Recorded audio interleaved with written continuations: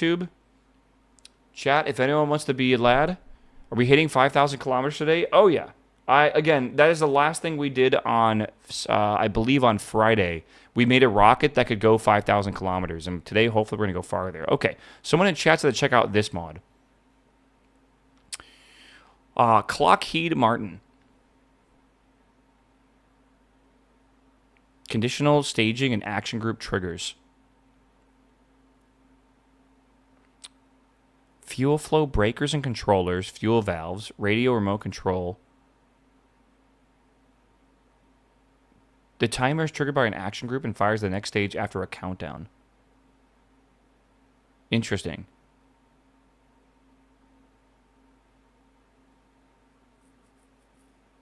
This is interesting. Huh.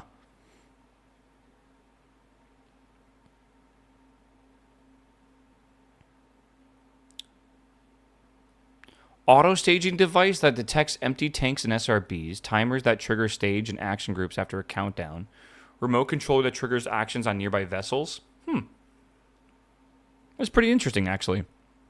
Altimeter devices that trigger actions and stages once a user-defined altitude is reached. Radio fuel controllers. Inline fuel... The thing is, like, I don't know if this can be integrated into the RP-1 mod pack, brother. I don't think it can. Because the tech tree would be probably imbalanced, if I had to guess. So I don't know entirely. That's a cool mod, though, and I would definitely consider trying that out, I think, for another... I use it? Is it balanced? Those are like KOS 3-liners. That's what I'm thinking as well. Like, I can probably figure out actually how KOS works, and it will probably be okay. Right? Like, I think it'll be okay to do stuff like this.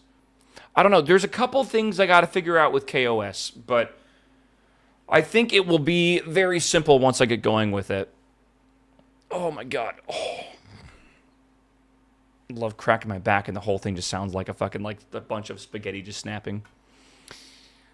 Hell yeah.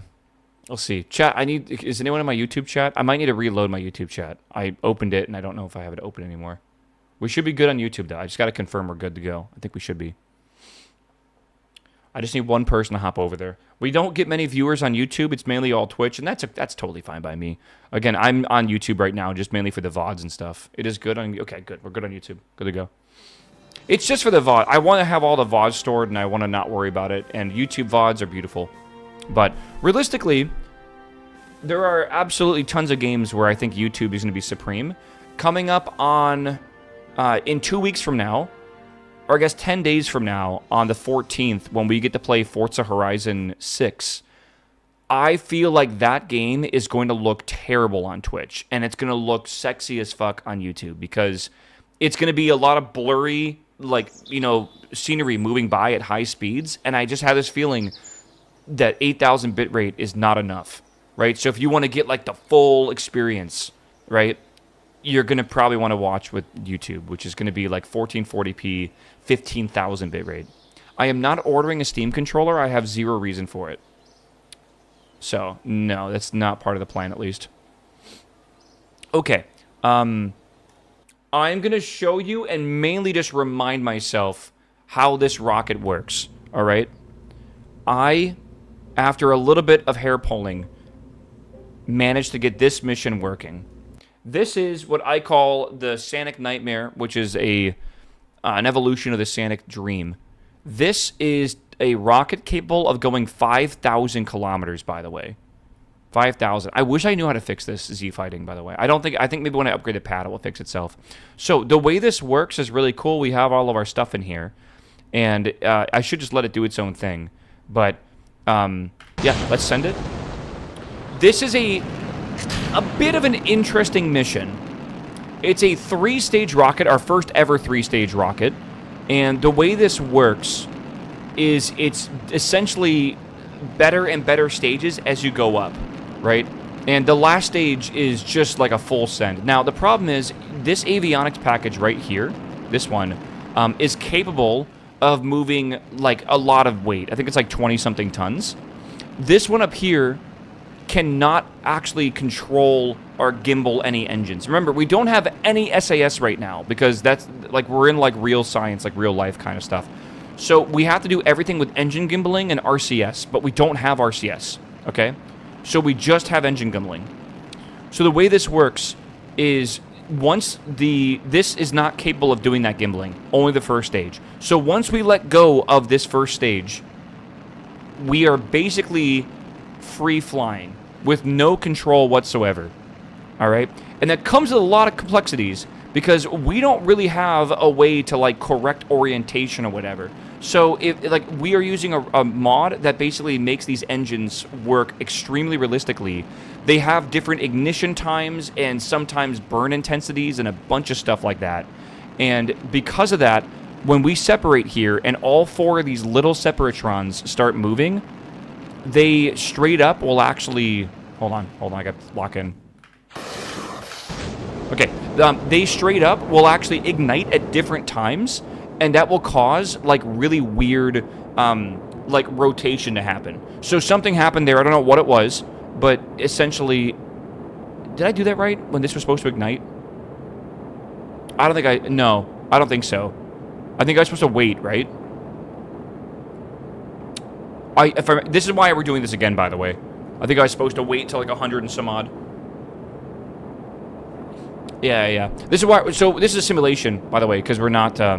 We were supposed to be waiting. Yeah. Okay. Fuck. Well, looks like a bullet. It's a bullet on a bullet on a bullet. That's like the whole point. I'll show you what this mission's supposed to look like and the difference between doing it at the right time and the wrong time. But yeah, we have no way to stop this thing from doing like weird shit. So the goal is to just try to have it like autopilot as much as possible. But yeah, we have to have 3 of these engines basically to get enough thrust to get the space over here. I'm going to just go up and speed up time. This will go all the way up to 400 or so. And I think around this point. Yeah, so we actually had a failure of one of the engines. This is a perfect example. We actually had a failure of one of these because these can fail. And because of that, we actually had an ullage issue, I believe, with this engine. And that is a mission loss. We tested this thing, I believe, 8 times. Or maybe 10 times on Friday, and we only had 1 success. Every other mission had a problem with stuff like engines not firing and stuff like that, right? Are we shooting to the moon? Oh my god, bro. We are so not even far enough to get to the moon. It's not even funny. We can't even get to orbit. Like that, all that was not even like a small hop, right? So how do we improve reliability? Reliability. The answer to that question is points of failure, right? In aerospace, points of failure are like the biggest problem, right? Any single point of failure means if something goes wrong, the whole mission fails. Every single engine on this rocket is a single point of failure.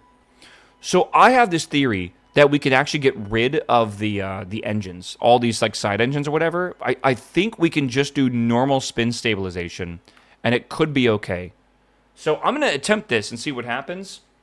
But this is when I kind of want to start scripting my own autopilot, which would be like something we'd have to do over here, right? Because I did add KOS, and it technically would be possible.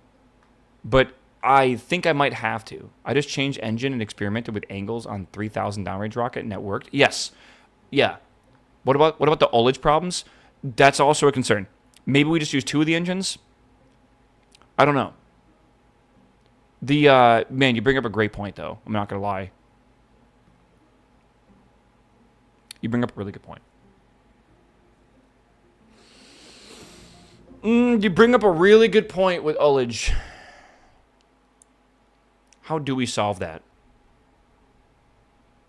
You have a scripted autopilot? No, but I'm going to be scripting it, I think, soon. Right?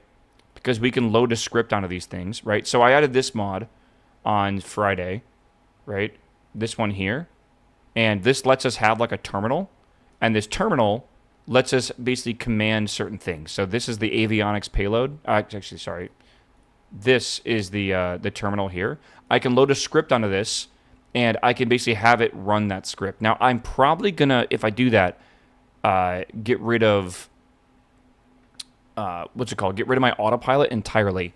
So, again, we'll have to decide if we want to do that. The idea would be the first thing we should write is probably like a very simple ascent system or whatever.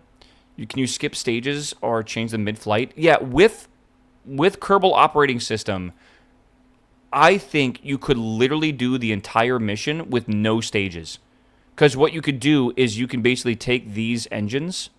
I can't even click them. If I was in the editor, you'd be able to see. You can take like these engines and name them. Like, you know, booster stage 1, engine 1. Booster stage 1, engine 2. And you could do stuff like put them into like arrays and then like actually activate them from their actual like variables, right?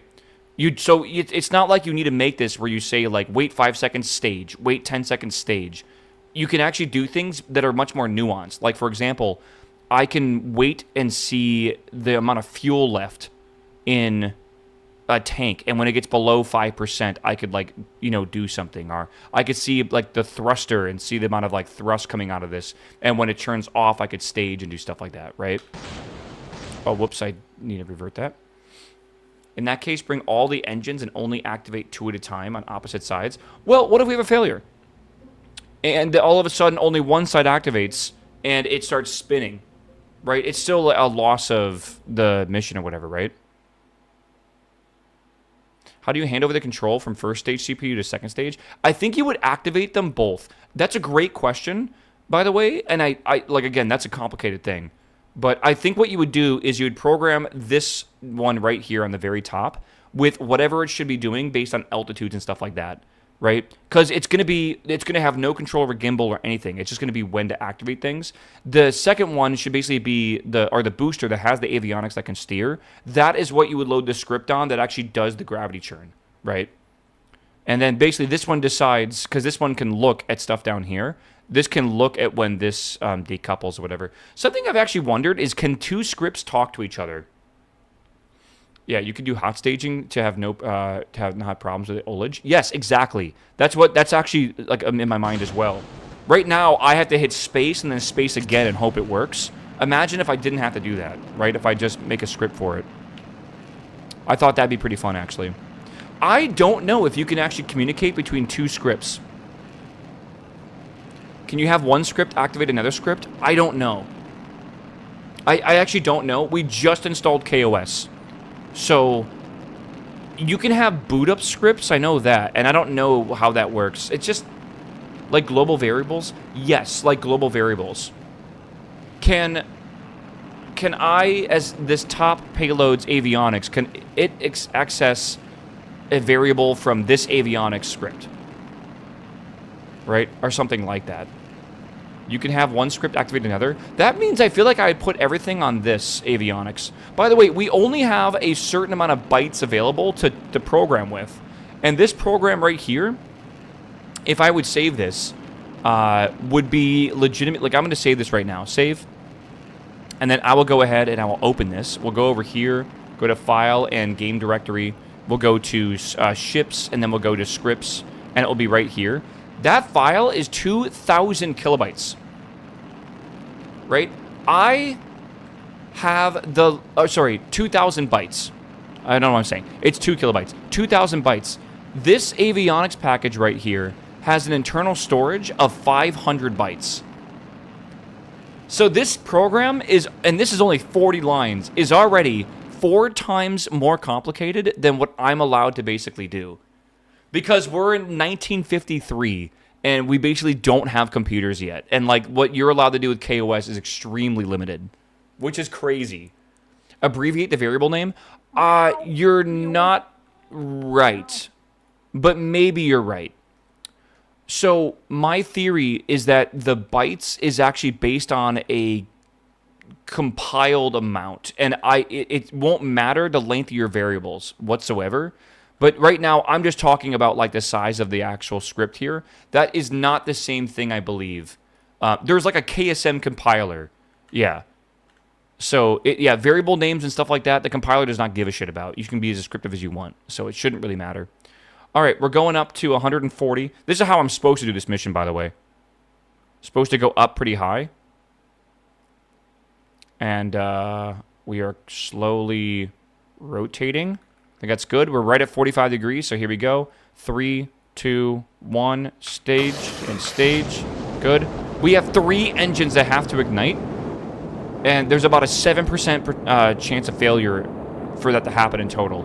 So that's pretty high. I'm pretty sure it's calculated on the number of characters and spaces, etc. Okay. I mean, that compiler might actually... Hold on, I gotta pay attention here, because I gotta actually launch this immediately.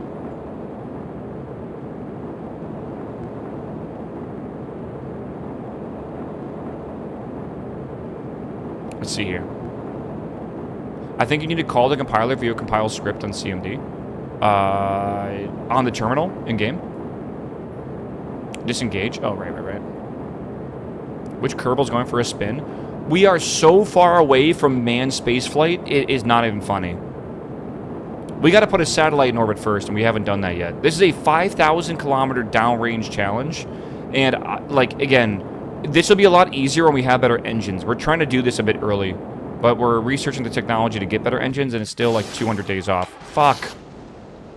I think I might have... It's okay. We'll see if this works. I think I might have staged too early. That somehow still had momentum.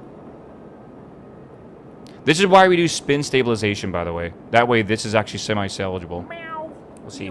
Neo, what's up, my man? Welcome back, my man. Good to see you. Chat, it is May, by the way. Do not forget your Prime subs. I gotta be a streamer for a little bit. Do not forget the Prime subs. In the in-game terminal, you can compile it. Okay. Interesting. So, there is another thing, though. Alright? If you have a connection, this green line, to the ground station, apparently you can run anything you want of any size. But if you want to have a disconnected avionics package, that is when the size limitation actually matters. So that's important. So for example, if I was going to make an auto landing script, I will not have connection with the ground, essentially, because of LOS issues. All right, this is going to 1 million meters. I hope you all know. That is... Look at that. Look at that, man. Holy. Okay, so let's see if this can actually make it downrange. Again, downrange is right in the middle here. Let's see if we can actually make it 5,000 kilometers. We are not going to make it, I don't think. 3, 4... No, we're not making it. No way. No. Okay, so we didn't make it because of the wobble. You'll barely make it? No, I won't. I won't make it. I promise you. We're entering atmosphere, and we're still 300 kilometers away. We're not making it. Hell no. It's close, though. Yes, and yesterday we hit 5,100. We have a serious thing we should talk about.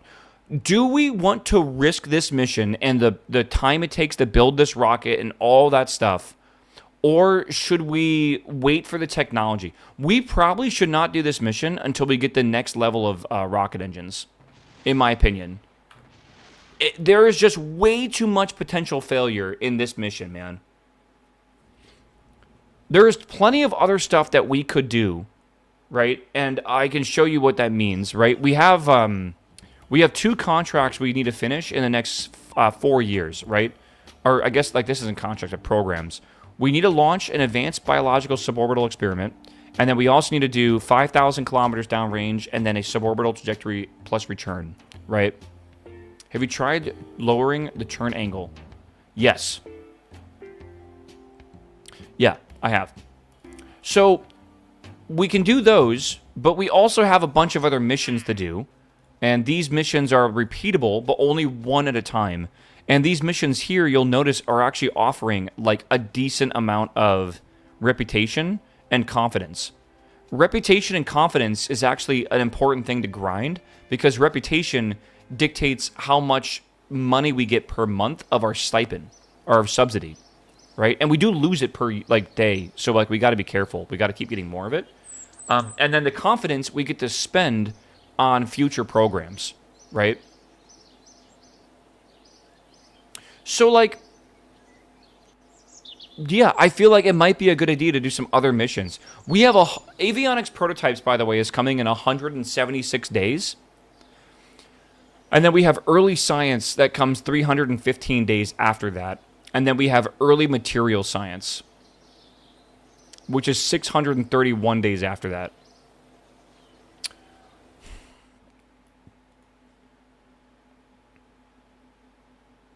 The RD-200. Man. Is he not losing delta V to gravity by not having engines fire between stages? I don't know what you mean by that. Losing delta V to gravity by not having engines fire between stages.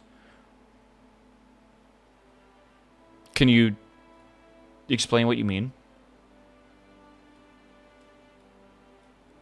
If you want to play this mod pack, I don't have a full list of what to do, but it's called the RP-1 mod pack. Basically, type into CCAN RP-1 and use the Express Install Realism Overhaul Realistic Progression mod. Literally, go look at a YouTube video or tutorial for how to install this.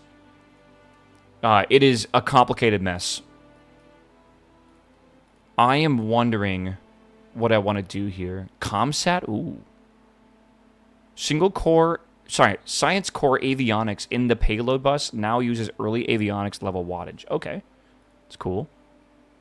Wait, have I researched early science? This is what we need for the biological capsule. Okay.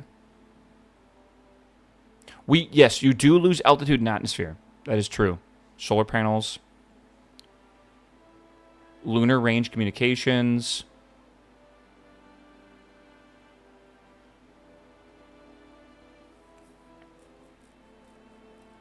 If we decouple and fire engines while still in the atmosphere, the wobble is heavily impacted by wind resistance. Yes. It's not worth it. You almost want to use the weight of the first stage to kind of carry you to orbit a bit. Okay, we're getting some tank upgrades here. A decoupler. Better aluminum fairings, which might be cheaper, but I'm not sure about that.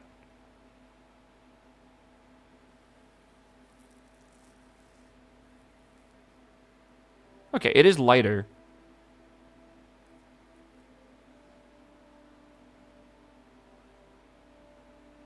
And then aluminum stringers as well. Okay. I think the next thing to go for after this is this engine upgrade. And then the one after that is the one I really want. Oh, man. Okay, I'm going to put that in the research queue. I don't know if I want... Like, what are these SRB... SRBs are really big, I feel. But... Oh, man. It's just like... It's a lot of research, I feel. If I had more money, I could research faster. It's just hard. All right. Oh, I think we actually should make this 5,000 kilometer rocket and kind of go for it.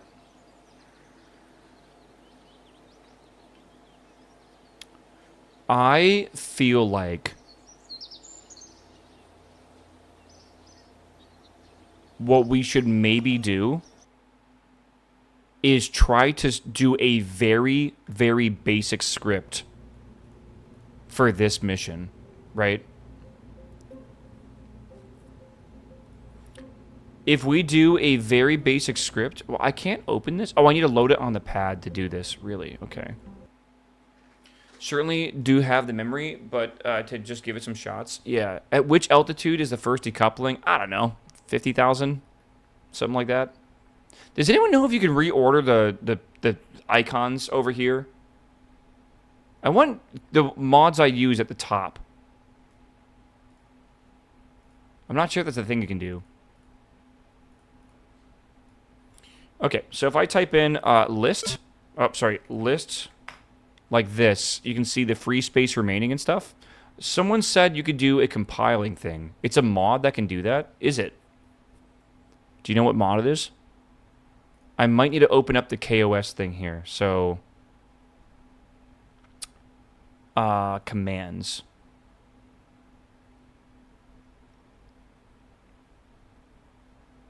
There's like file and IO. Compile program. Okay. Oh yeah, I need to get Z theme. You're totally right. Pre-compiles a script into the Kerbal script ML executable image. Okay. So you just do compile program to compiled program.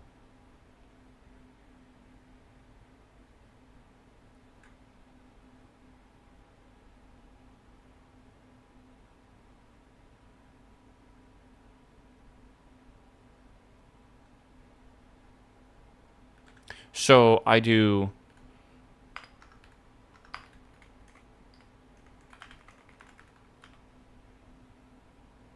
Oh, wait. I have nothing in here. How do I go back? This list is not correct. How do I go to the, how do I list, like, the directory before this? I can make this a bit larger so you can see it. I have a script in here, but it's not in this ship script. Specifically, if I show you this here, it's right there. You think it's ... This is a different language, by the way. This is not like normal, I guess. Switch to archive. Is that what it is? I don't... I need a period. I don't think that works, does it? I mean, it kind of did. Thank you. I didn't know you could actually just do that. So, again, you can load scripts onto an actual rocket. And then you could do, like, boot up things. Like, you can put it in, like, the boot folder and stuff, and it will basically, like, do it automatically. But then there's, like, the NASA mainframe, and that's your archive, right? You can hold all these scripts on the archive and basically execute them from the NASA computer and send instructions to the actual rocket, which is pretty cool, actually. That means you need to keep connection, though, right? So I want to do compile program sound. Oh god, I probably need to do soundtest.ks. Again, I forget you need a period at the end of everything. No, you don't. Unexpected token S. Is it? Did he be inside?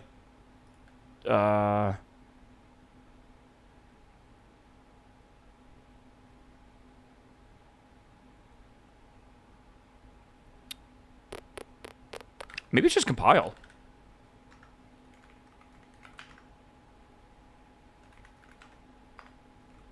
There's no tab completion. God damn it. Okay. Compile soundtest.ks. So now if I list... So yeah, the compiled version of it is larger?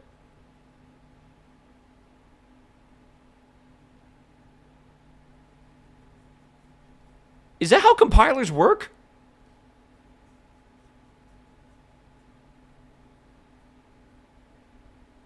I wrote that compiler, smile. Not always, but sometimes. Yeah, the bigger the program, the less overhead. I guess you're right. The documentation does mention this. Interesting. Chat, what if we make our own compiler to compile to the, like, through KSM or whatever, to Kerbal script ML executables? How about we just start off Monday well, man? How do they do their instructions and stuff?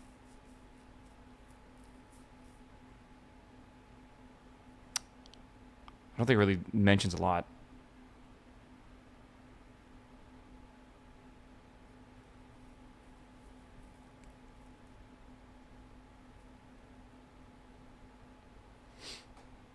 Let's write an operating system first. I agree. There is a YouTube video I have to watch, by the way. That's called, like, Hello World No Libraries. Has anyone watched this? Where is it at? Is this the one? Old Man Yells at Code? It actually has quite a few. I saw this. I think it might be one of these. The bare metal one from Inkbox is also good. I've been recommended one of these videos. Dude, apparently, like, writing a Hello World with no libraries is actually a really fucking interesting challenge that a lot of people don't really deal with, like, ever. It's a cool concept, man. The Inkbox guy is amazing, by the way. This guy is fucking a king of entertaining YouTube videos of programming.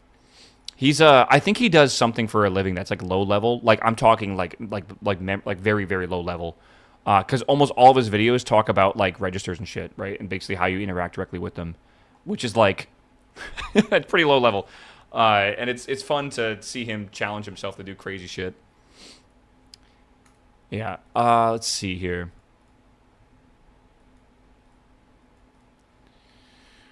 Oh, man. Okay, hold on.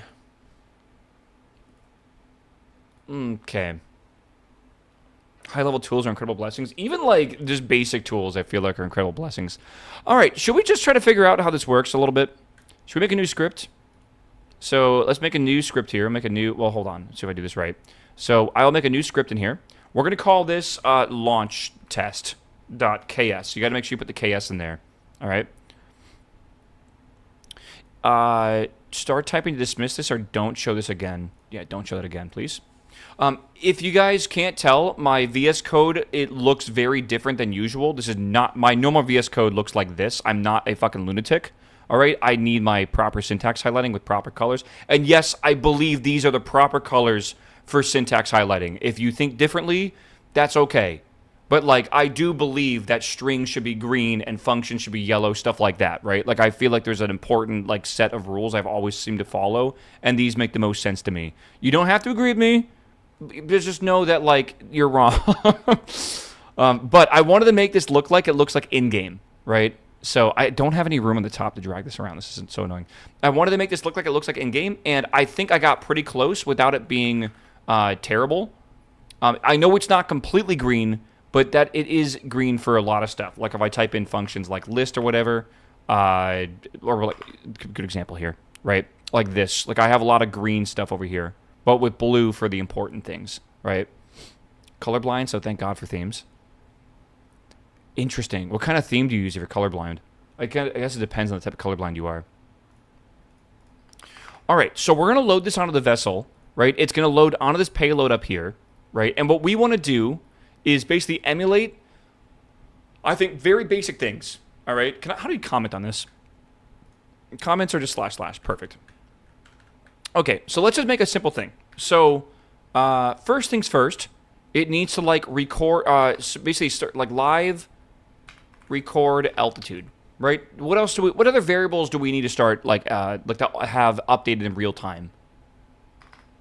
Like what do we think? I think we need the altitude. That is one of the main things that we're going to be needing to get. We're going to base almost everything around altitude. Velocity, why would we need velocity? I'm going to make a pseudo gravity churn. It is going to basically, at certain altitudes, churn to certain angles. That's all I'm going to do.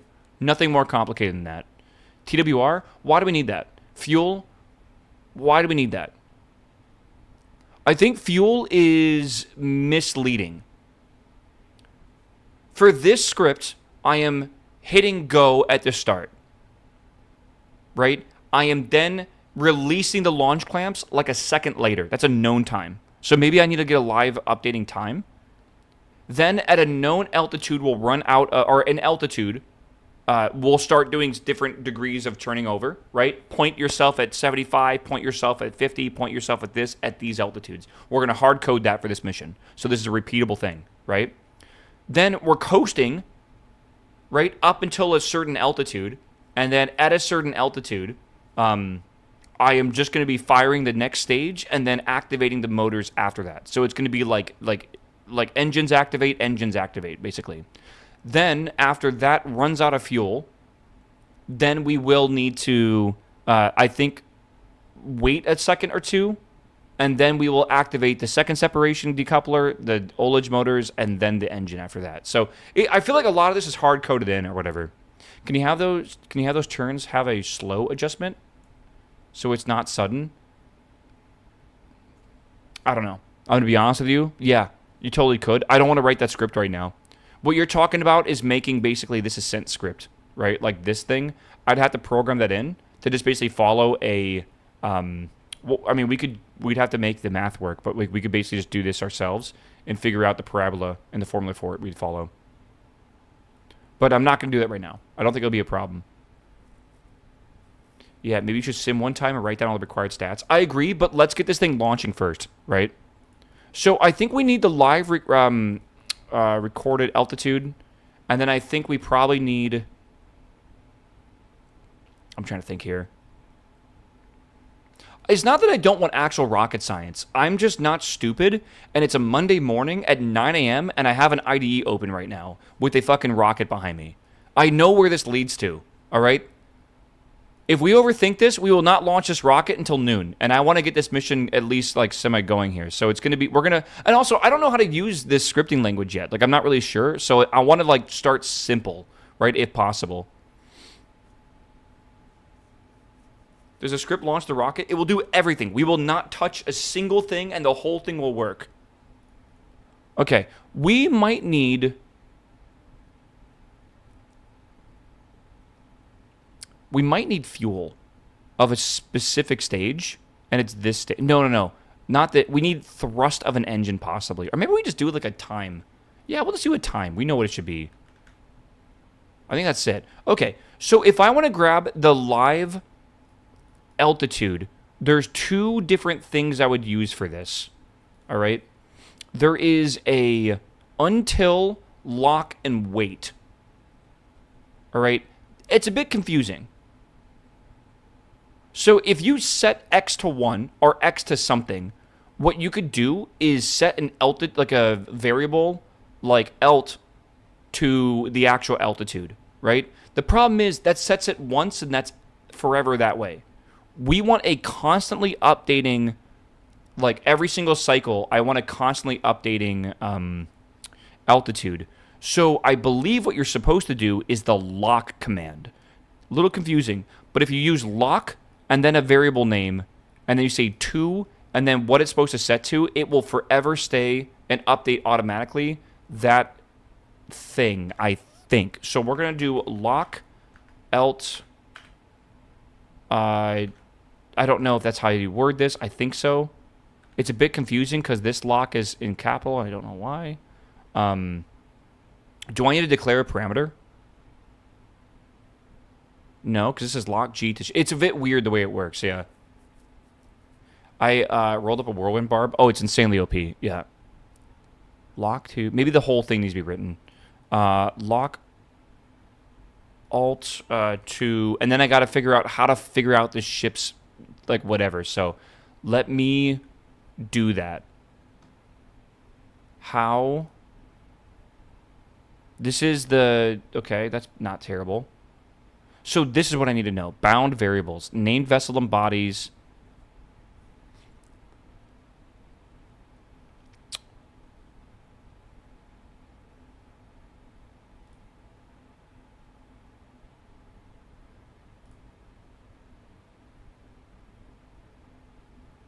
Multi-screen stream. What does that mean?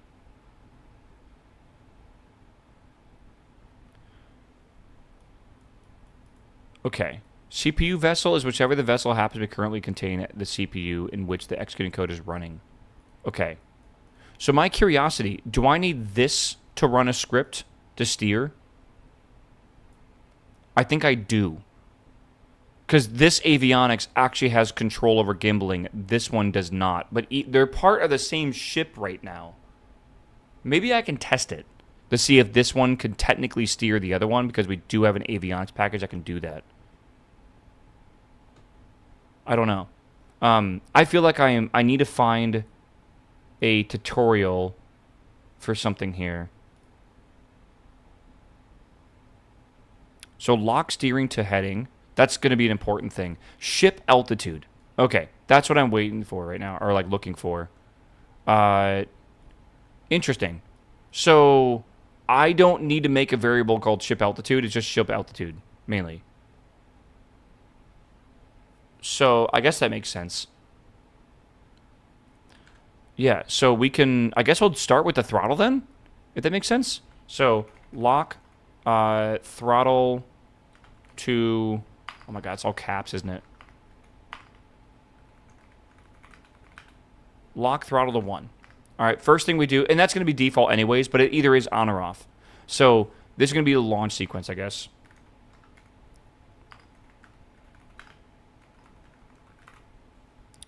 Case insensitive language. Okay, that's good to know. I'm going to just write it, though, in all caps because it just makes me feel like I'm having a good time, right? It makes me feel like I'm programming on an Apple II or something back in the day, which is something I've always wanted to try. There's a guy that actually programmed like a bunch of games and stuff on an Apple II, like an Apple IIc. And some of you guys actually probably owned an Apple IIc. And I'm jealous of you because, like, holy fuck, that's awesome. But, man, different times when you just use BASIC, right? I don't know. Do we need to be mindful of engine failures? Yes. I am programming this with the mindset of if it happens. So here's my theory how we should detect this. I was going to make a watchdog, and I don't know if that's the right term for it, but that's what we called it when I was doing robotics. You would have some sort of like loop that would happen every cycle to check to make things are like in bounds that you set. And if it ever goes out of bounds, you can do something to react to it, shut down or whatever. I was thinking if we ever detect a watchdog, like, hey, something didn't fire. Now, I don't know if I'm going to be able to pull from the API if an engine didn't fire. But what I can do is look at known thrust values that we should have, because that's a known thing. And if we are not equaling that, or maybe, like, for example, like, we are...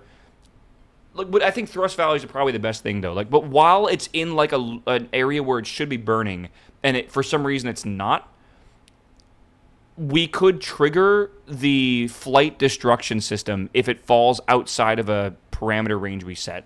I don't know if we can actually trigger this remotely. I don't know.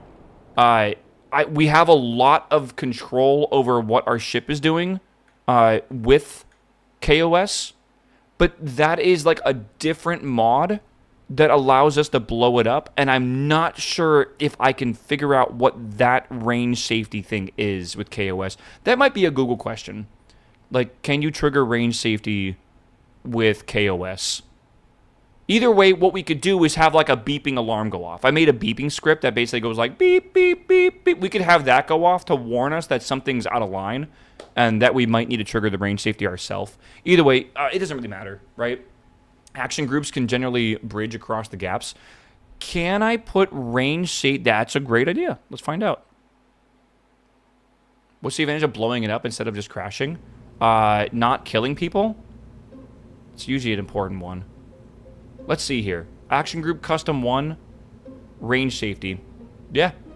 So now if I save this and I simulate it and launch it. Great suggestion, by the way, for that. That's pretty good.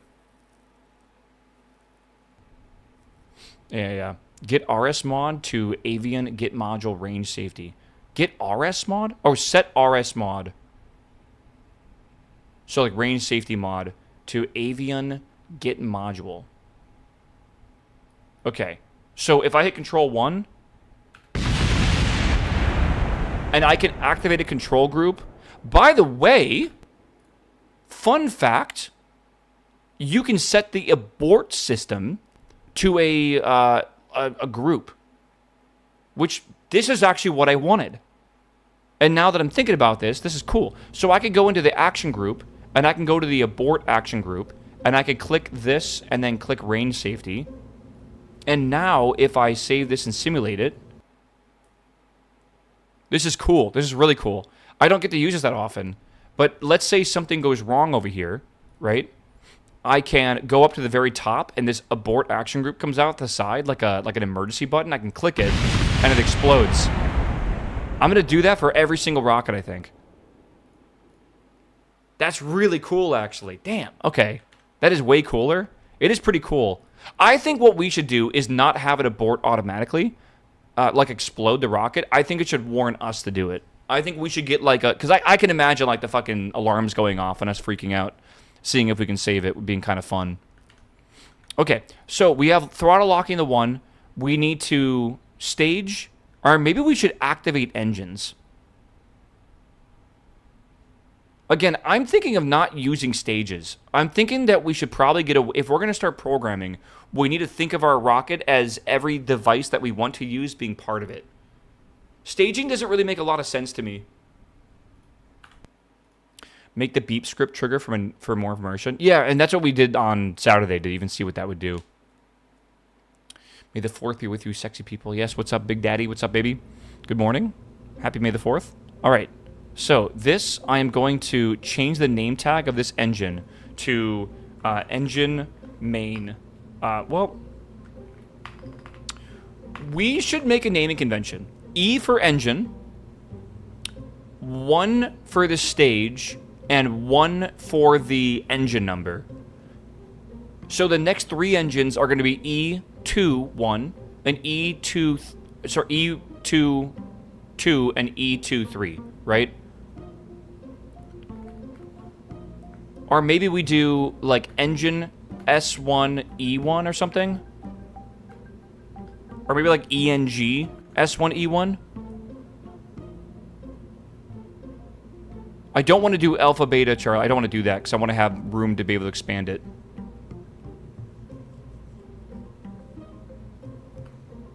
Naming's hard. Maybe we should do 0-1 as well. I will never have more than 99 stages, and I'll never have more than 99 engines in a stage. That seems safe. I think ENG, TAC... Is TAC a bad idea, by the way?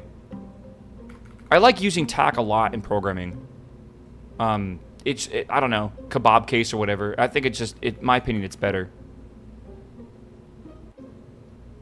Yeah. Friesenberg, hello, my man. Welcome back, my dude. Good to see you, brother.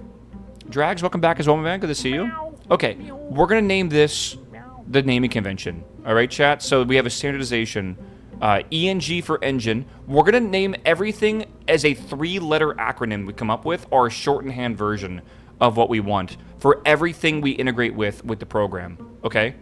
That's going to be a rule we stick to, and then we'll try to be descriptive over here as well. Right? Part selected. What am I doing here? There we are. Maybe something to differentiate between liquid and solid fuel engines. Valid.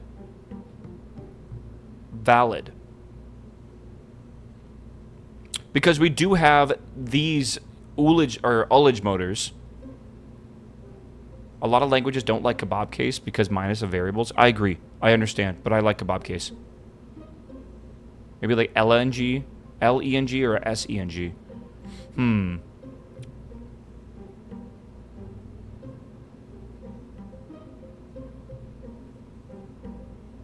Okay. I don't think I want to call ullage motors or ullage motors. I don't think I want to call them ENG. I think I want to call them like UHL or something. They are a very, or ULL, yeah. They're a very different type of engine, right? And we might not always even need to use solid rocket motors. We could even use like monoprop or something, like nitrogen. That could work, or whatever. It's not terrible. And SRBs, I think, do count as engines, and we're just going to have to remember, like, okay, engine 1 and 2 are the SRBs, you know, activate those or whatever. So this is going to be ENG, S0, END, ENG, stage 02, engine 01. Right? That's correct? Let me double check here. I'll get used to this convention soon. Season and episode. Okay, so ENG S02, engine 02. Accept. ENG S02, engine 03. Save. Now we have to deal with these, right? These are going to be ULL for ullage. Yeah, we'll do stage 2. We're never really going to have them on stage 1, but that's fine. I don't want to, like, make it less. Engine 01. Or maybe we should do motor. Nah, we'll just call it E for now. It's a bit strange, though. Maybe T for thruster? I don't know. ULL. Stage 02. E02. Can I copy that? This is a thing that once we have a script or a mindset for how we want to run these scripts, we can start using the same scripts for all of our motor or all of our rockets, and that would be a good reason to actually do some good software development and get more, right? Yeah, long or short for these motor size names. I don't understand why we're overcomplicating this. I don't think it needs to be overcomplicated. I'm pretty sure it doesn't need to be. Until you typo a part and the script kills your rocket. We legitimately should have a watchdog that should start as a pre-flight check that goes over all of our engine variable names and just double checks they all start with the three-letter designator plus the correct state. Like we technically should do that. I'm not going to, but like that would be something that is like a normal pre-flight check. Are all my things, you know, sanity check? Are all my things done correctly? Are all my things named correctly or whatever? I don't know. It's definitely a weird one. ENG stage 03 engine 01. Again, you can go absolutely as crazy as you want with this in your playthrough, all right? And I highly suggest it. I think it's really cool to be able to do that. I just think that, like, I don't want to right now.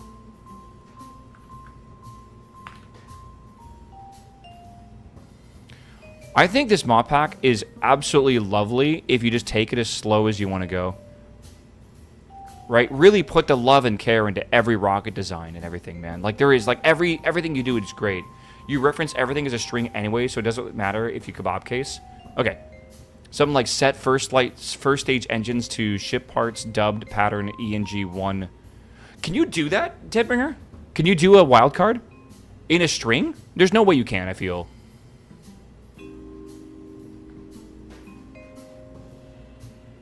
I feel like you can't. Are those small boosters aimed the wrong way? No. Everything's perfect here. And we've already had this be successful. Numbering also starts in the same side for each stage. East is always... yes, I was thinking about that. It does get a bit more complicated when you have like weird engines like this that don't actually have the right thing here, but I think that'll be a design thing that you think about, I feel. Okay, so we can save this here. So, yeah, I guess we should name some stuff here. Like set... well, do I want to, like... Okay. I gotta think about this. Let me open up this documentation one more time. Parts dubbed... Wait, pattern. That's interesting. Parts dubbed... I think is, like, the thing you would use. Parts dubbed pattern. Generic properties every part has. You can obtain a list of values from type part.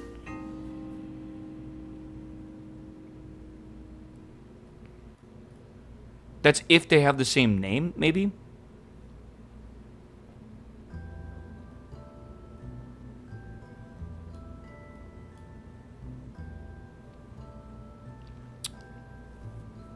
I wonder if I can go to the example library and actually find stuff like this. Can I search in here? Like parts, dubbed, pattern. No. Okay. I don't know how to search this repo properly. I think what I'd want to do actually is search the stripper.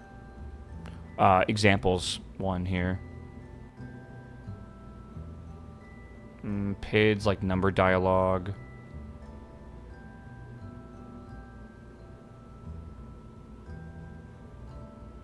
Navball? Search for the function in that page. These are all like examples, but like I thought there was different ones. Unit tests, hello? The doc.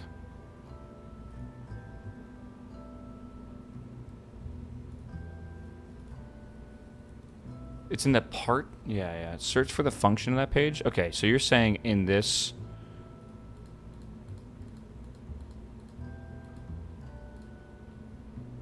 For this one. How do I get the function here?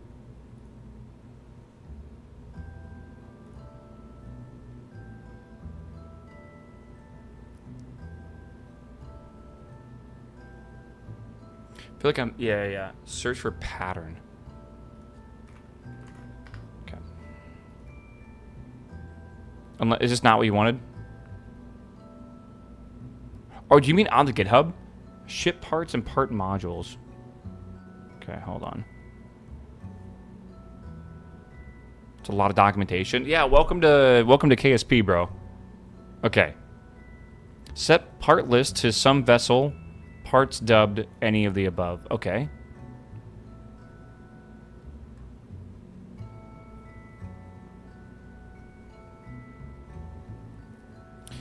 Okay, accessing the part list as a tree.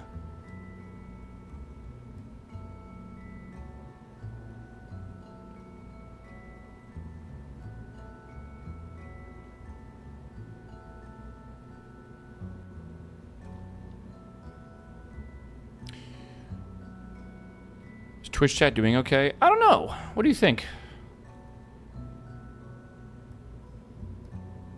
I'm a little worried that the dub doesn't work like this. But it's like dubbed pattern, which is confusing.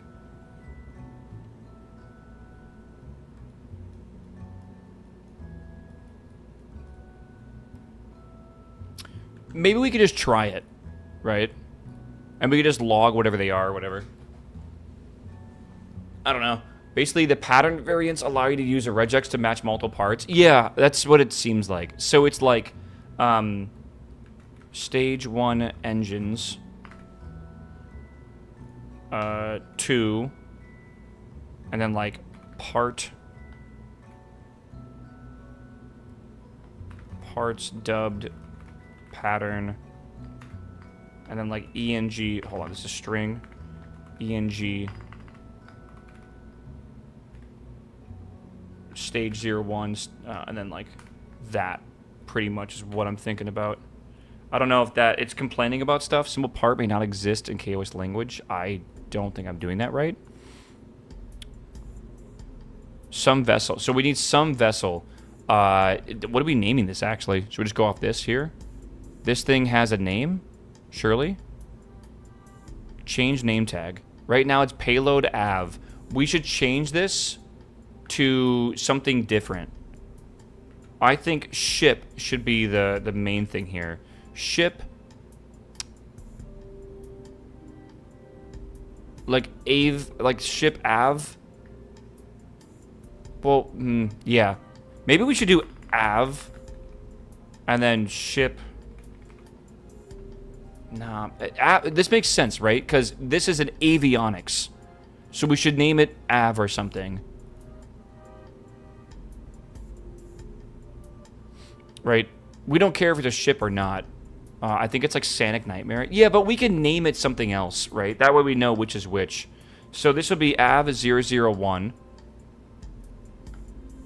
I think. And then we'll do this one, right? And it's always going to be the most important one at the very top of this, by the way. That's what I want to keep it as. I'll do this as AV002. I don't know why I'm doing that many zeros.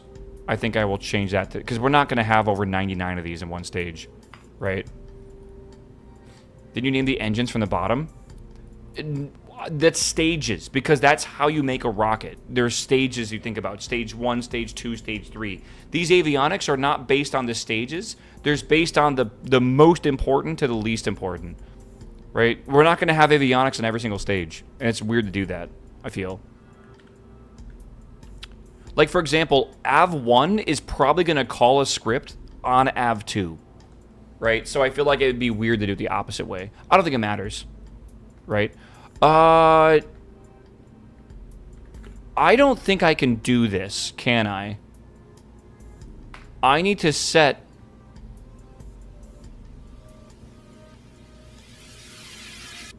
How do I do that?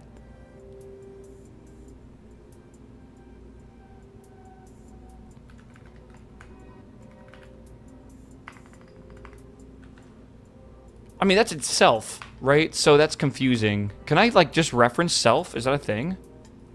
Wait. But that's not getting set here.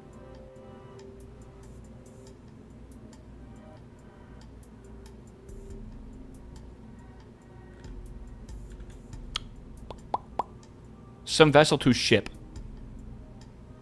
Is that, like, our ship?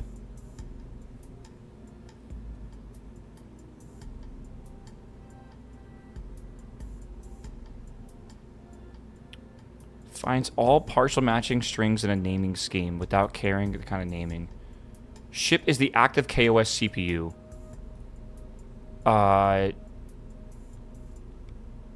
So maybe we want that then. Yeah, maybe we do ship. Why is set not working here? Oh, I know why. Because that's expecting that. Okay. So global variable stage 1 engines was not used locally. Okay, so that's just warning me I haven't used it anywhere yet. That's fine. Right? Okay, so like, this should grab all of our engines in stage 1, and I think what I would like to do now is actually log them just to make sure we know what we're doing here. Now, this should make us a... How do we log everything, right? We can do like a for blank in blank, right? Like for engine in stage 1 engines, right? Like we could do that, I think. I just got to remember how to do this properly. Log, I don't know, engine. Is that how that work?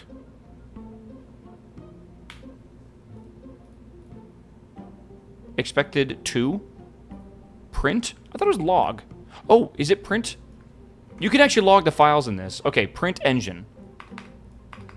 Meow. Right? Okay. Meow. So let's see if we can do a sanity test here to see if this works. You want to do engine.name or something? That's actually probably accurate, what we want to do. Name tags. Okay. So sharp, what am I saying? Ship part, I almost said stagged. Parts tagged. My tank 2 parts tagged. Okay. So you can have multiple with the same name, I guess. Yeah. Cheerio. Hello, my man. Good morning, my dude. Good to see you, brother. All right.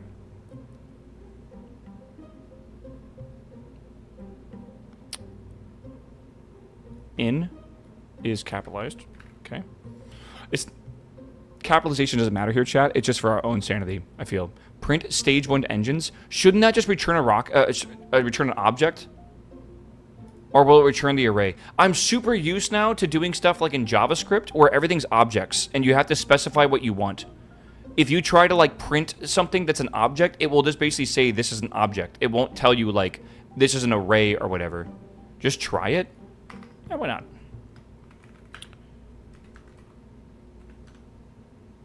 Okay. Save. I'm going to load this on the launch pad. I wish I didn't have to load this on the launch pad, but I get why. You need to like load the active vessel so it knows what it's doing. Okay, so like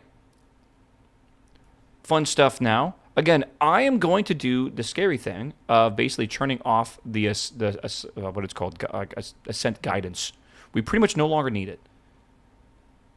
Again, if anyone knows a good mod to be able to change the order of these mods on the right side, I would love to be able to put KOS at the top.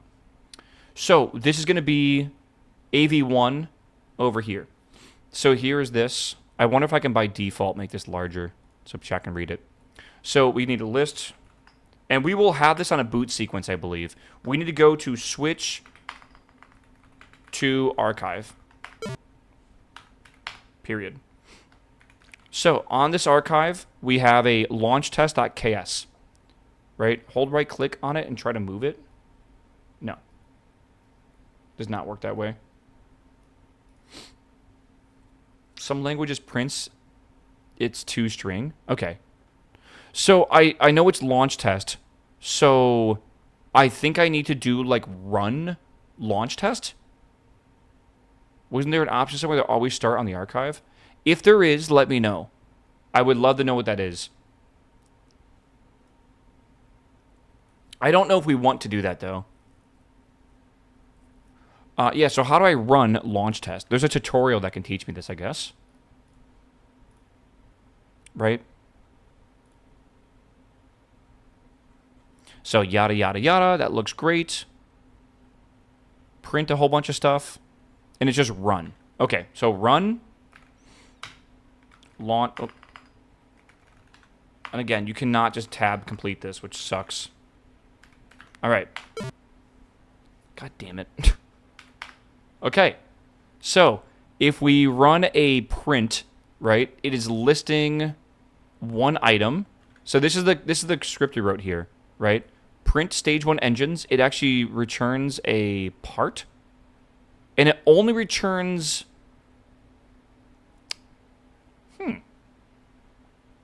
Nope, that makes sense. That makes sense, because we only have one engine in stage 1.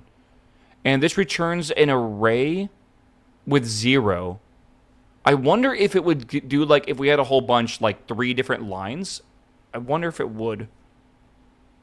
Part ROE RD100 with the tag ENG SO1 This might be a key, what's it called? Key, like a dictionary. What, a key value? Maybe that's the key and this is the value with the tag. I guess 0 also knew that as well. Okay. So, I mean, that's good, right? Looks like it worked perfectly. Which one do we want to do, I guess?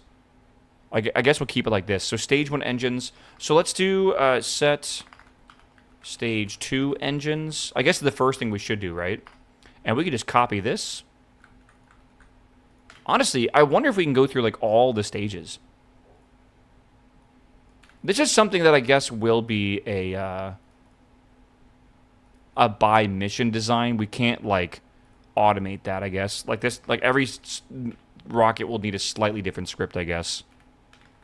Right? Oh, great. My fucking chat died again.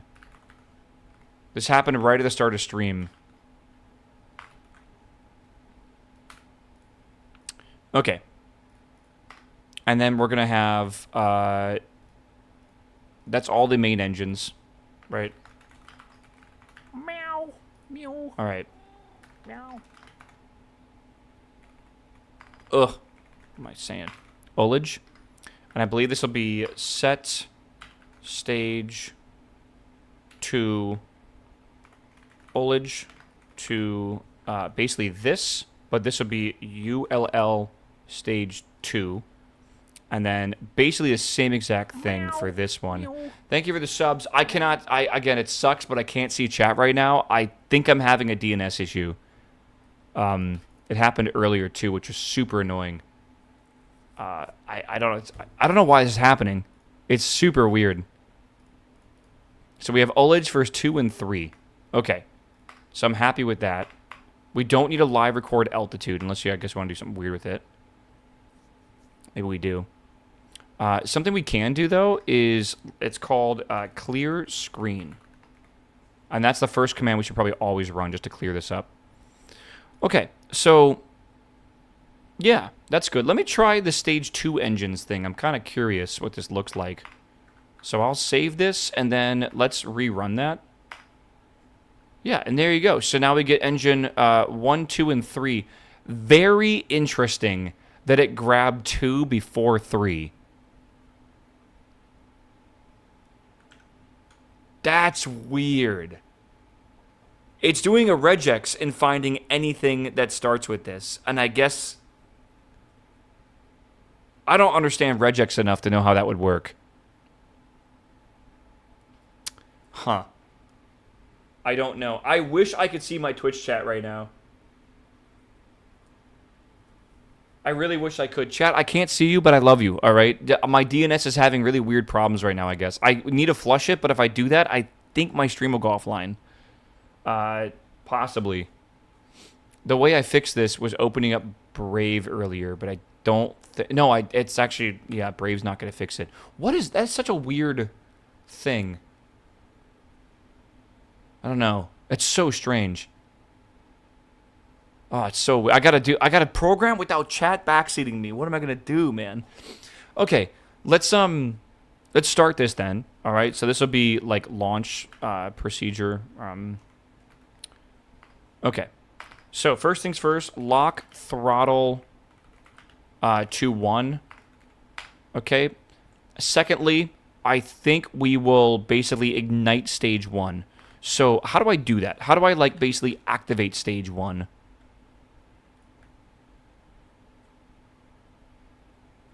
That's doing all that stuff. I'm gonna have to wait. It took a little while for it to come back last time. Again, we're still streaming, no problem. It's just that like my Twitch chat is not working, which fucking sucks. So this is like lock throttle to 1. Wait until ship max thrust is greater than 0. Oh, that's kind of cool. Is that like a... I wonder if I can put that on a... Like, I wonder what kind of variable that is. Is that like in kilonewtons?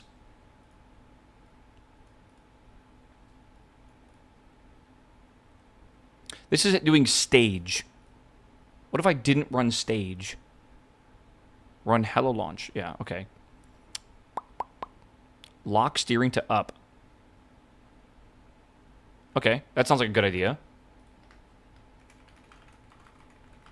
I can't wait to figure these things out by our rocket flipping over. Okay, that seems smart. So clear screen, locking throttle to 1. we'll worry about countdown later if we really need to do that. All right. Until ship max thrust is greater than 0, wait 0.5 seconds, pause a half second between staging attempts, and then we stage. I got to figure out how to activate something. Maybe we just activate that, right? Like I can just like activate, right? Like stage, or like for engine in stage engines or whatever, right? Okay, maybe something like that. So active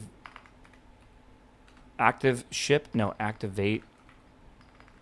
There's no autocomplete for it, so I doubt that's a thing. Let me look this up, actually. Again, I apologize. Oh, I can see chat again. I can see chat again. Chat, what do I do? Someone knows this. It's so weird. I'm having this weird fucking DNS issue. Okay, I can see chat now. Come back. Make sure your phone is off Wi-Fi, so it's on internet. No, that's different. I get what you're saying, though. Stage is the whole stage. I don't want to stage. We individually grab this for not staging. I feel like you guys are, yeah, it's like engine.activate. Okay. Well, shit.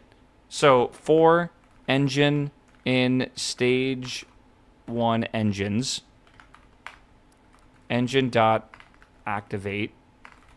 Are you sure it's that? Use janitor? I gotta get janitor then, yeah.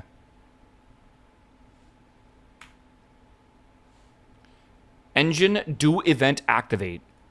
Do event. Is that really? Okay. Activate. Boom. Okay. What do you mean local variable was not used? It's used right below it.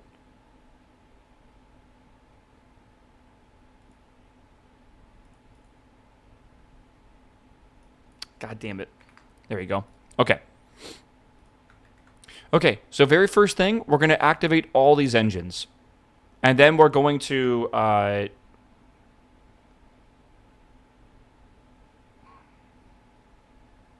I guess, like, wait.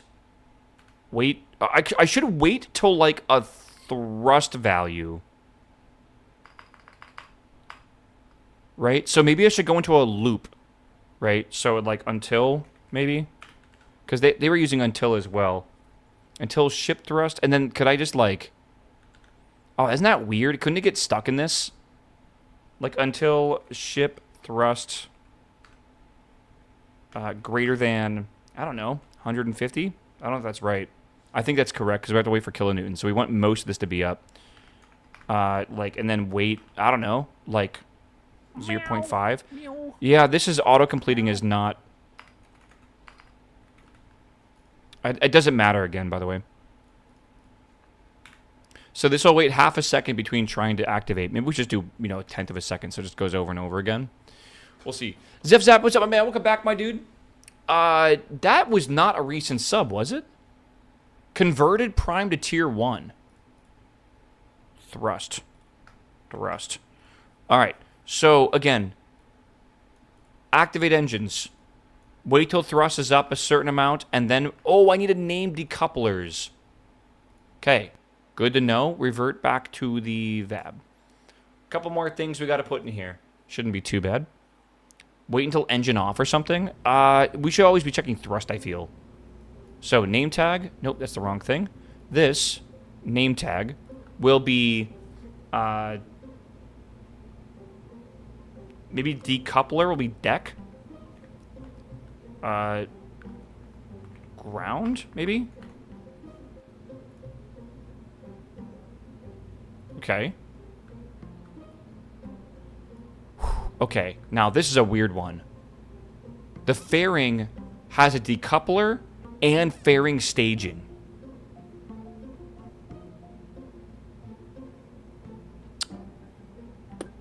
That's gonna be weird.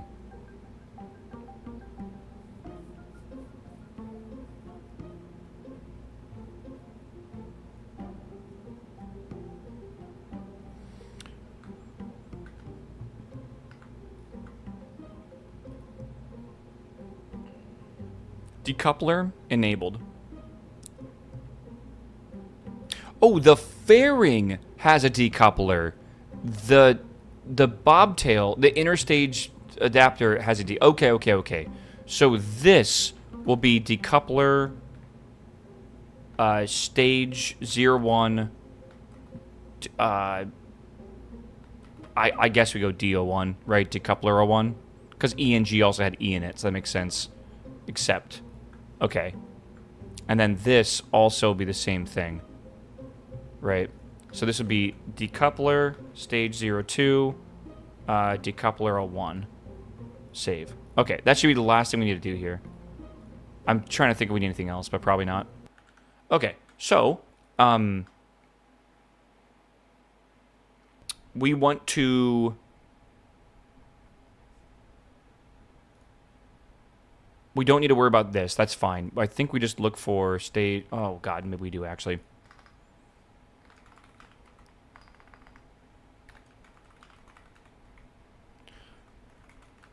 Okay, set stage...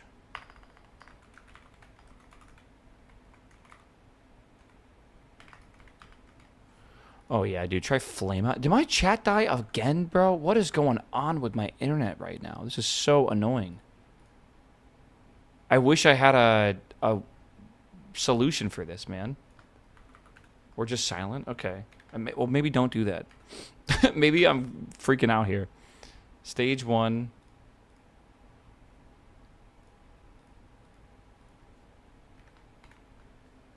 Yeah. We're having problems at the same time in Austin. Like, your chat will just not load, and then it will say connecting to chat with a loading icon for like 5 minutes. Like, that's happening to you as well in Austin? That is insane if that's true. That's really wild if that's true. Okay, we have stage 1 decoupler. Decouplers. I will make sure that's plural, even though it's not right now. Getting DNS errors on my PC. Yeah. I had to do a DNS flush to get stuff to work. Like, you know what's crazy? I tried to load CCAN, and it wouldn't even load this right panel. Like, it wouldn't load it, and then that actually caused it to crash as well earlier. It's very weird. Yeah, it did the same thing on Twitch in Austin earlier as well for me. Wow. I had the same thing in the UK yesterday. Huh. Dude, that's really fucking weird, actually. Strange. Stage 1 decouplers, right? Dot do event activate. That's got to be the syntax and everything for this, right? Surely. Okay, why is that purple? And oh, it's because it's the way it's written. Okay. Fun fact: this needs a period after it. Yes, it does. I know it's weird. It does need a period. It's bizarre. I don't really get it either. Okay, let's see if the script works. This should be everything we need basically to launch our rocket. The periods are disgusting. It's a bit strange. Yeah, I definitely agree with you. Whatever. Okay, let's go over here. Let's get my FTS. What about it? I don't need to blow it up right now. We're just testing to see if we understand the scripting language at all.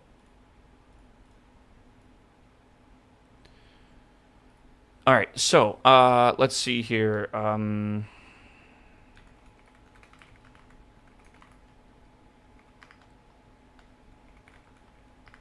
Okay, so we're just gonna. We should do a countdown or whatever, but we'll figure it out. Fam, what's up, my man? Welcome back, my dude. Thanks for the sub, man. Welcome back. Chat, don't forget Prime sub. All right, this launch brought to you by Twitch Prime. All right, launch test. So what it should do is it should put throttle at 1. It should lock steering to up. It should grab all the engines in the stage 1 engine array that we made. It should, well, first off, it sets all that, right? It should then activate the engines. Engines doesn't matter. You need to run. I do. It should also wait until the thrust is 150. It might never hit that. I don't know. I'll have to see what the thrust is. What I'll do is I'll have to look at what the thrust potential is in the VAB and like take a note of that.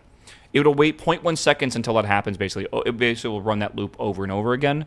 Once it reaches 150, it will then decouple the launch clamps.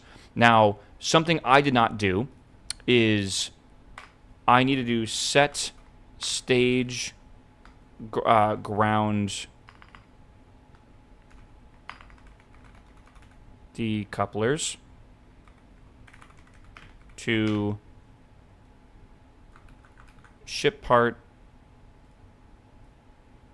GND. And I'm going to have these all labeled that way, I think. So save. And this, instead of this, stage 1, this would be ground. Okay. Print the thrust. Yeah, why not? Print ship.thrust. Ship 0. Let's do ship. Okay. You guys ready? This should be good. I should be able to go over here. I should be able to do run launch test.ks, and here we go. God damn it. Here we go.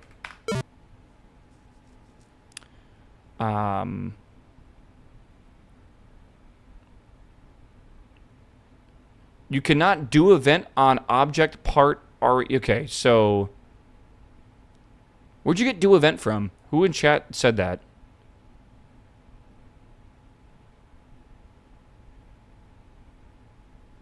No engine value has ever... Yeah.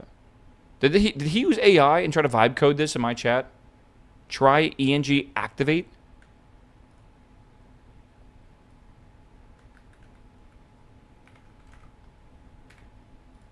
I don't think that's how you do it. That's my theory.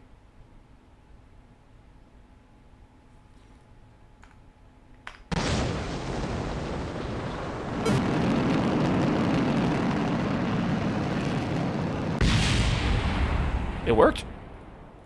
Pat that guy. It totally worked. Hell yeah. All right.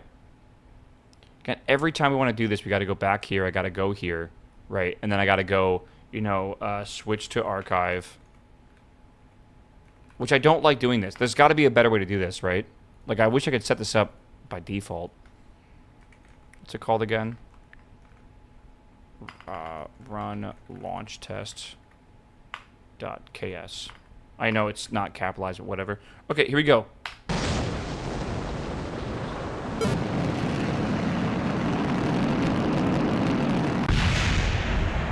It's decouple, isn't it?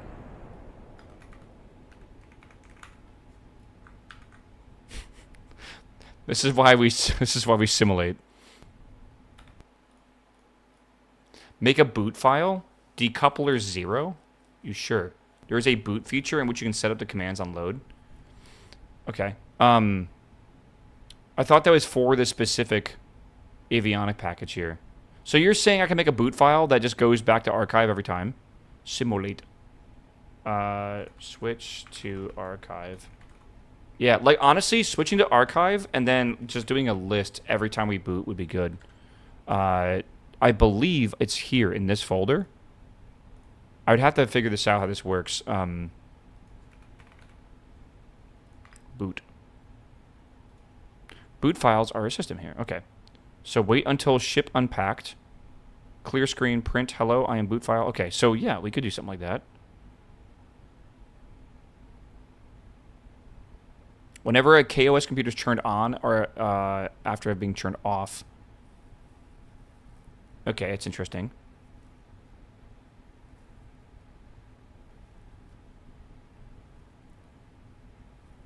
I mean, that seems like a good idea though, right? Make one new GUI to select it shows up in the VAB. Okay. Okay, that's interesting. So we want to make a thing here, I guess. Use a boot file to make the GUI larger. I'm going to try if I can. Gorlocker, hello, my man. Happy Monday, my dude. Warning about ship unpacked. Because of the boot file begins the instant the scene loads, this can be a problem. Kerbal Space Program loads a scene immediately, starts the KOS module, and then a second or two later unpacks the vessel. Without going into much detail. Okay, so you just want to wait. All right. So boot file. What's it called? What do we name this thing?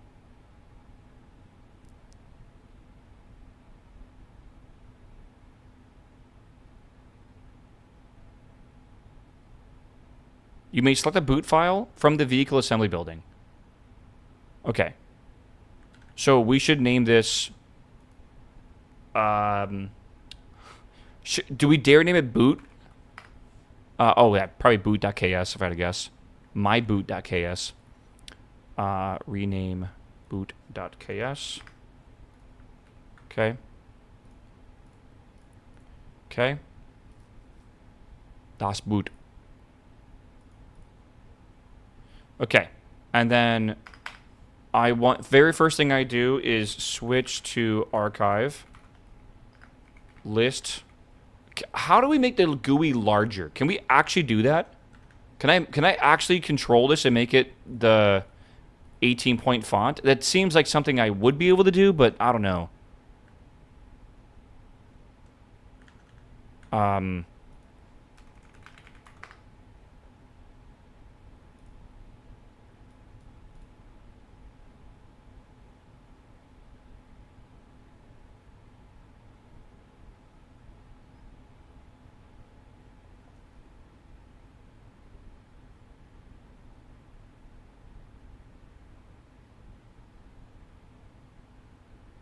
Okay.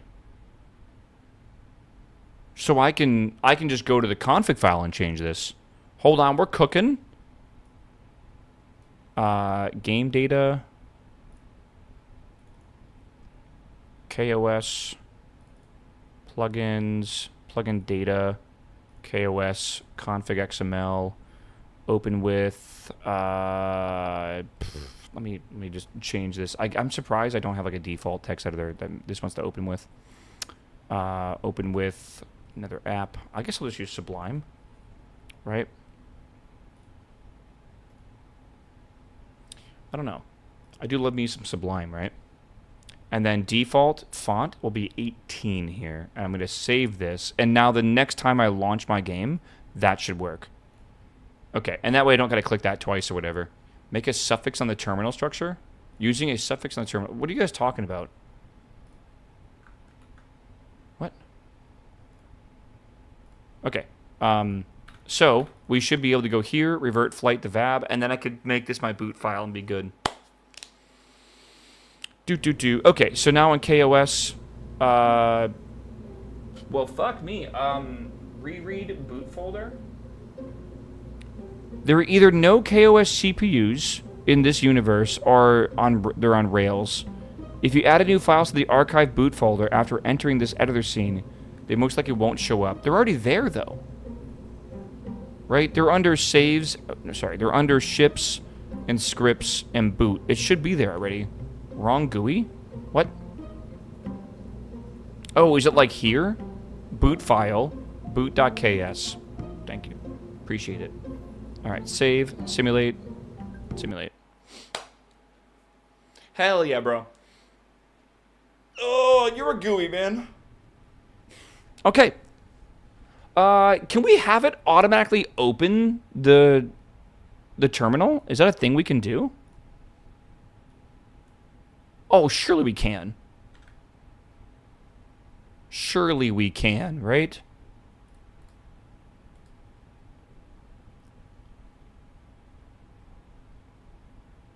Maybe it's a config thing as well? Telnet, blah, blah, blah. Oh my god, my IP. Oh god. Wait, this switched back. Why did it switch back? Okay, I probably need to do it when it's like, whatever. Suppress autopilot. Oh my god. Okay. Booting when swap, no. Setting windows, making user. I really want to try the making users GUI. Chat, you can actually make a window in this game, like hello world. So think about this. Anything I want to have as like displayed, I could actually make my own little like display. Altitudes, readouts for certain things like thrust values, maybe buttons to click to be able to like, activate certain things. I could totally do this, right? Which would be really cool. Firing up my low orbit ion cannon. Hey, bro, listen. I fucking feel like all I need is a tiny mirror, and then your ion cannon is completely thwarted. Ship git modules, KOS processor, do event, open terminal. That's what Reddit says. Well, if Reddit jumped off a cliff, would you join them? Okay, hold on. I'm coming. Do I do that first? Probably. Yeah. So, ship. Yes, that's our current ship. Get module KOS processor. Do event. Here we go with this do event shit again. Open terminal? Like that? That's what they say to do? Either ship or core part. It doesn't matter. We'll use ship. KOS processor. Is that correct? I guess it is.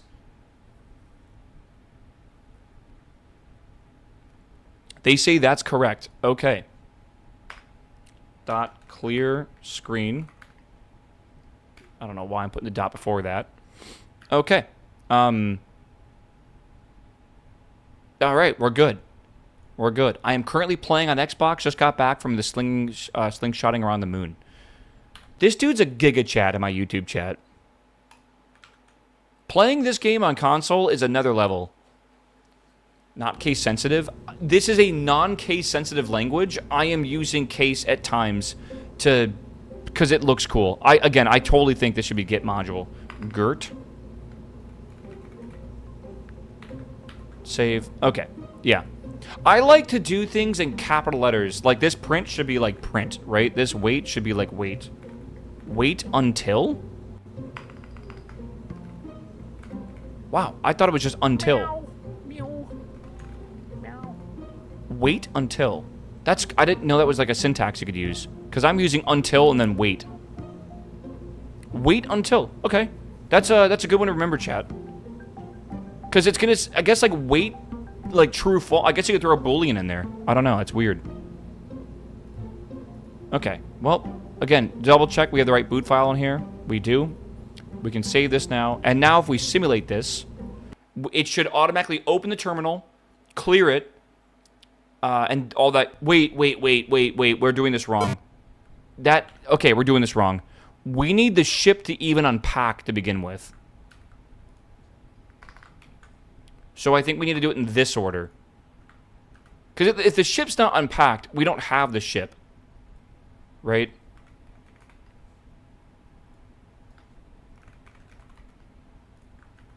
I did hear a sound effect, so let's figure out what that is.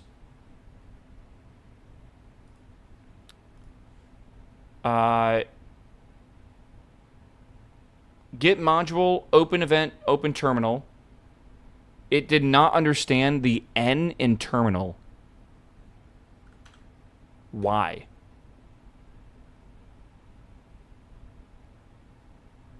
Unless it's just pointing at line 1.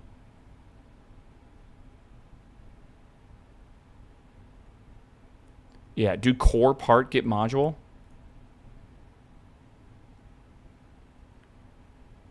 Just the error you already fixed? I agree. I think it's the error you already fixed. Luckily, chat, when we're done with this, like this debugging and stuff, this is not really a thing that we should run into a lot. This is like one of those like first time, errors where it's like we haven't really like messed with these too much. So once we get an understanding of how it works, it should be fast. Also, I would like to make a generic launching script that, okay.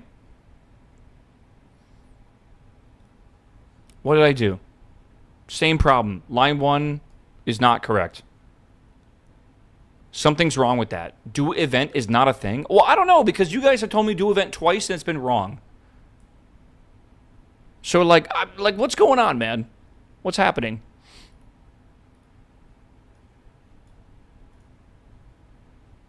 Open terminal is right here, right?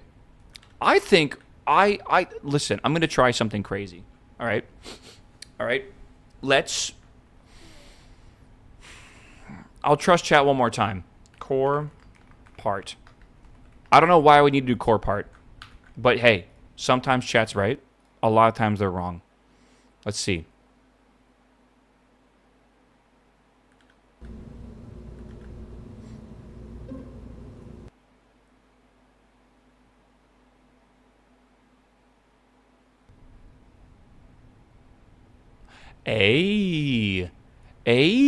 Okay. Launch test.ks. God damn it, period. All right. Shit. Decouple did not work. Okay, so how do I activate the decoupler? Because do event open terminal did work, which makes me think that what we could essentially do now is any single object that has a do event, you have to stage. Incorrect, loud incorrect buzzer. I'm going to put everything on one stage. I think I'm going to, it's behind my camera. I'm putting everything on one stage. Okay. I think, shit. Okay. This decoupler enabled.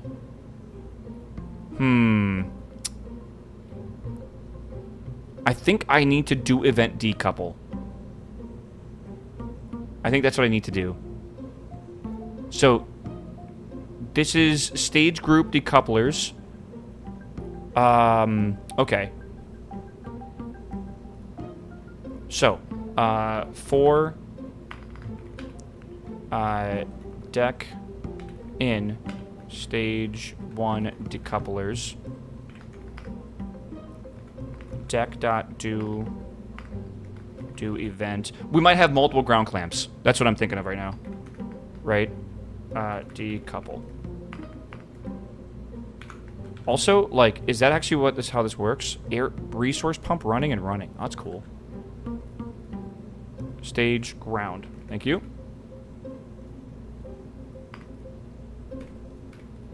Okay. Apparently there's also part module has event name to check if the event exists. Okay, so you can do a sanity check. It's probably good. Do event decouple. So this is going to do in the ground clamps. It's going to decouple it, hopefully, and that should work. So, okay. Now that the boot file works, we can pretty much just stay in this scene. Trigger an event button. Right-click part menu. Part module has event name. Should trigger an event button that is... Okay, hold on. So this is called... Release clamp. Okay. Release clamp. Save. That should be correct. Same for all actions. You can also just print them as well if you want. Okay. Okay. Okay, so if we go over here and we do run launch test.ks, see what happens.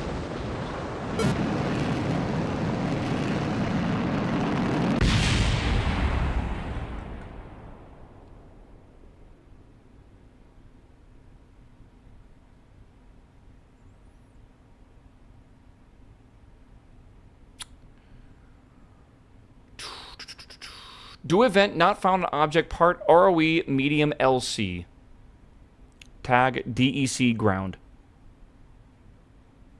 So do event doesn't exist. Maybe we can just do the release. How do you get an event? What is it again? How do I print it? All events and then print event. All events print event. Huh?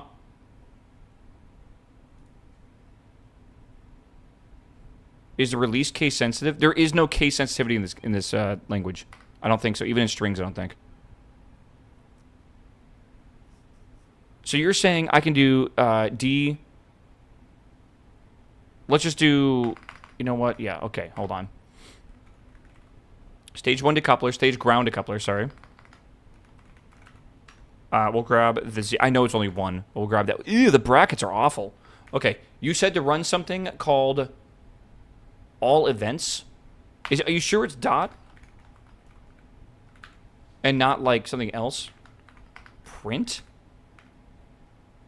Event. Are you sure? This doesn't seem right.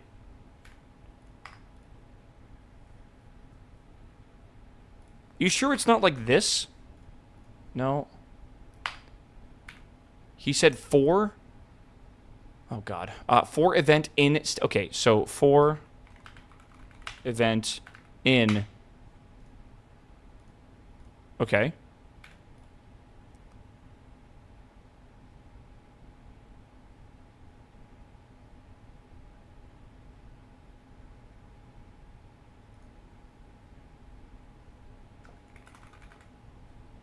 Oops. I'm not, yeah. You need a loop? We got it.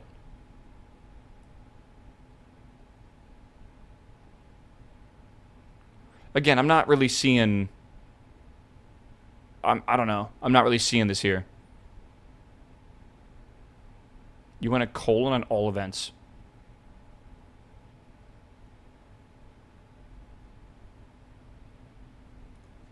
Can I do that? Okay, we can do that. I was gonna say, I don't think it's dot, I think it's colon. You guys gotta remember, this is a very weird language. It's not like we're calling a method on like a object or something. It is a colon to then grab a property from, or like whatever. Like it's strange. Like whatever, I don't know. I think it makes more sense if you think about it as a property. It is a weird language. I don't think we should worry about it too much. I like that it's a new language and it's like a bit of a weird syntax thing. I'm at work and I'm messing up KOS syntax with TypeScript. Wait until you fuck up your PR today because it's got like KOS syntax in there, and then you gotta explain why the fuck you're including periods in like weird spots or whatever. Oh man, I can't wait. All right, run launchtest.ks. All right, here we go. And what's it called?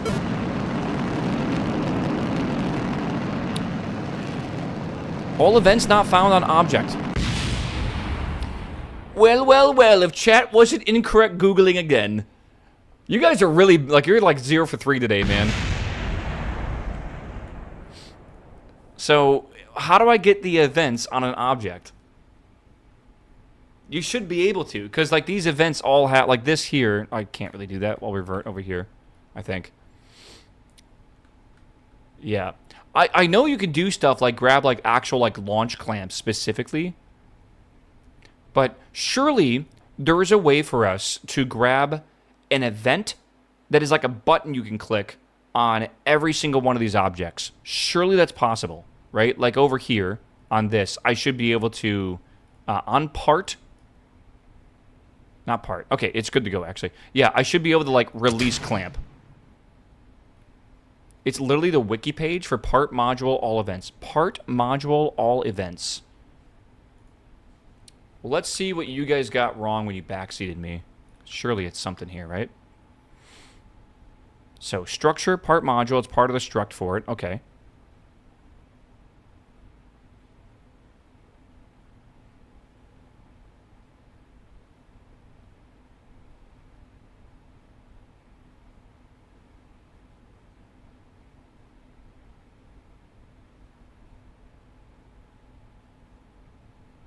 Once you have a part module, you can invoke this. I don't think we have a part module yet. I think we have a part.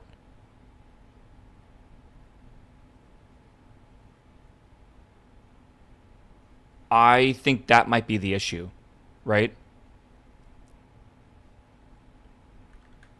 Yeah, part module is a step up, I believe. Or maybe it's not a step up? I don't know.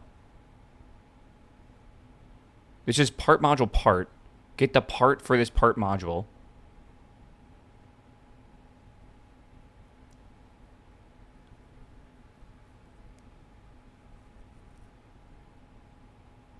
Can I, is there like a type I can print? Like a, like, can I just do like a surely, let's try this. Get module name for the module part. I think we're referencing the wrong object right now. I think part might be part of part module, but we need to be able to grab the struct for, yeah, that's what's going on right now, chat. Part attached to. So we are in this right here, right? We have to go up a level to be able to get part module to then be able to grab our events. So how do I do that, actually?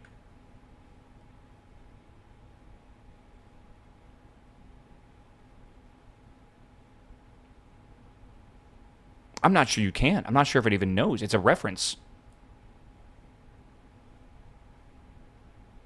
So can I make my array out of part modules instead of just parts? Meow. Meow. You can also all modules on a part. All modules on a... Oh, wait.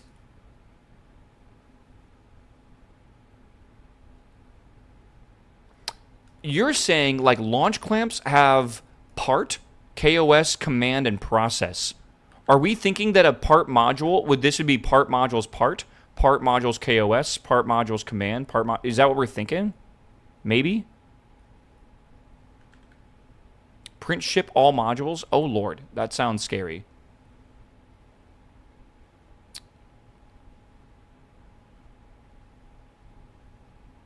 Let's step back to vessel and parts. All right. Is this just written like... Okay, actually, it doesn't really matter. These are some generic properties every part has. Wait, hold up.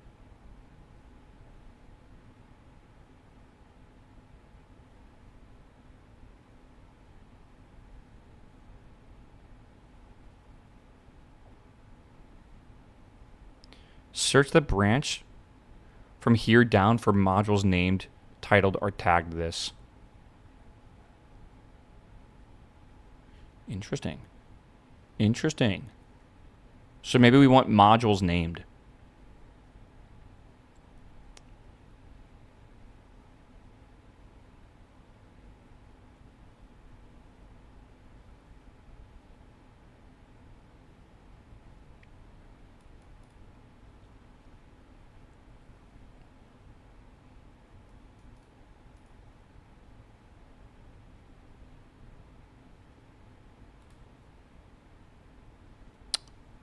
So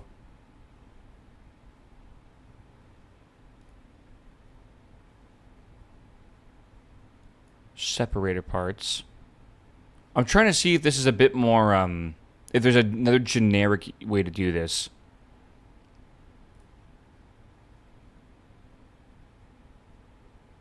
Okay. Again, these are like setters. Or I guess that technically, yeah, this is getters actually. I'm trying to think about how would you activate this per se? Like right now, again, we have the part. Search part modules tutorial in the Reddit KOS. Oh god, I'm sure.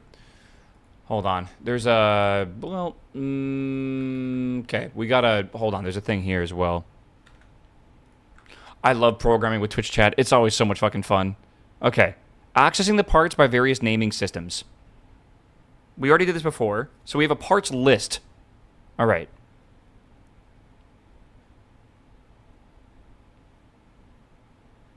Each part, in turn, has a list of what are called part modules on it. A part module is a collection of variables and executable program hooks that give the part some behaviors and properties. Without a part module, only a part is really nothing more than a passive bit of structure that has nothing more than a shape. Okay, so some of the parts in the structure, tab of parts, bin, part being, okay, got that. Okay. They have no part modules on them, but all interesting parts, okay, so this is perfect. KOS will now allow you to manipulate or query anything that any KSP program or stock mod has. Oh, this is actually really cool. This is really cool.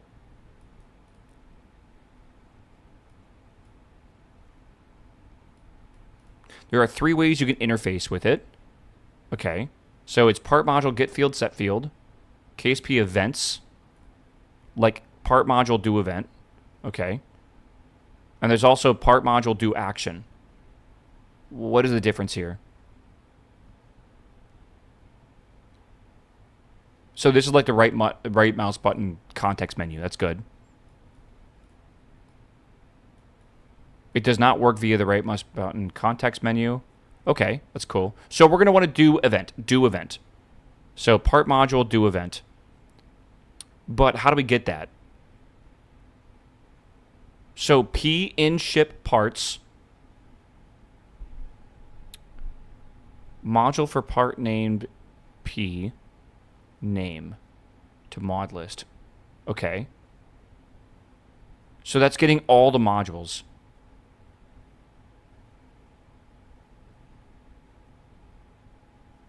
Decoupler is a part.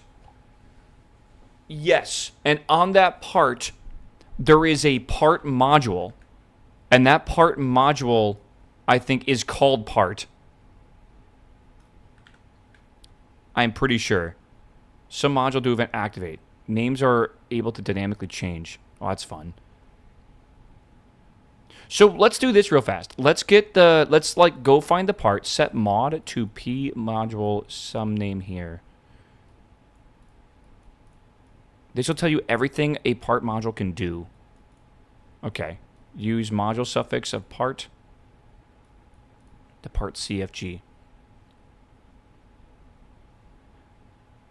So for, this is for part and ships parts. We don't need that, by the way. We already have the part list. So we want p get module. How do I get all the modules? Log p modules to mod list.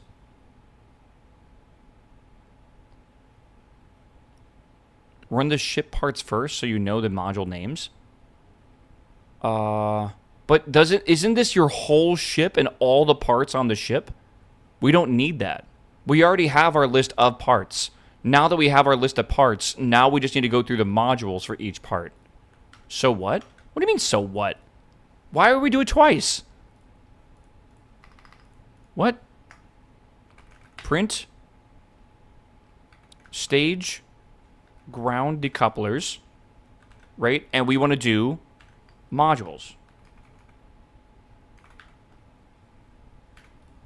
Like that. And that should print what we need. But that's true. We want to grab the first object of here. Like that. Okay. Yeah, chat, don't worry, don't worry, don't worry, dude. Run. Oh my god! Jesus Christ! What did I do? It's just jump scared the fuck out of me, dude. I staged by accident. Oh my god. Jesus, abort. Okay, we're good. I hit spacebar thinking I was like maybe I should like disable that or something. Good lord. God, I'm awake. Okay, it's Monday morning, bro. I gotta make sure I'm clicked into this, otherwise I'll hit spacebar. Run launch test .ks period. And then there it is. All right, launch clamp. Huh.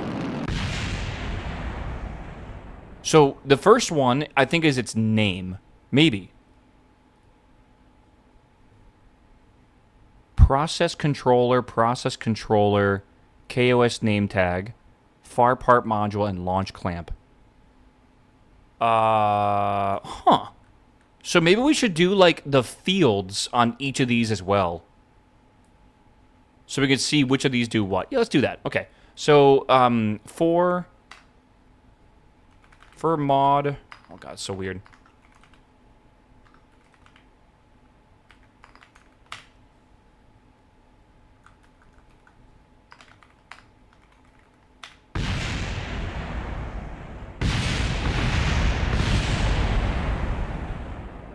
Right, print what is it, mod dot, is it mod dot or is it mod quote, it's mod, well, I don't know. All events, nominal, the explosions are nominal, all events, boom. Okay, so yeah, surely this is fine, right? Surely. Whew. Period, save, revert, and there we go. Always colon, dot is for EOL. Yes, it's just strange, but it is what it is. Oh, man. I didn't think that'd be so loud, man. Launch test.ks. I really shouldn't be, like...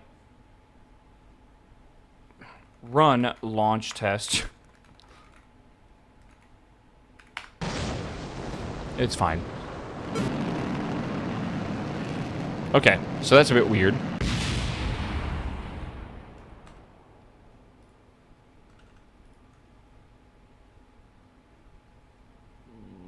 Weird. Okay.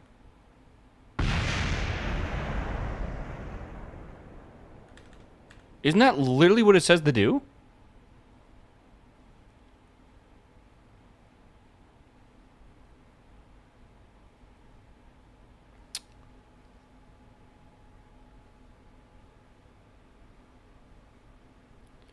I'm a little confused.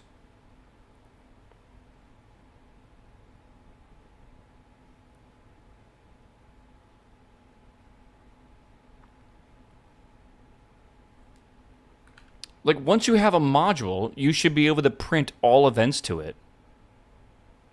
All fields. Unless I spelled fields wrong or something, which I don't think I did. God damn it. I'm actually surprised no one caught that. Well, there's all events as well. And I do want events, right? Because we definitely... That's like the right mouse button. So I do want events. So that was right. You need to use .get module. Modules, all modules return the string value. You need to use get module.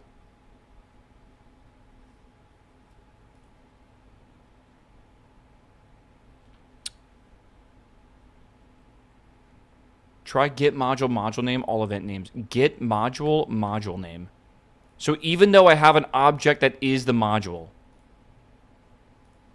you're telling me I got to do get module, module.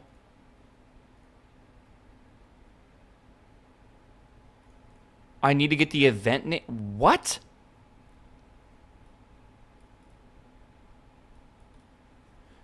Mod p get module, some name here.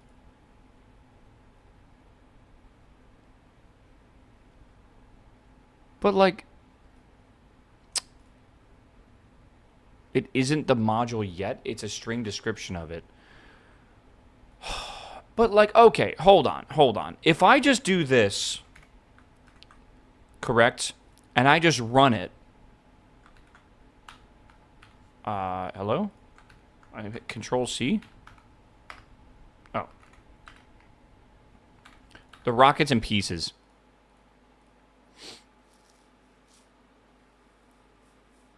We'll see. Chat, don't we love programming? Don't we love programming? Isn't this so fun? I'm so happy that we are doing KOS. This is the greatest choice we have ever made. Run launch test.ks. Okay, we do... God damn it again. Okay, we do this. Yada yada. Modules returns a list of strings, not a list of parts. Okay, I agree with that. So we have these strings, I guess.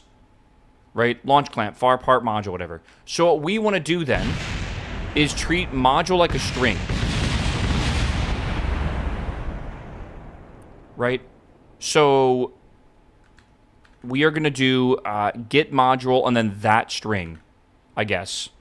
So get module mod. And we want to do in that all fields, I guess.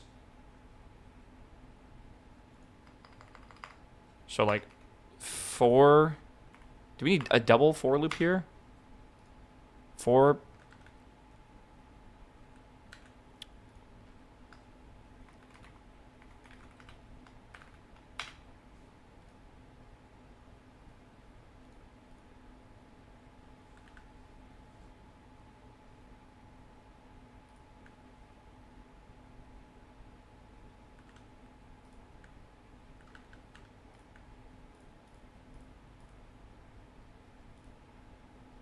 I think we can do...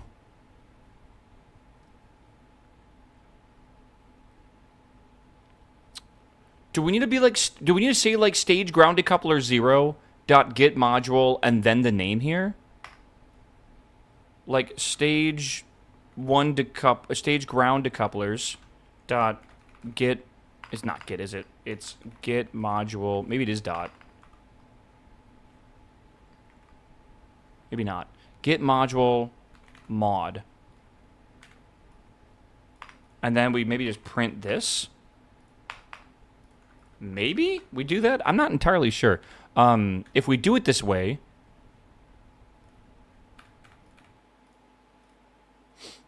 It's always a colon. My brain just messed up. Yeah. Oh, yeah. I need to do this. You're right. Because we're not doing it each. All right. La la la. Run launch test. .ks. Period. And... Okay. Okay. I can't scroll? Are you joking? I can't scroll wheel this. Cool.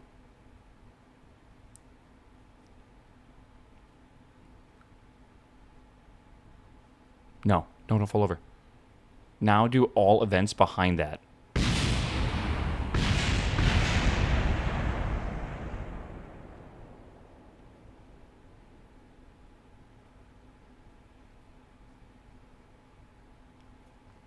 Can't you make the window larger? It doesn't really make a difference. It's just the size of it. There's no scroll wheel at all, which is crazy. Okay, let's try something different.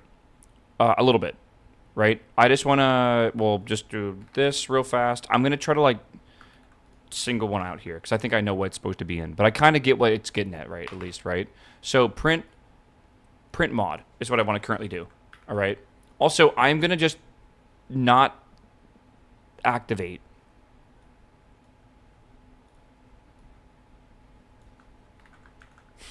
All right.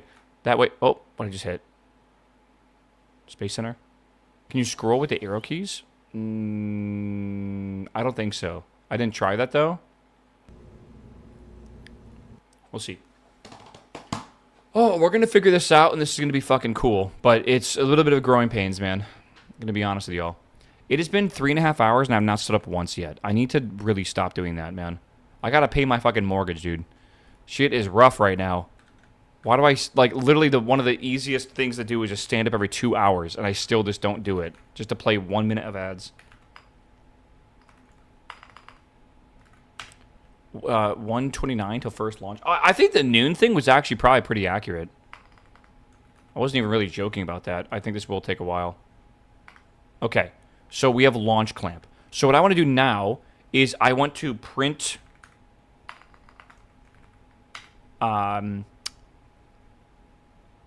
stage ground decouplers 0,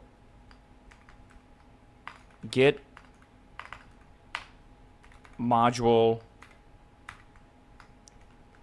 launch clamp, and I want to do a all actions.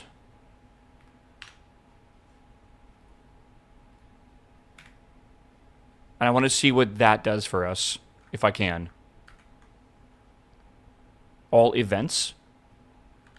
Is it an event, not an action? All events. You're right. Actions are things that can happen behind the scene. We want to do stuff that happens on top of the scene. So like the right-click menu is what we're looking for. I don't know if the launch clamp will even have that, but let's just find out. So, Jesus.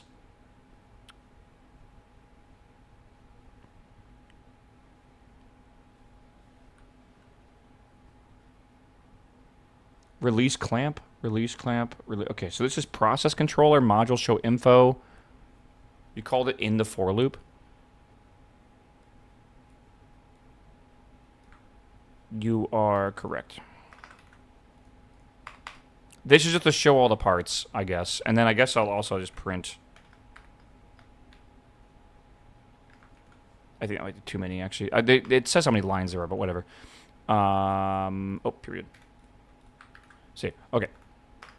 So there we go. It has 0 value. Call it. What does that mean, 0 value? Like, that's just the value of the name of the release clamp? Is that what that is? I think that makes sense. Maybe. It's an array? Yeah, should we look at what that value is? Like, should we get this 0 and then just print it and see what happens? The list is one of its 0 and yeah. Maybe let's try this maybe. Again, we need to understand how this works. Callable release clamp is KSP event. You could use the all event names. That's probably what I want to use then.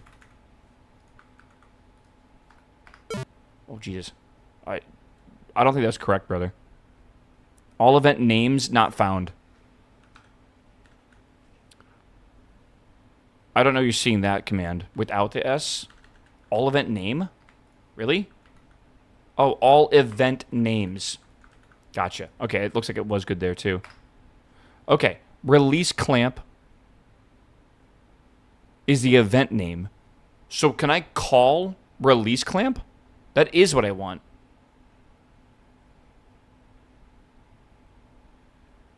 First off, why is this not clickable like this? Do event release clamp on that module. So yeah, so now what I want to do is stage 0 ground decouplers, right? Zeroth array, get module, launch clamp, right? And then I call the event. How do I call an event? Some module, do event. So do event release clamp. I think that is going to do it now. So, again, I don't have control over this. I don't know what's going on, really. Why does this not... Okay, that right there, release clamp, right? That right there.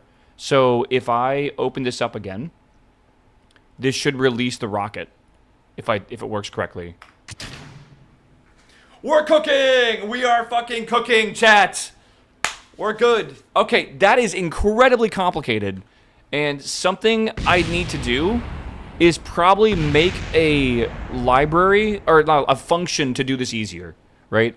I need to be able to put in an object and just be able to get an event out, or something like that. Like, I got just some sort of system to make, because I can't be writing this fucking long of, you know, I don't know, like, this reminds me a lot of JavaScript stuff, though, I will say. But I don't want to be writing stuff like this. This is ridiculous. So, yeah, string references are so sketchy. I don't like them either. But launch clamp should always have release clamp on it. Like, should always. And then it's called staging. It's called that's inaccurate. Why would you not want to have full control over your rocket? Why would you want to just trust yourself, like with the staging or whatever? Especially as you can do stuff with this that's way cooler, I feel. Will the event be different by part? aka different decouplers have the event on other submenus. Yes, and I think it's not by part entirely, but it's by... We're going to be using procedural decoupler, You know what? Hold on. We can figure this out. Why is my game not responding? Uh-oh. It's because KOS is open? I think this is a bug or something?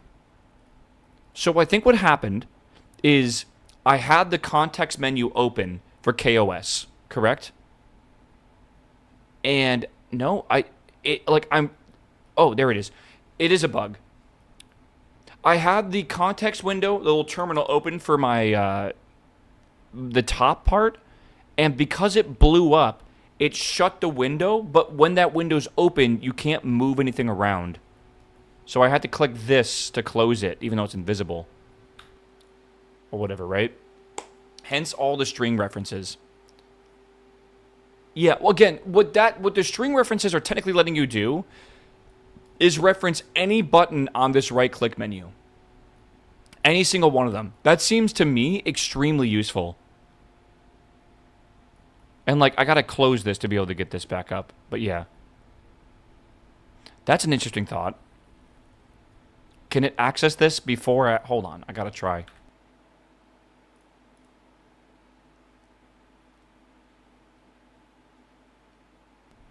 Can you do part decouple, or will it decouple all stages?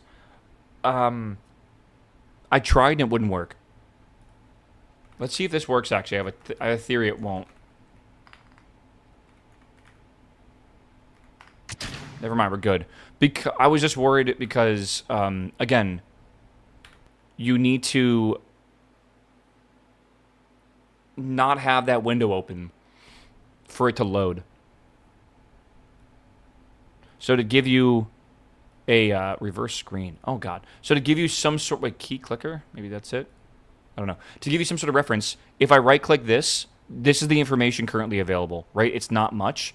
And I can't click on anything because okay, now I can. That's bizarre, but okay. The release clamp is there.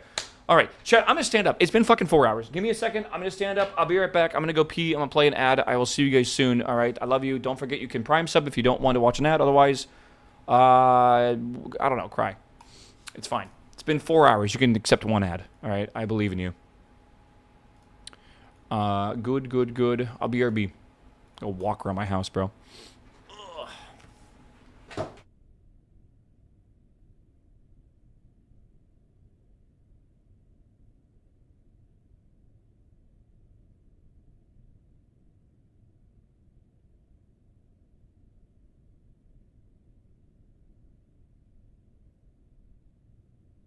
Meow. Meow. Meow.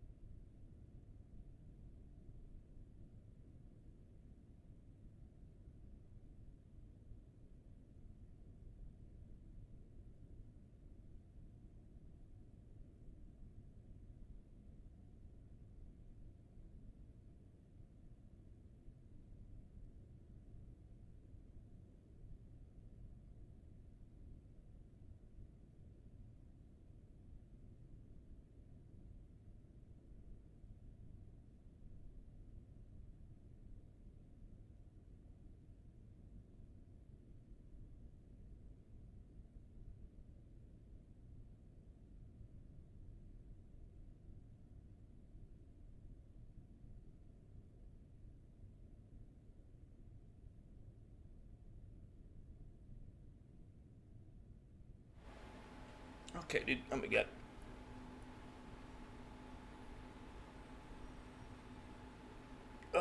All right. All right, dude. Oh my god. I fucking feel like I should have put eye drops in. All right. We're free space remaining infinite. If only, bro. If only. Like, legitimately, I think I should put the actual number of, like, my hard drive. Like, the fucking, like, 190 gigabytes or whatever I have for this. Should be fine. Yeah. Should I get Taco Tuesday today to avoid the long lines tomorrow?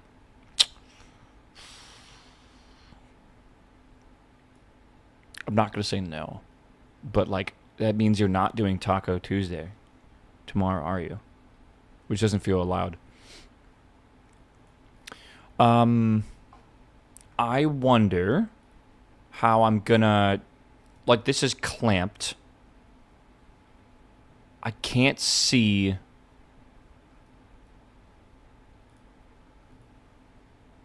I can't see what that's called. We're going to have to maybe guess, potentially? I don't really know. Okay. Well, we know that's how that works. So we're going to probably want to... Oh, God. We're going to want to think this through. So, like, we have this here. Like, for event in... Okay, so we're not doing that. Right? But we have this. We have these decouplers, right? So what we'd want to do, that block of code's invalid. Not exactly. Not exactly. Right? So we want to basically grab every decoupler, and then on that event,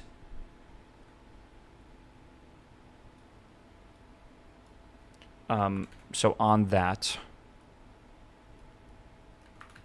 we'd basically just want to run git module. I guess release clamp, if we want to just do the whole thing, honestly. Oh, I see what's going on here. Okay.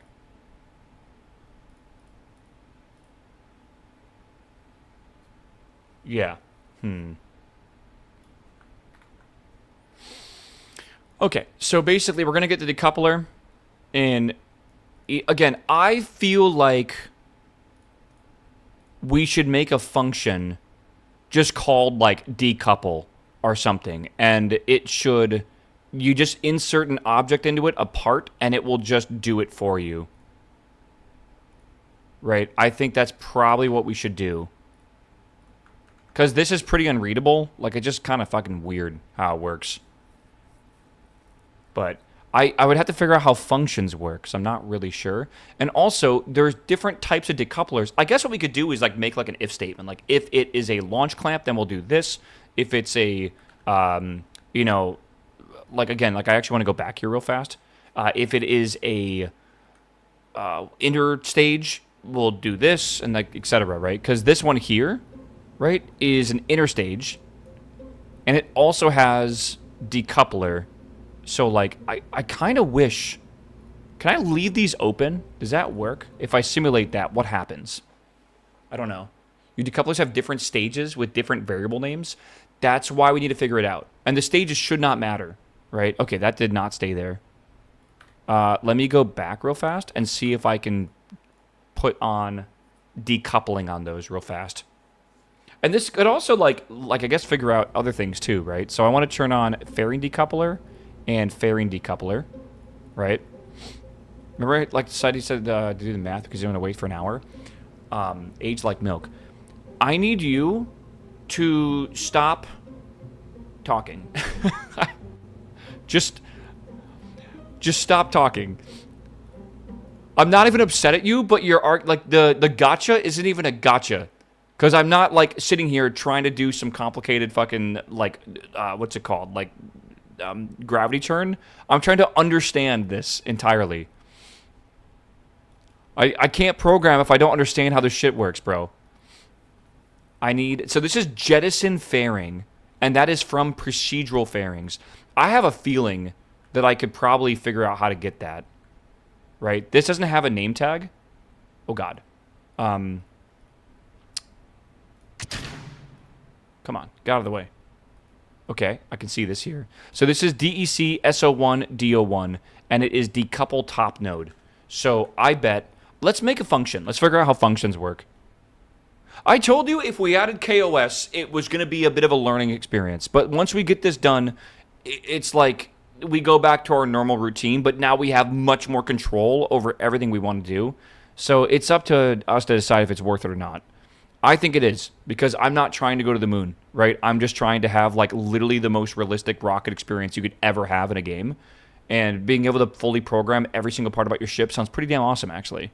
I'm not going to lie. That sounds great, I feel. User functions, declare function. Okay. Declare function, hi, print hello. So function... Parameters. Oh, you have to... Okay. That's a bit weird. Function. Decouple. Parameter. Part. That is just bizarre.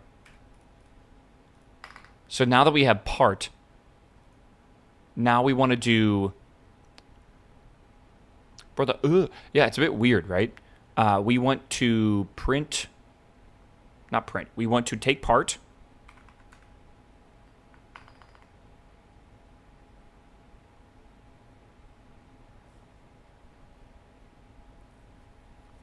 Interesting. I need to see what kind of part this is. And I need to get a module, I think. And I need to... there's going to be different classifications. It's either going to be like a procedural decoupler. It's going to be an interstage. It's going to be a launch clamp. Or I think something else. You might want to use part has module and module has event checks to make sure your code doesn't crash. I agree. Wouldn't it print like the DEC? I want to be able to put in any part and it will just very quickly grab what kind of part it is and do it. I'm going to call all my parts that decouple the DEC, whatever it's called, the DEC signifier or whatever. All modules iterate a lot and find the action. Well, kind of. I got to think about how this works here. Maybe take in the part and action as a parameter. It's a bit weird. I kind of like that, though.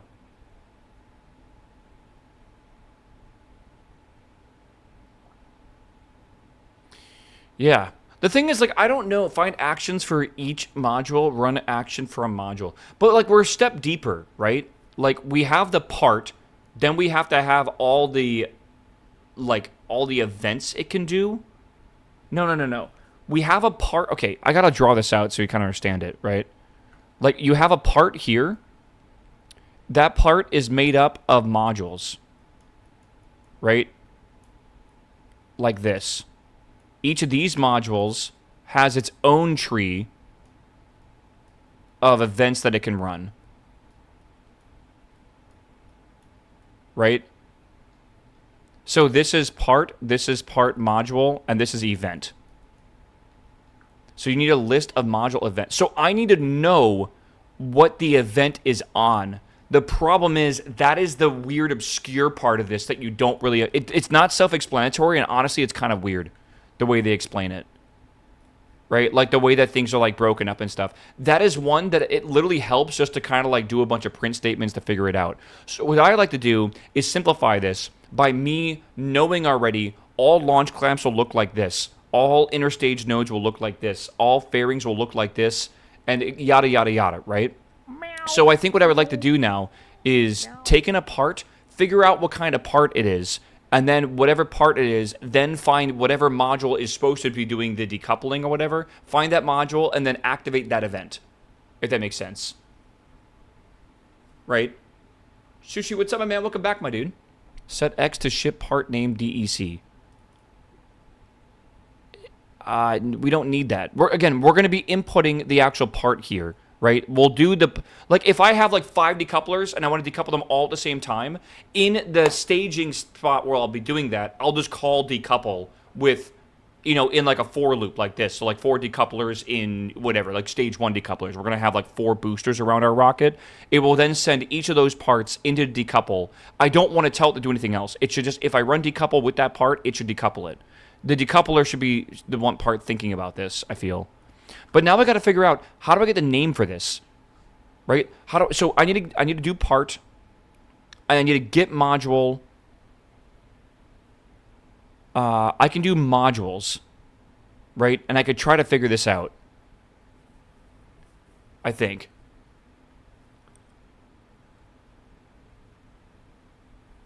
I need to see, I need to see what this all does again. You need to check if it has a module before get module. Null checking's a good idea, just so we don't fucking destroy everything. But let's say we run into a null check and it is null, right? Like, everything breaks anyways. We need to just write code that can't break. This does not feel like the null check problem for this, by the way. The null check should be like some, like, actual, like altimetry and shit, not like part names.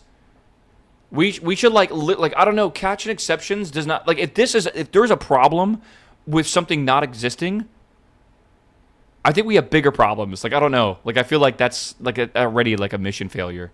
I get what you're saying. Let's not overcomplicate it yet. I get what you're saying, though. All right. So I want to do part get modules. And I want to do just like a print.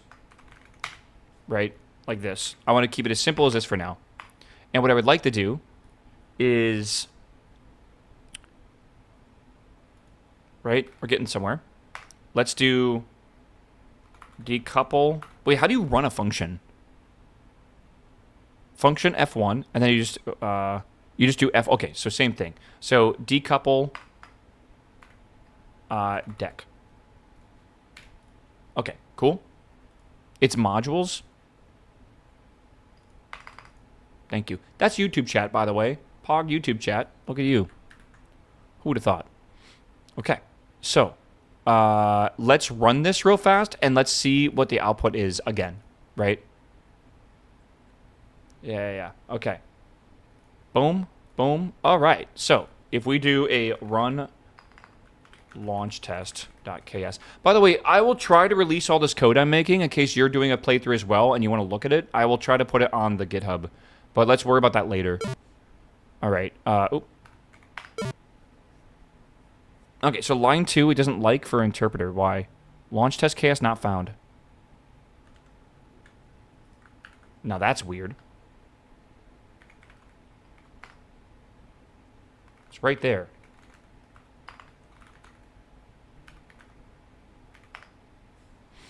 Can't spell?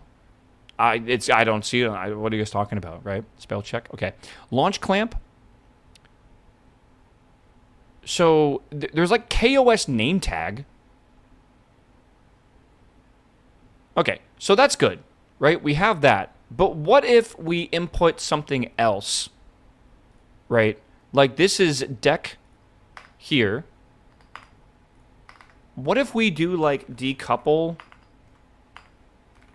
like stage? Actually, let's try this again. It's like, so for dec in stage 1 decouplers, right? And then we'll decouple dec. You guys think it's bad naming convention to use the same variable? I don't think it's bad. You know, like whatever, right? Okay, so now this one's called procedural fairing base. Okay.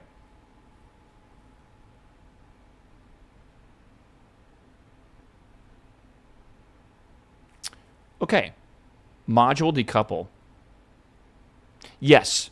And then in that, but I got to figure out what this is called, right? I would suggest specializing into stuff like decouple launch clamp, decouple procedural fairing. Different mods will have different modules and different events. So hear me out. We unify. We make a function that will detect what kind of decoupler it is by looking at probably the value in stage 0. That's probably what this will be. We'll do a switch block, and then it will fire off the event based on that. So for this procedural fairing base, it's not going to fire off like the event on procedural fairing base. It's probably going to have to look at module decouple, actually. Does that make sense? Like, I think it's making sense to me now, finally, what's going on. It's very confusing, but like luckily because we're using procedural parts, we'll be using the same parts for almost every single rocket, right? What if you make an event that has a part and event name as a parameter and go through all modules, when it's found the event, just runs it? Because we have another layer of obfuscation here where I don't know what event... Like, I'm not just running decouple. Like, I don't know if it's called decouple. Sometimes it's called launch clamp. Sometimes it's called decouple. Like, I don't know what the event is called because it's multiple layers down and I can't see. I might be over-optimizing. No, I'm simplifying. It's not optimizing. I'm literally simplifying a problem that is, like in my opinion, too complicated right now. I'm going to run with this. I think it's fine, right? Can you do a switch in this language?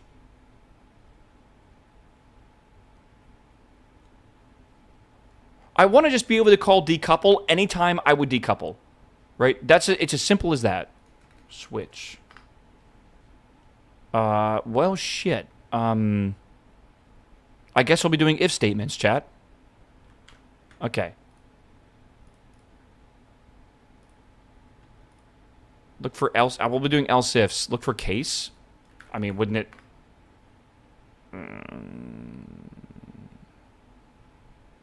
Lexicon can. Nah, not really.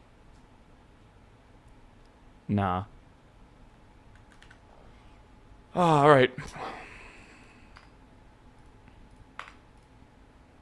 So what I'm gonna do, I think, right? If you look here, procedural fairing base. Procedural fairing base. Oh, right. Hold on. That's called an interstage fairing adapter flat. Oh, interesting. Module show info, maybe? No.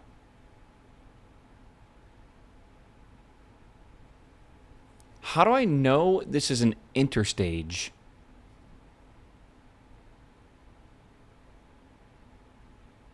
Module part variance.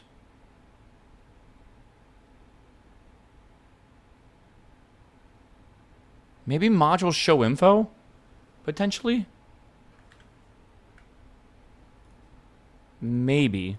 So we're going into here, and then I want to print, just for this one specifically, part get module. This is the complicated part, right? Module show info. And I want to see the event list for that. So we're going to do all event names. Like that. And I'm going to have to do this for the time being. So, yeah, I'm going to do that. Get module, module show info, and all event names is what I want to. And I'm going to print that. Okay, so there's nothing in there? Really? How does show module info have nothing in there? Let's try procedural. I get 10% what's going on. Yeah, that is a concern of mine, I guess. I've done this before where we've done programming on stream. And, like, chat doesn't really seem to like it a lot.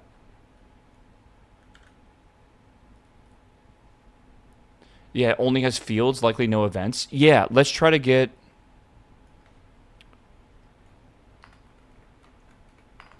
module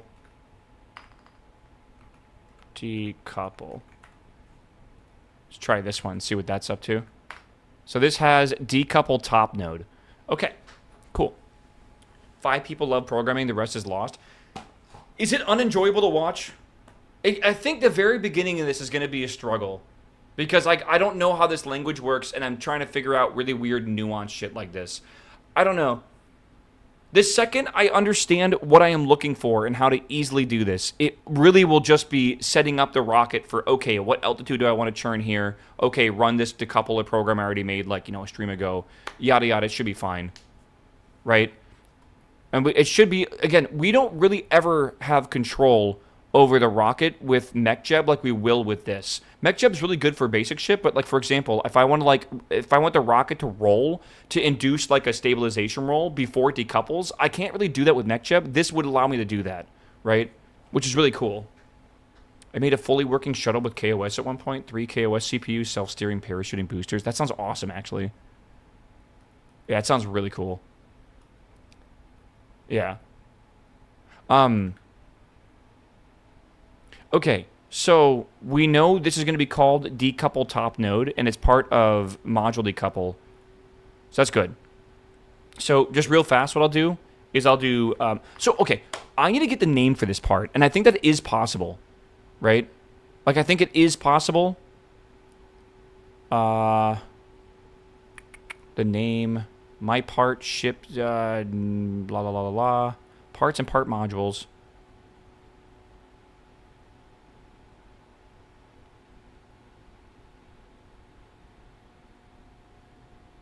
Part module get field set field Name of field.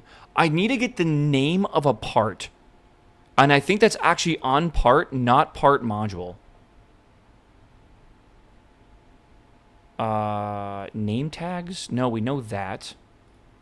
Where's the stuff for this? Part dubbed. Name.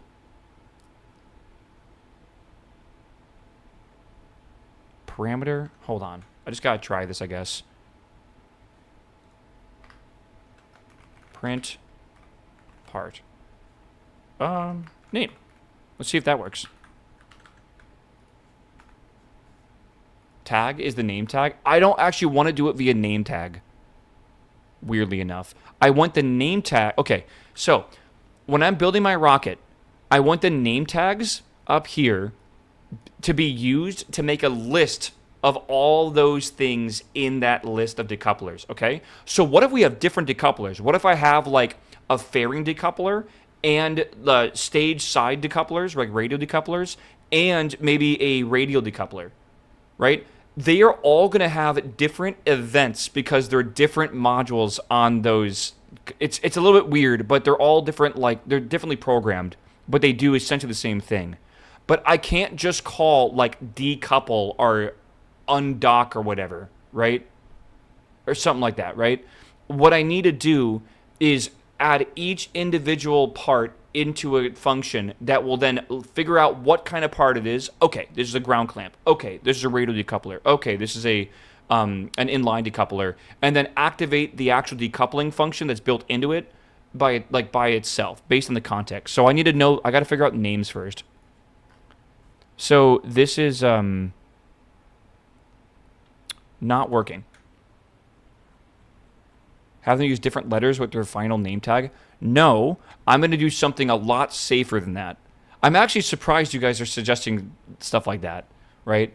KZ flat adapter, it makes no sense. Is that actually what it's called? I think KOS has a simpler stage function. It does. I want to have no stages. You guys aren't listening, I feel. I want to have fully complete control over every single activatable part on my rocket without having to stage ever. That lets me do some really cool shit eventually. And more importantly than that, I want to be able to activate events on modules that might not even be a thing that you can stage. For example, I can I could go over here and click the aim camera button. Like I could actually do shit like that by being able to access these modules. That's not like a thing you could stage or whatever. Yeah, KZ flat adapter is the part of the name used in the CFG files. That's what I'm thinking as well. Right? Flat interstage fairing adapter. I mean, if that's the name of it, that's the name of it. We should just use it. Right? So, right? If part.name is, I think, do you use is equals? What do you do? Anyone know? Title is the GUI one? No way. Let's see here.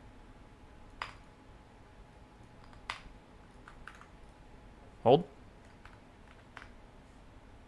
You're right. Ooh, it's kind of long, though. That's all right. I think it's worth it.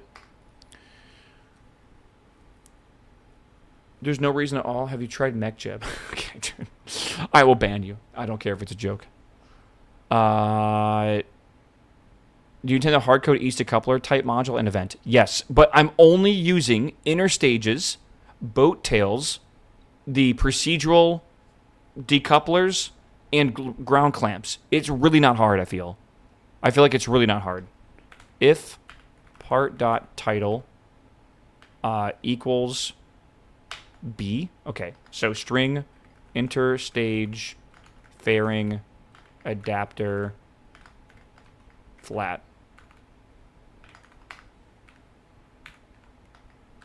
Print. Fuck. Oh, wait, can you even do that? Fuck. Okay. Okay.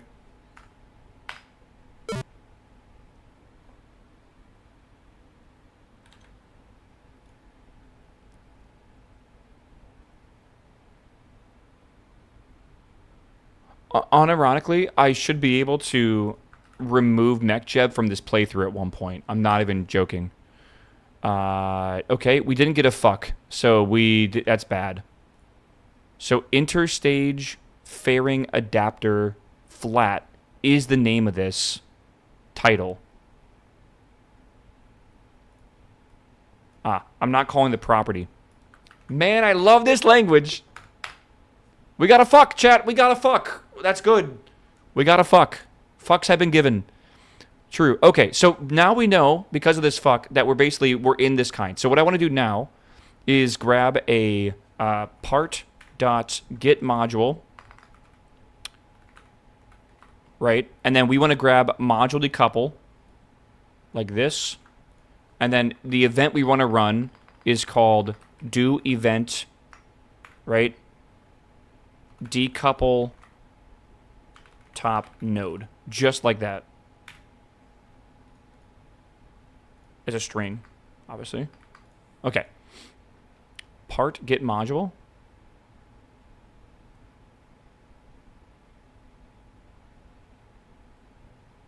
Fuck. Okay. Okay. Again, when you run a method in like every other fucking like language ever, you do a dot. It's not a decoupler though. I can't. Is that bait? Yeah. Okay. Like, I think of this as a property on something, right? Okay, so, that works, right? That works. Now, we can do the next step, which is let's figure out what launch clamps are called, right? So this here is the stage 1 decouplers, right? Let's now get rid of that. And else if, well, yeah. But let's figure, hold on. We got to figure out, so this is going to put this in here, right? And now, decouple deck. So because, no, okay, so this does not exist, obviously, because I'm smart. All right, so go again. Okay, so this is called launch clamp 1.65 meters. Now, that's a bit weird. Let me see if I should just use maybe a name. I don't want to have to put in every single launch clamp, right? There's only 3 of them, though. But, like, maybe there's, like, a classification or something in, like, the part. Like, I don't really know if that's a thing. ROE medium LC. Yeah, it's the same problem. It's basically, you want to call it a medium LC, or do you want to call it a launch clamp 1.6, whatever, right? I think maybe what we should do is we'll make a dictionary at some point of all the launch clamps. We'll make a dictionary of all the interstage adapters or whatever that will have the same context, and I'll just basically do a key value and just compare it. We don't need to do that right now, but what I will do is just hard code in what we have for this, and it should be all we have to do. So, again, we'll do this. So if this is going to say, right, medium launch clamp 1.65 meters. By the way, this is why we can do the, what do you call it? We can do the part classification ourselves for stuff as well, which is good. So if we have this, now this is not called do event decouple top node. This is called do event. Let's just grab this. Get module do event release clamp. You see why we want this? Little weird, but yeah. Okay. So save this. So now, if we did this correctly, right, we can get rid of this, and yeah, we should be able to try launching this thing now. Let's put this in here. Not modify. Shit. Let's do this. And we should be able to get rid of this now, I think. Okay.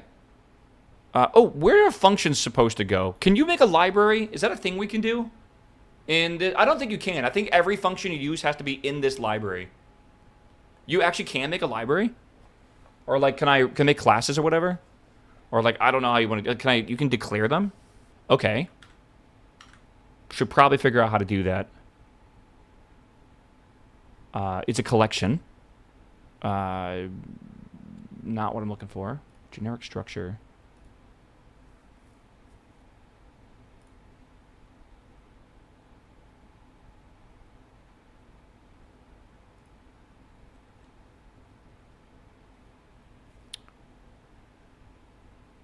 Yeah, I like simulating launches instead of our simulation game. Isn't it cool? I've never played such a hardcore game where you have to do that before.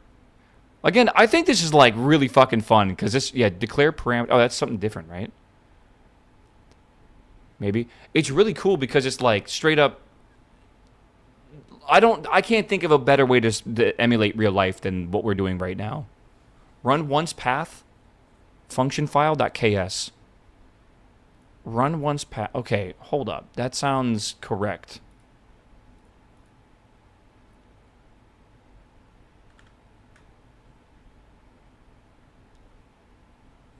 So like how, yeah, function file.ks, and you can have all your functions. Because by the way, we're gonna have a lot of functions in the future, like a lot of math functions that are gonna be like specific to doing things like home and transfers or whatever, right? Make that file and put the file in there. When you say oh file, like are you just in root is what you're saying? So in root here, not in boot or anything like that, right?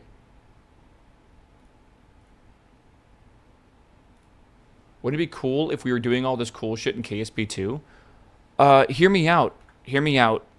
Why does it matter?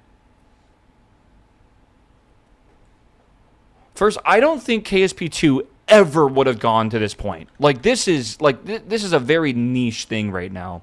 I don't understand why people call that word niche, by the way. I think niche makes more sense. Like I straight up just don't understand why people would ever want to do that. Like, this is specifically for the nerds, like the super nerds. Okay.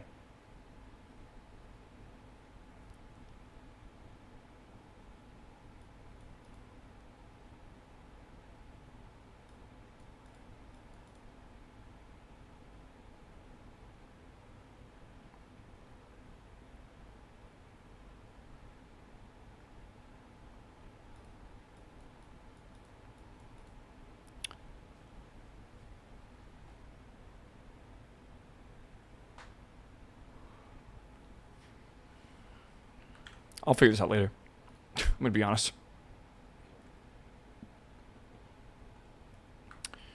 I don't know if I need to put my functions at the top here. Does anyone know how that works? You know what? I can probably read the function.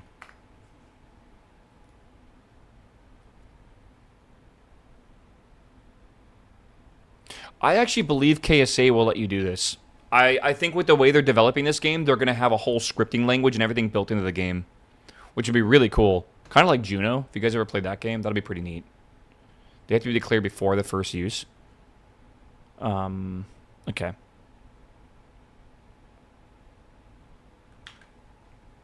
So we'll declare our functions at the very top, I think. We'll declare variables, then we'll declare functions. That's the wrong number. Hold on.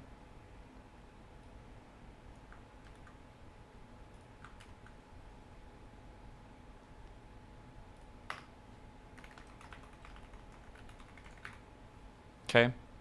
Declare victory. Yes. Okay. And then main code. Look. Okay. So we have our functions. Oh my God. Type correctly, please.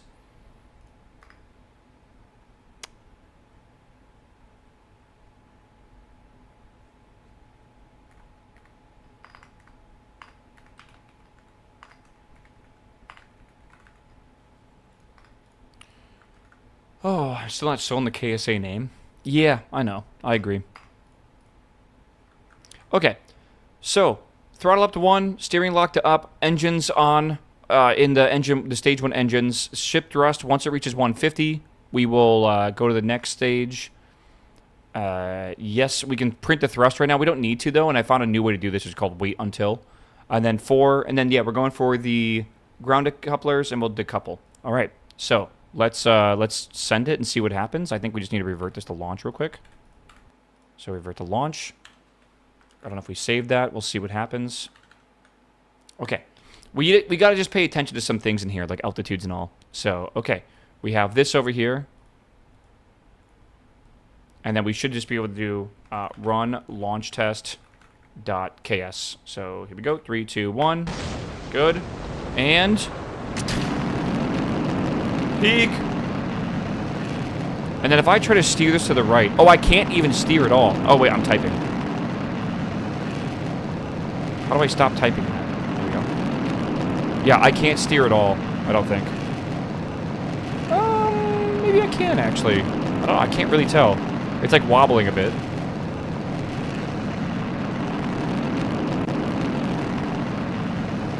What the hell? I've somehow reversed my scroll. How have I done that? Like, scroll... What the hell? Activate CEST? I can't. That's not a thing.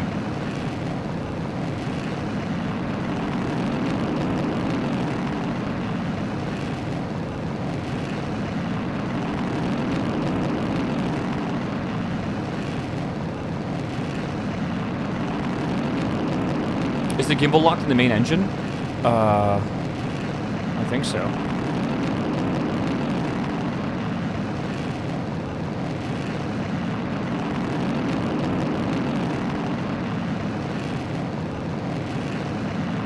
It's all good. I just don't know if I can control it. Oh, I can. I can. Okay. It's a little slow. Yeah, Sniper, what's up, my man? Welcome back, my dude. Okay. So, I wonder if it's possible to wait for thrust to hit a certain value. Oh, I don't know. I'm trying to think about how we want to do this here, right? So, we've gone up. We now want to wait for an altitude, I think. So, like, I think we'll wait... Like, wait until, like, ship altitude, right? So, ship and then altitude. That's impossible. Is greater than 140, I think is about when I want to do it. Wait for the engine shutdown or has no fuel left. I'm going to put the steering. So, like, we'll do add steering. All right, so we have steering in here. We'll have to add that, right? But let's just say we get that done. Let's try this decoupling thing, right? So once we actually have altitude above 140,000, and I don't know if that altitude is going to be simple.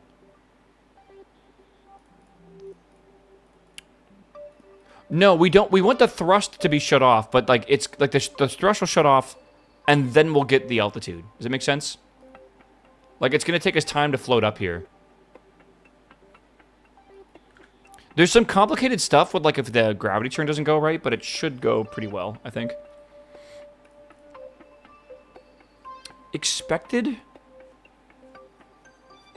So this is an int. Does it not store... The altitude is an int? It'd be very bizarre if it didn't. Let's see here. Meow. Meow.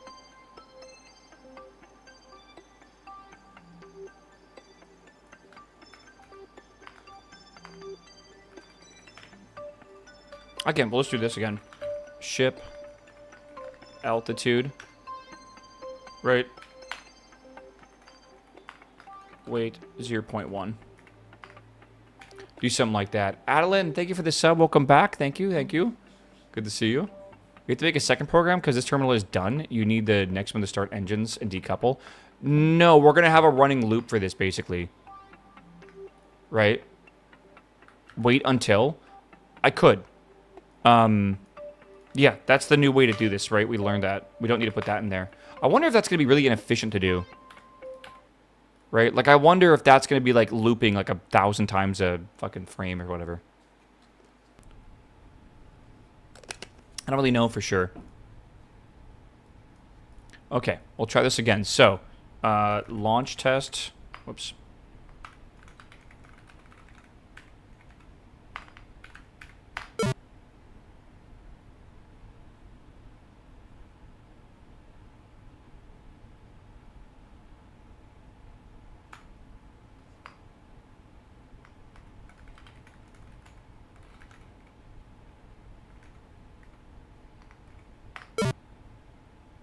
Oh.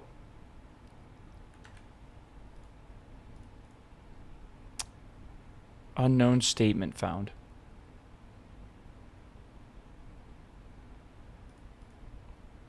I closed it.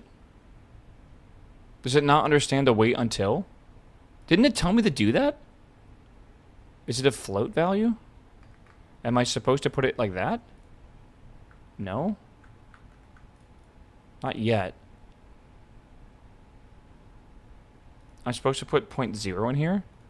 I don't know if that matters. Try when? It literally says wait until, though. Like, that is a thing it told me to do.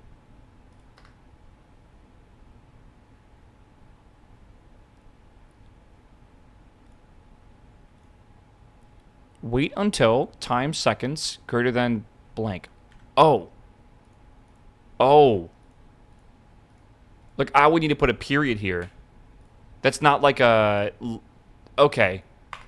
So, we are going to just do it the way that we were doing before, I guess. Sure. Why not? Okay. Here we go. And go.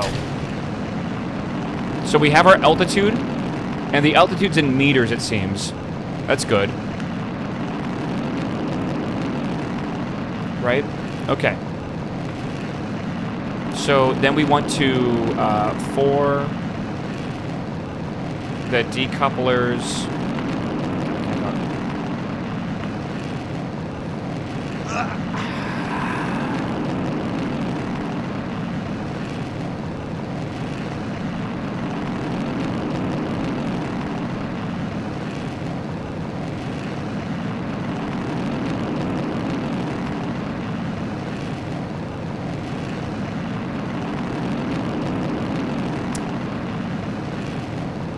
I also need to fire the engines. Like, activate engine. Am I going to have a function for that as well? For, like, activate engine?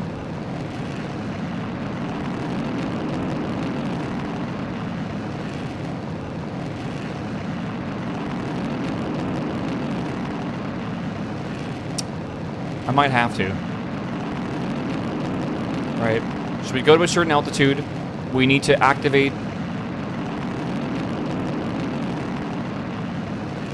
I think we got to write a function for that. I just don't know what it's called. Most of the time, we could just do engine part activate. You think so? Okay. So what would I say here? Like for like engine in stage 2 engines, right? Then we'll just do like eng.activate. Activate. I wonder if it can do that. Is it smart enough to know how to do this? Activate. I don't know. I did it. You did it earlier here. Yeah, we'll try. I don't think this is live, by the way. I think I need to like refresh it. So after this is done, right? Then I need to basically check. So like wait. Oh yeah, we also need to do the for engines in stage 1 ullage. Stage 2 ullage? Yeah, right? Engine dot activate.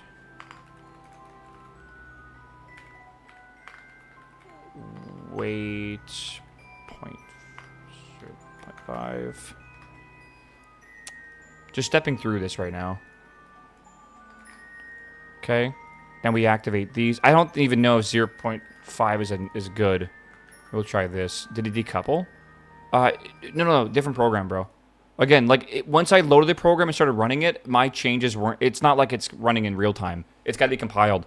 So it's not like it can even do that at all.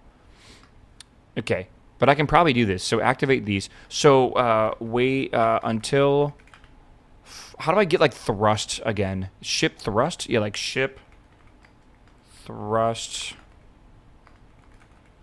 Until ship thrust is less than 1? I don't know. Something like that. How do I do less than or equal to? Is that a thing? And then I want... So until that is happening, we are going to print ship thrust, just so we have something to go off here.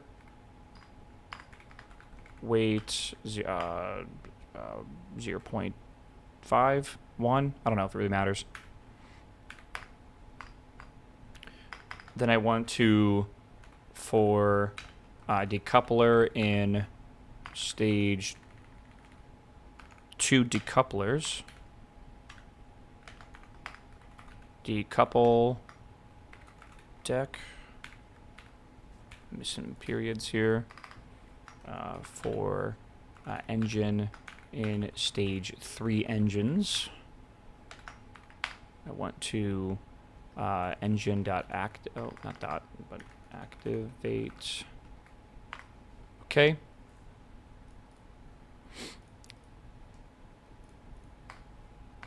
For engine in stage 3 ullage, engine.activate. I wonder if I should separate those two into the, like, if it needs to be like that, or if I should change it myself. Okay. We can test to see if this works. Again, the steering is something I gotta add here, right? I'm gonna need to figure out steering. I'm gonna be honest. I'm not entirely sure how we do steering.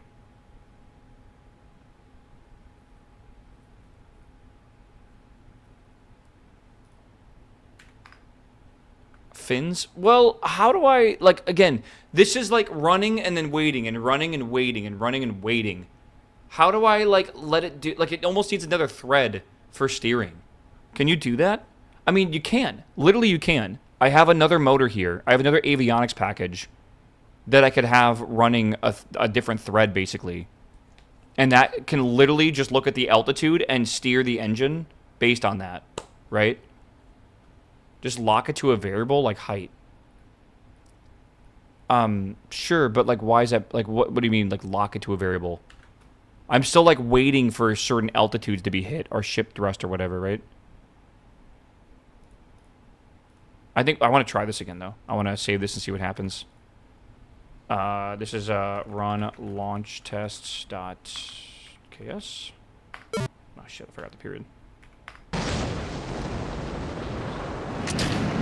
Okay. So this should just go straight up, and then 140 should separate. The ullage motor should go off. And then 0.25 seconds later, the engines below that should fire, if everything goes well. Lock steering to like 90 or something, depending on height. I think we should try to run multiple threads, and I think we should treat each of these like a separate thread. And if we need things that use separate threads, then we'll do this.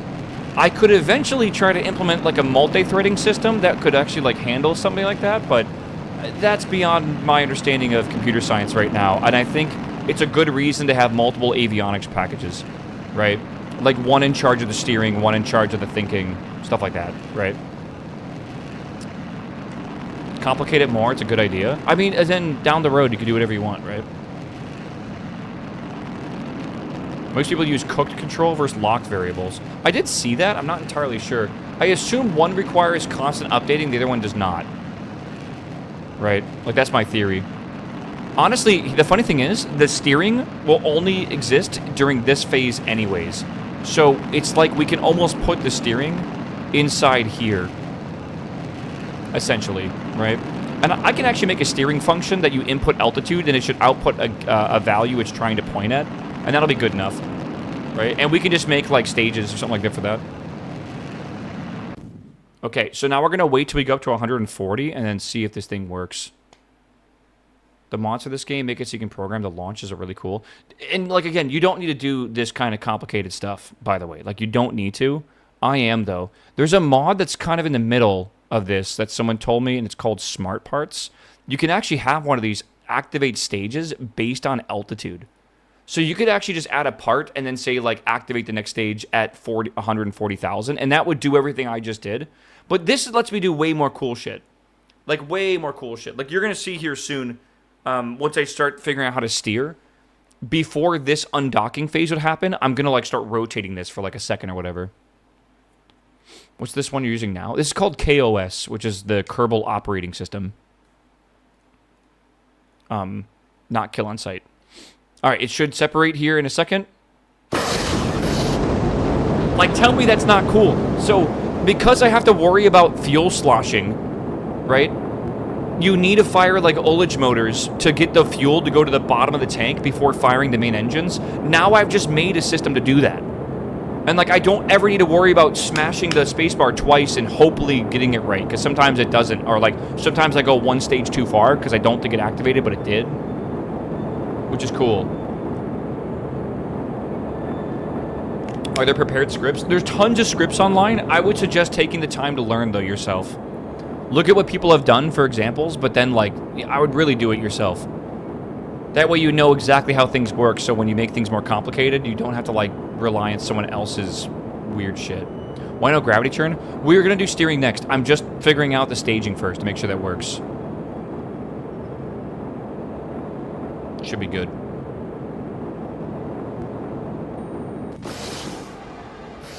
Okay, I think the delay is a little bit too little.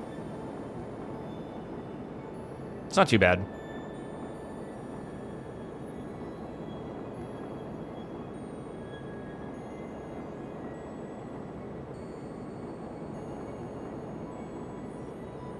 Delay should be... Yeah, you didn't add a delay for that one? Oh, is that why it was so fast?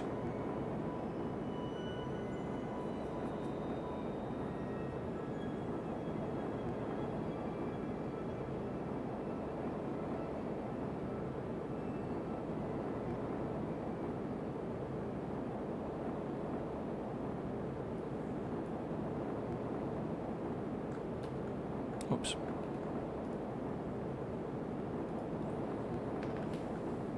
Okay.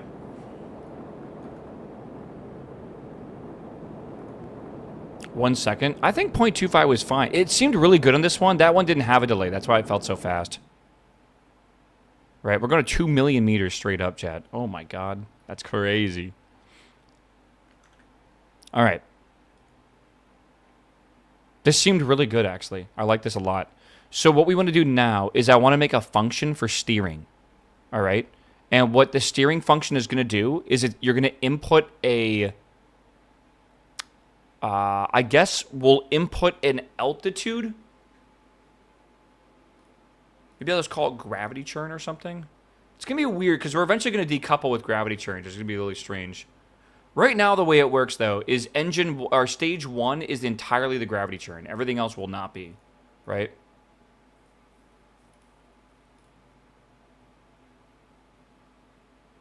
See, right now I'm just printing the altitude, but instead we should be running a function called, like, steer with the altitude. And then what it's going to do is it's going to then look at... it's going to try to autopilot it or whatever. Config suppress autopilot. If this is true, none of the controls on this page will have an effect. It's not true. Okay. The special lock variable for cook steering. This sets the main throttle of the ship to expression. Where expression is a floating point number between 0 and 1. A value of 0 means the throttle is idle, and 1 means it's max, 0.5 is halfway. Okay. Do not use both SAS and lock steering at the same time.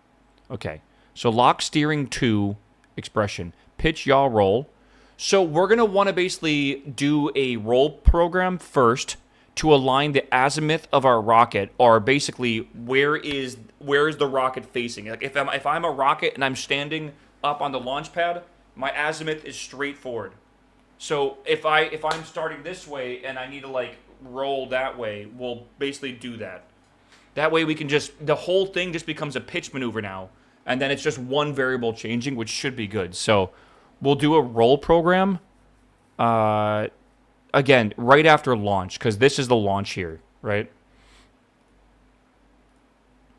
So this is like the flying part. Yeah, you could also do like lock steering to some function to make it easier. I kind of agree, and that would be the gravity churn, basically, right? So we have the altitude. Let's run the function steer. Steering manager. What the fuck is that?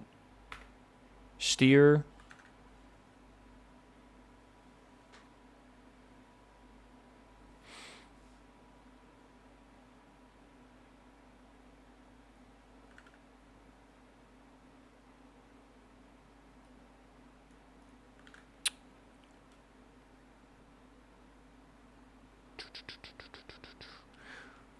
Is it possible pulling data from MechJeb's ascent GUI? I don't want to use MechJeb. I would like to completely not rely on MechJeb. I would actually like to almost be able to uninstall MechJeb. Like the downrange distance, apoapsis, periapsis, we can get that. We can actually pull that ourselves, basically from data, and then display it on our own GUI. I want to have full control over everything, which I think is cool. I don't know. Lock steering to up plus R20. Selects a direction that is 20 degrees off from straight up. Okay. What is R? Is that for roll? Oh, I kind of get it. Okay. By the way, I think you can emulate a pilot input.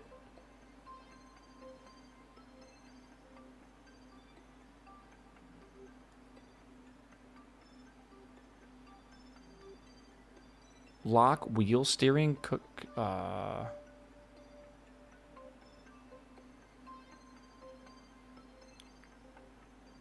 Do not wait or run slow code script during cooked control calculations.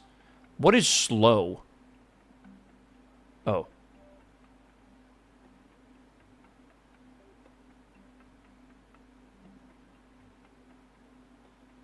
Oh. Okay. So it's saying, like, do not put wait functions in your lock steering. But I think you can put lock steering in your wait functions. Does that make sense? Kind of.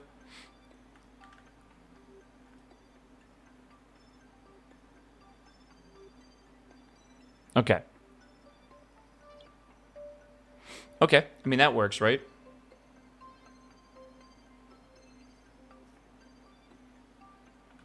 So let's just make some really quick values, I think. We should just do like a lookup table, kind of. Right? Sort of. I might just do this as function, right? Function, steer. Right? Or like gravity churn, maybe?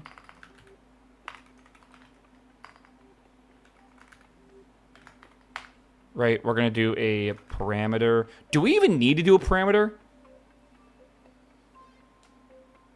I don't think we do. We can just grab the vessel's altitude. Right? I don't even think we need to put an input. I think we could just run gravity churn and we'll just do it. Right? You can just grab the global indeed. Yeah, okay. So then what we'll do is we'll do set... No, we already have that. But actually, yeah. Let's set altitude to ship.altitude. That way it's just easy to reference. Okay. And this is going to be an if block, pretty much, I would say. We would technically make a function for this, right? And we could just put in the altitude and then get out a steering angle, right? That's what we should do. Yeah,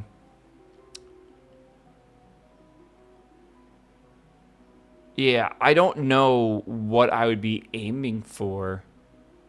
I mean, again, should we keep it easy for now? Like if alt is less than up? Sorry, less than 10,000. Oh, God. We go instantly.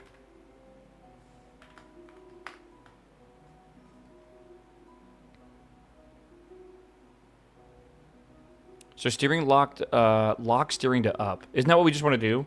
Lock steering to up.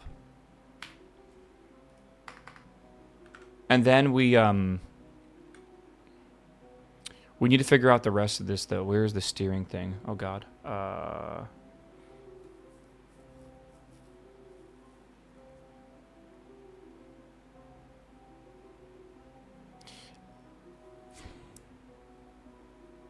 Yeah, let's not even worry about anything else. What does R mean? To north plus that is aimed at the horizon. Rotation, and that's the vector for that rotation as well. See, I don't really care for heading. I would care for heading, but maybe I don't care right now. Maybe it really doesn't matter. Right? Sounds like you need a math script. It could, but I think we could hard code in very basic values and it won't matter right now. Else if alt is, oh god. So if it's less than 1,000, we'll go straight up, basically. And then once we get above 1,000, so if alt is, can I do like or? Like how do I do like an in-between, like a value?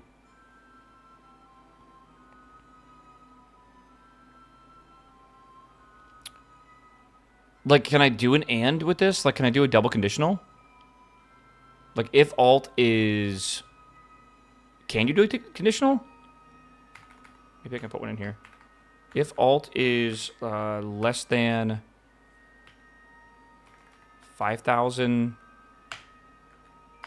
and, like, alt is greater than 1,000. I don't really know how this works for the in-between. Can I do greater than equals? Does it allow that?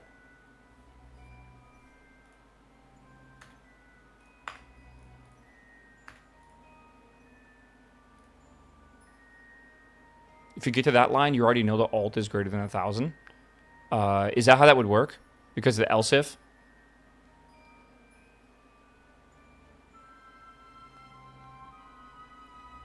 Yeah, if it fails the... Oh, is this how this is working? Like, it will be like first come, first serve kind of thing?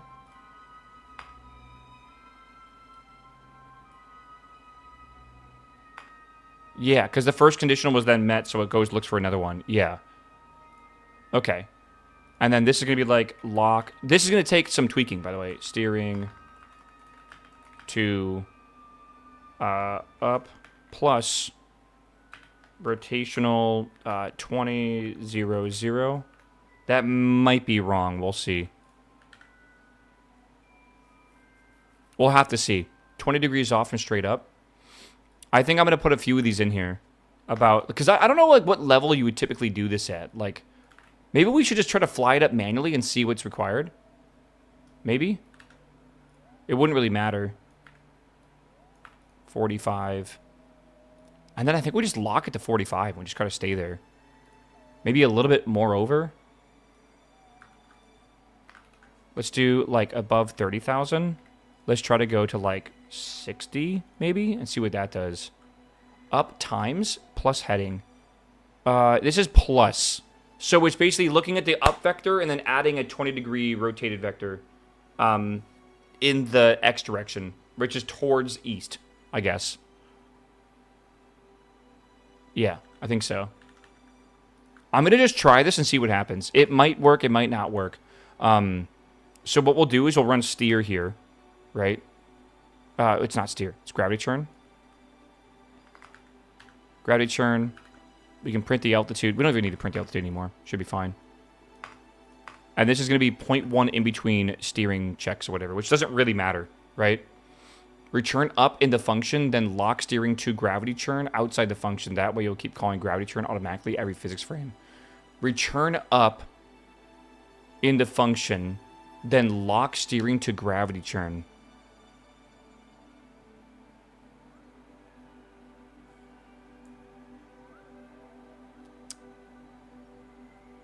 Why not do a gradual turn instead of these locking steerings? Because that would require me to go on, like, the fucking, what's the graphing calculator website?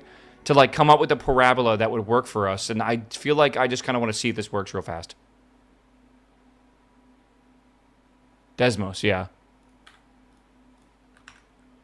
Simple sine function interpolation on the altitude, start, turn, start, height, and turn and height would make it smooth. No, you would just... You wouldn't need a sine function. You just got to find a nice parabola. It's like 2 variables. You just got to mess around with it till it looks nice for what you're trying to do. Right? And then you basically just get the input and output. Altitude should just return a value, and that's your steering number, right? Okay. Let's just see what happens here. I'm curious. And before this doesn't work, run launch test. .ks.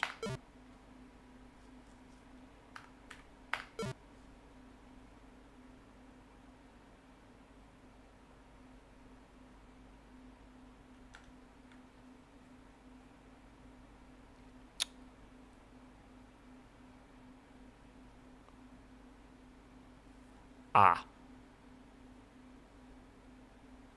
I had a feeling this would do this. It does not want me to fuck around with that. So we will just do this anyways, and I think that's honestly cleaner. Okay.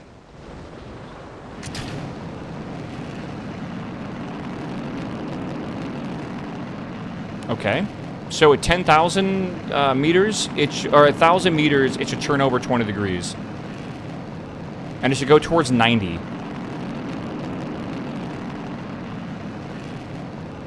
It's going 180. Okay. I mean, like, it's not what I want it to be doing, but it is correct. I just got to figure out what 90 is. I guess we don't want to go 20. 0, 0. I bet, you think it's Y or Z?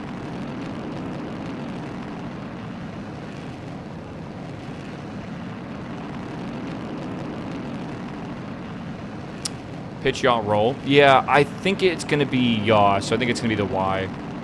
So we'll try, well, that's 180. Why is that considered 0? We need a freeze rotation. It shouldn't matter, I feel. Oh, this is way too aggressive of a turn, by the way. I don't know what's going on with it, actually.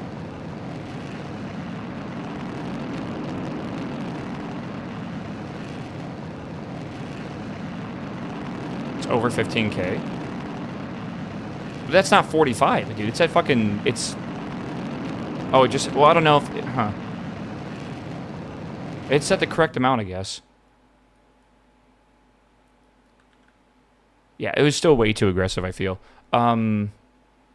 Let's try this at 90, 90, and 90.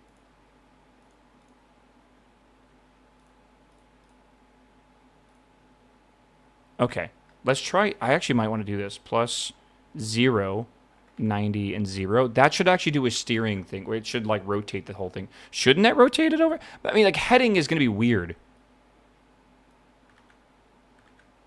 Let's find out. Revert flight to launch. This is going to be one of those things we have to tweak a little bit. Not what I wanted, but still correct. That's my life motto. Yeah, this is going to go southeast. Yeah, let's find out. Run launch test.ks. Okay. It'll road 90 every major altitude since you're adding it. Whoa! That's not right! What? It's fucking ICBM!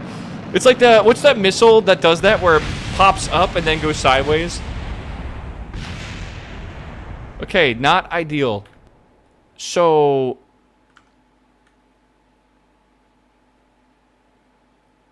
So is up like up? Is up just like the direction upwards of the rocket? Is that what I'm getting?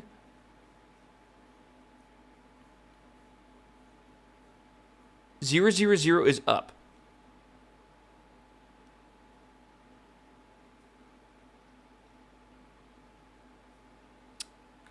I gotcha. So, hear me out. I don't want to do this, but what I want to do is set a heading. Because right now, it's trying to find a vector in XYZ to point at the ball, right?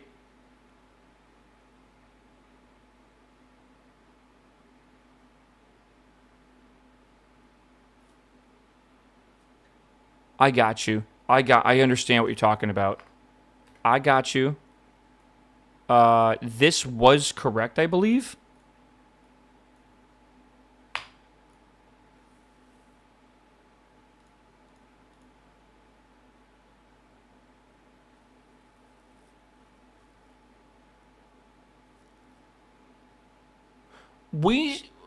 This is not controlling roll, right? This is not.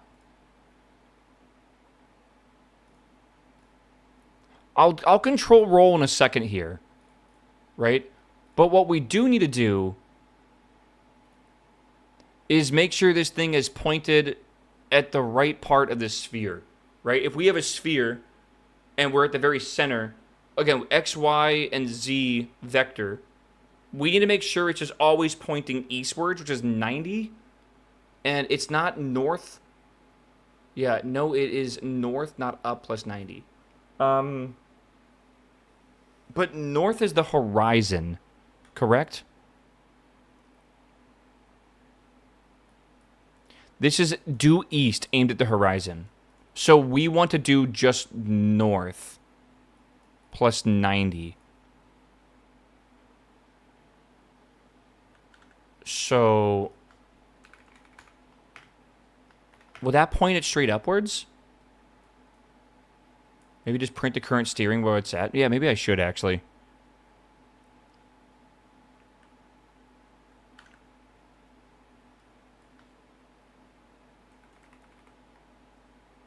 I think up is correct.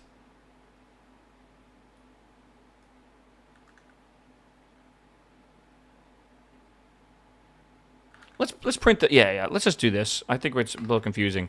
I'm gonna print. What am I trying to print here?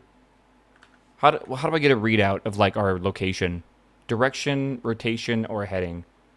Okay. It's called steering. Is it?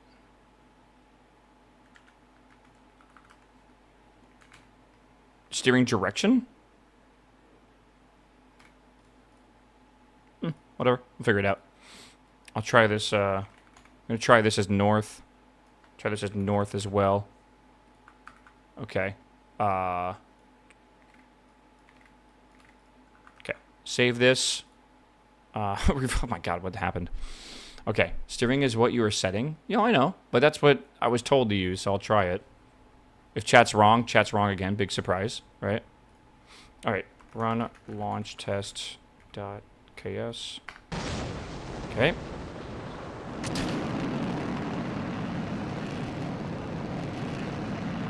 Okay, so good news.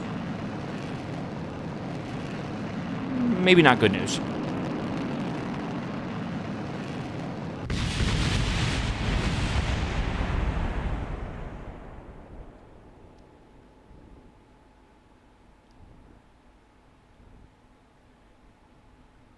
Wonder why it's 0.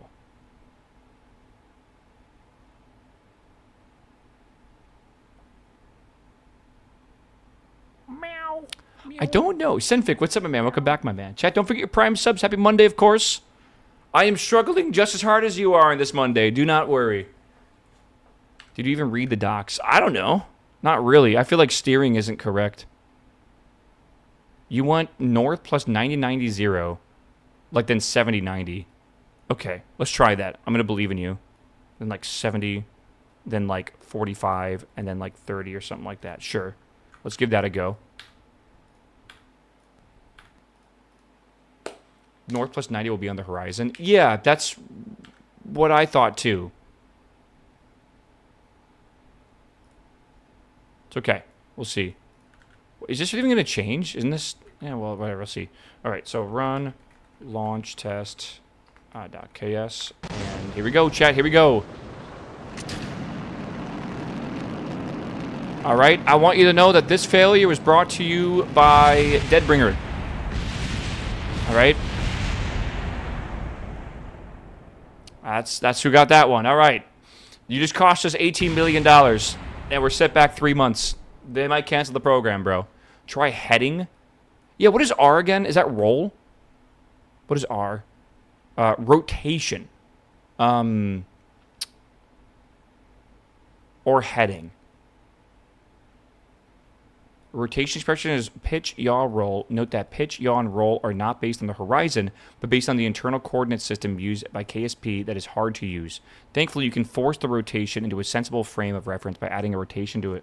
No rotation first. So, like, 20-0-0 makes sense if you do it that way, right? I feel like we should use up, and then we should just try this again. 20, 0, and 0, right? I feel like that was correct, and it worked fine. I think the issue was, like, I don't know, like, pitch, yaw, and roll is so weird. 20... Yeah, it is, but it has heading built in to do what you want.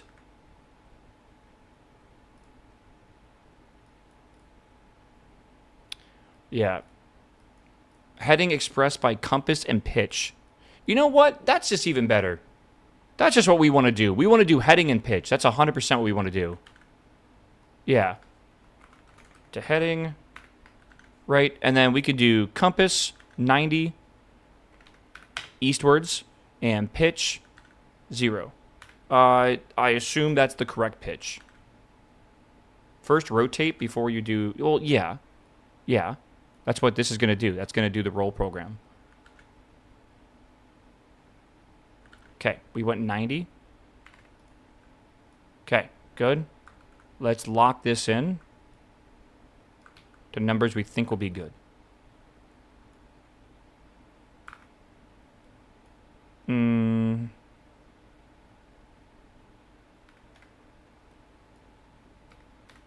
Try that. Okay. What happened here? Yeah. 90 is up in heading, so 0 will be horizon. 30 will be 30 above the horizon due south, 180. This is correct. Trust me, man. I'm in charge, all right? Run launch test.ks. He's both right? Well, he said ballistic missile, but yeah. Okay, we're not flipping over. That's a good sign. That is a good sign, bro. Okay. And yeah, we don't really need this R anymore, this rotational. It's not really needed.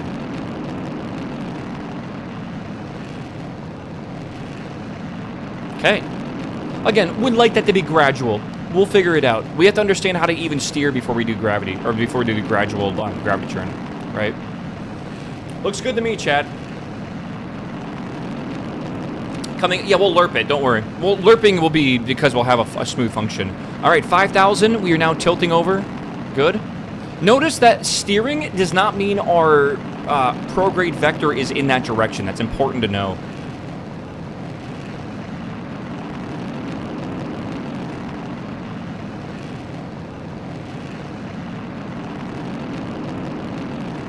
Okay, and there we go, 15,000. Whoa, see? It's trying to get down to 75, but the aero forces are fighting it.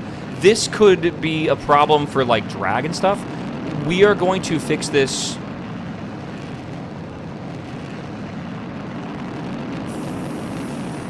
$30. I'm a little confused what it was just doing there. 70. It's snapping too quick and wobbling. Having a smooth function should be good for that. All right, let's see if it works here. It should keep its steering to 45. It can't. By the way, it can only steer via gimbaling. This is the cool thing about this mod pack. We don't have fancy SAS or RCS right now. We could add them, but again, more cost and might not be necessary. So what we need to do is we just basically need to program everything to be done via gimbaling, and I think it's going to be successful. It literally does nothing if altitude is greater than 30. Oh, I kind of get it. Yeah. No. Okay. Also, this is between 15,000 and 30,000, right? So I kind of want that to be like 60. Maybe 55.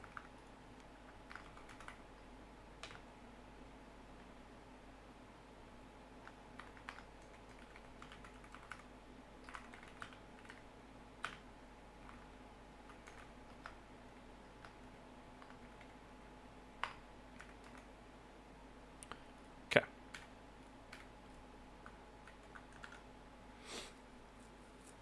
All right, so this is not ideal because we are wobbling a bit too much. It's kind of a problem.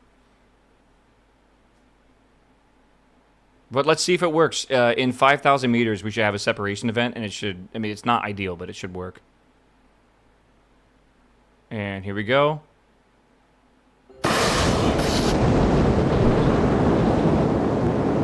Insufficient avionics, locking control, and that's fine. Yeah, it can't steer anyways. We actually did make an ICBM, didn't we? Oh, God. What have we done? This shit's heading down to Earth, bro. Okay. Just when chat pisses me off, that's what I do. See if this works after, because I added the delay to the next one as well. Okay. Still thinking a sine function would do the trick, like t current altitude minus turn start minus turn, and then return 90 plus sine. Yeah, I think something like that would work. What we're gonna do is visualize it a lot easier on Desmos. We'll just make a really simple one, and that way we can actually like use that if we ever need to like reference it, and we'll just be able to figure out what kind of like how aggressive we want to make it. Certain engines will not be able to have over a certain aggression of turn because we just don't have the gimbal authority, you know? Hey, that looked good. That looked really good. Yeah, the timing was way better there, for sure. Okay. All right. So let's just see if these updated values work. Yeah, I can try to show you what I mean, though, right? Like, Meow. let's see what we got here. Rubik's Cube, what's up, my man? Welcome back, my dude.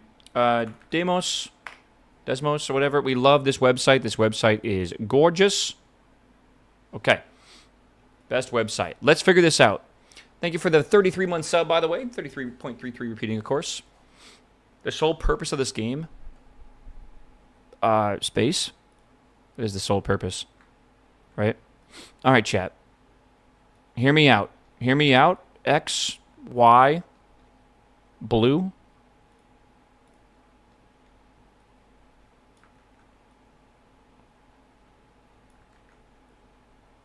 I think we want something like that.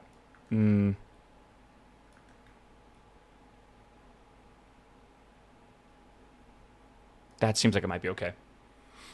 Okay. So, let's think about altitudes here, right? This altitude should probably be around 160 kilometers, because that would be technically, maybe we'll do 200. No. I'm trying to think right now, but like 140 is when the atmosphere like stops, correct? So let's just shoot for 150 for the time being, because we're like a baby space program. We're not going to be able to do that, right? It's more of a logarithmic curve. I mean, like, we'll try to fit something close to it, right? Here, let's start putting some values that actually like matter, I guess, because we're just going to fit to this curve, right? So this will be 1,000 feet, right? This will be like 5K, something like that. Let me just do this here. And then we'll have like, I don't know. I'm just trying to think of like values, and then we'll try to fit it to it as well. 15K, and then we'll do like 30K or something like that, right? And then like, obviously this is not accurate for scale, right? Here at 1,000, I think I would like to tilt over 5 degrees. 5 degrees almost immediately, right? If we're below, right? If we're below here. Then I would probably like to tilt over about 10 degrees. Nah, I don't know, man. That's kind of aggressive, I feel. Right now, what we just did was about 20 degrees, right? So from 5K, I mean, we could just try to find some values here, right? I forget how to use this program perfectly. I need to write an equation for this. So it's like y equals x plus, or x. Can we do it?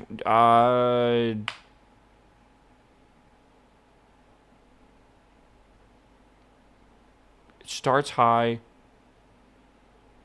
goes low. Is it just 1 over x squared? Isn't that a... Can you write that differently? That's not at all right. Is it log? Yeah. So like log of x. Okay. So this is a good start. I forget how to make it have a maximum value, right? If I do y equals 140,000, does that even render? Is there a way to like fit? Okay, there is. Yeah. Click settings. In the top right.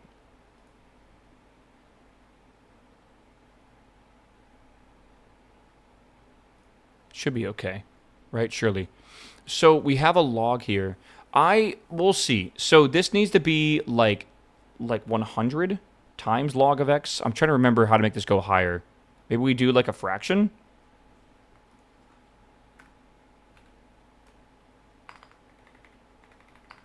How do we make this value larger at these values? Let's think about this, right? This feels like I need a change x and y axis to fit better. I just want it to fit or whatever it's supposed to do, bro. Right? Oh, you know what's funny though? I do need x equals to 90. Like that should be our whole graph. Basically, well, I guess we can go. No. 90 would be like the very highest amount. Right? Is it 90 what I'm looking for? The turn angle should be based on that. Yeah. Yeah, I think we want to multiply x. Let's try it by 100,000.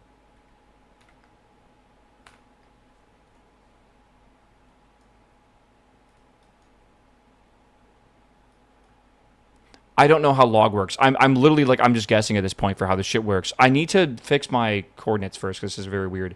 X-axis is going to be from, let's do -10 to 100. All right, -10. Okay, and then this y-axis will be 150,000 to, and this will be like -100 or something like that. -10,000. Sure. Okay, so there it is. So I want to get this to draw a line that's like, you know, a nice gradual curve up here, kind of like this one, correct? Yeah, and I don't know if I have the ability to use, like, sine and cosine, by the way, or ln. I'm not really sure. Right? I don't know. Can we do, like, 100,000 times natural log of... Like, if I do x, but don't I need to, like, bring it... I gotta bring it down.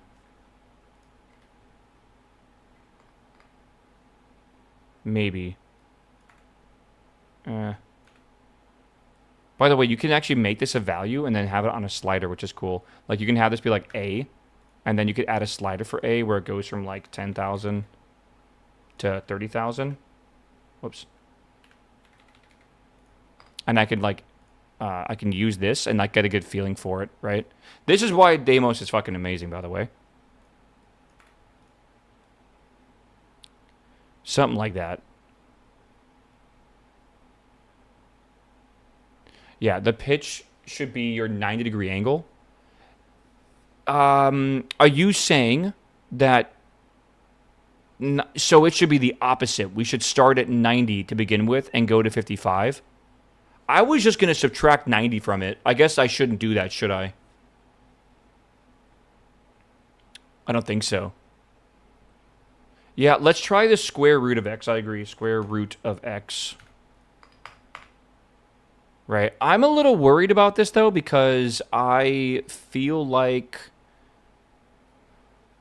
I actually should have this be from 90 to 0. That actually is probably right. I think what I'll do, though, is I'll think about this as we're turning over, and I'll just subtract it in the, what are you going to call it, like in the thing here. I think that'll just be easier, because like the graph will be way easier to draw anyways, right? Do I need to multiply this by b? I have no idea. It seems like no, you don't want to multiply that by b. Okay, how can I make this push this value upwards, right? I am trying to like get a line that looks like this. Maybe try x to the power of like, oh, it should maybe not square root. Plus, can I, well, isn't plus b just going to shift it upwards? I don't think I want a plus b here. Unless the plus b is supposed to be underneath the square root. This is like back in fucking like school, man. Yeah, the physics is geometric, not exponential, so use a cosine. There is probably math for this, by the way, out there. We could probably look it up, how to, like, the math behind a gravity churn. I bet it is sine or cosine or something, right? Yeah, the thing is, like, I don't think this is simulating real life, right? But there's got to be some sort of efficient curve to this, right? Let's do sine of x, multiply this by 100,000, something like that, right? Something like that, and then we can do... Whoa. Okay.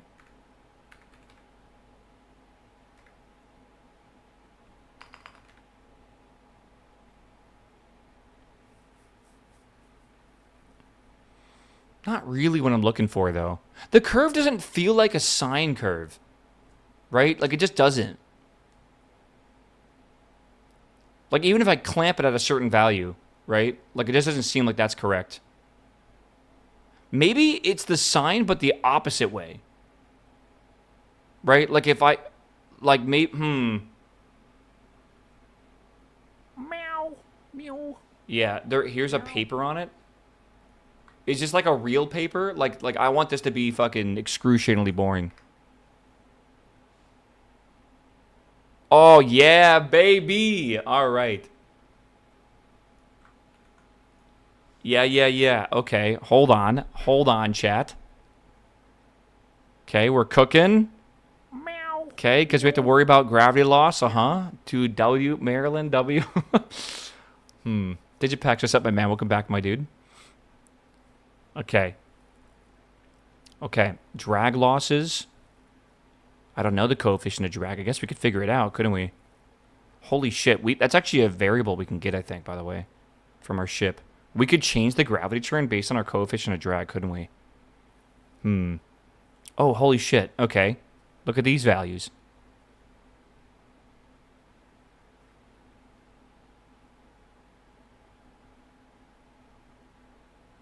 Wait, this is really interesting.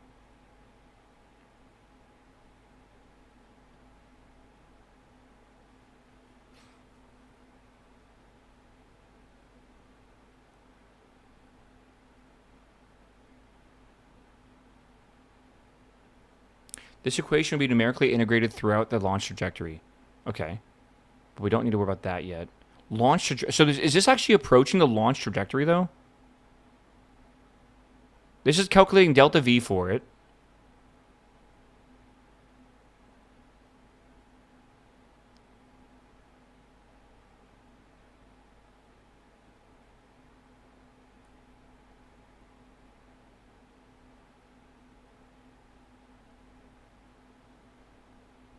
So, yeah, this is true. Keep thrust vector aligned with velocity vector. That is 100% what you want to do. Let gravity affect the trajectory as it will. Aim for insertion state appropriate to the desired mission, which should be like the altitude or whatever, right?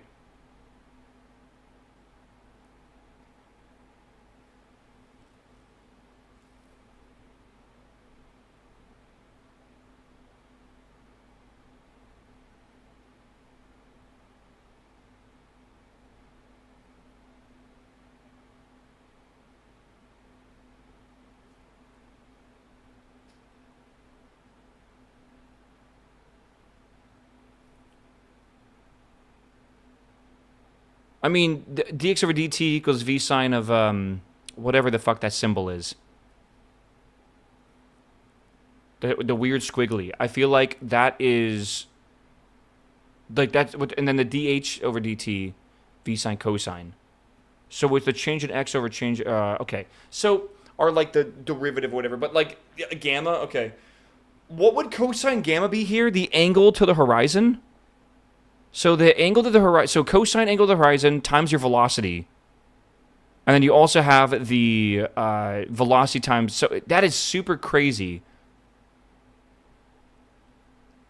But if I'm understanding this correctly, over time, your angle to velocity is...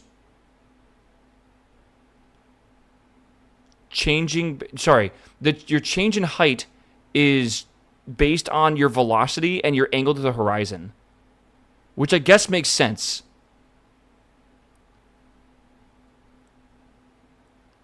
Yeah, it's the two velocity components.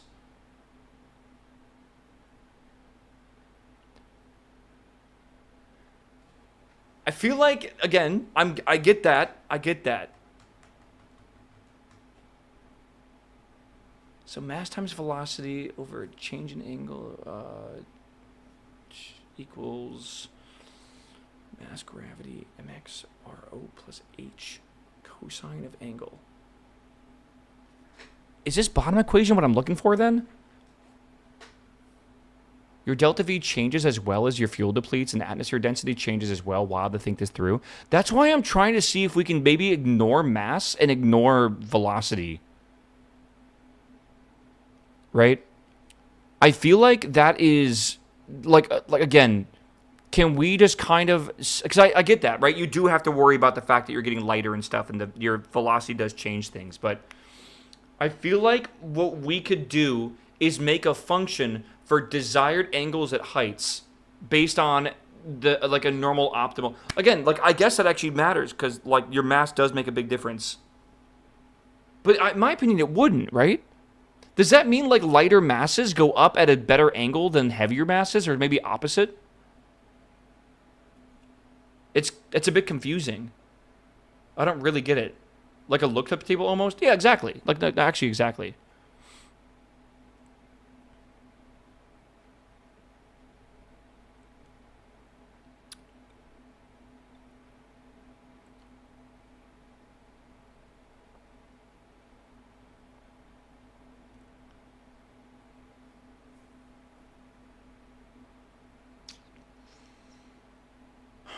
X squared, but X is like, okay.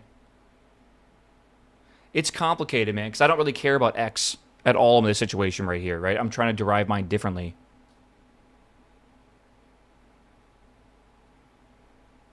Everything before shuttle, up to the shuttle SRBs, use open cycle guidance, which is like lookup tables calculated before launch.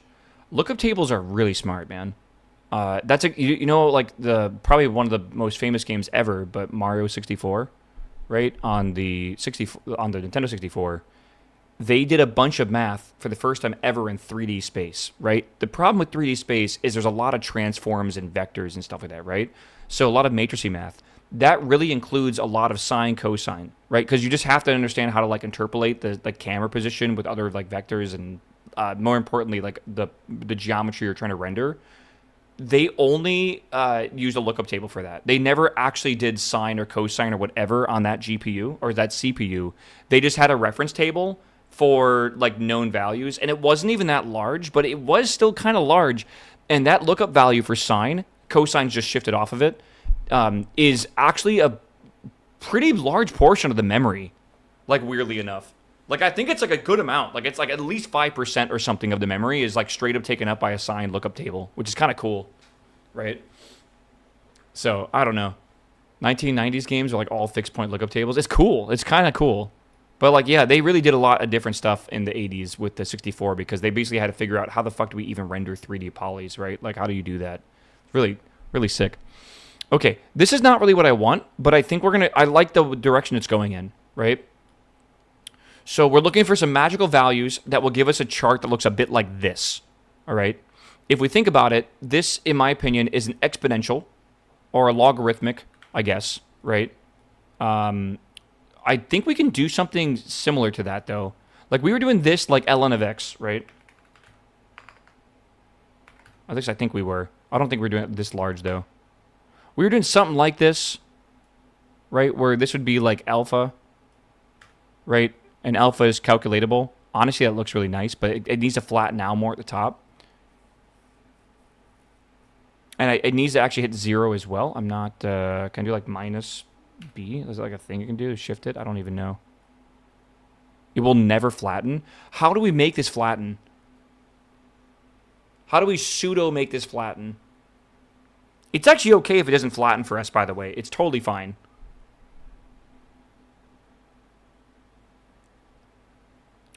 Yeah, like a piecewise formula. Yeah, piecewise formula could definitely do it. Yeah, if I want to get this to, yeah, plus B, is that a thing? Oh, yeah, okay. There we go. So plus 1. Oh, so we're just going to do plus 1. Okay. I absolutely think this is terrible, by the way. It might look good. It's definitely not. No, maybe it's okay, actually. Let's put a, let's put a thing here, right? Y equals 30,000. Right? Okay. At 30,000, this should be 45 degrees. So this is like really not correct, right? Right? At that spot right there. Actually, I believe I can just do...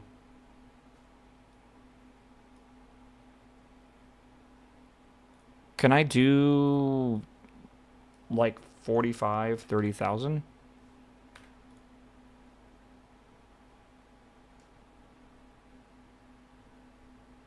Okay, let's do that, but let's do that at like... Is that actually correct? Is that what I said? Yeah, like 30K. Wow, okay. So...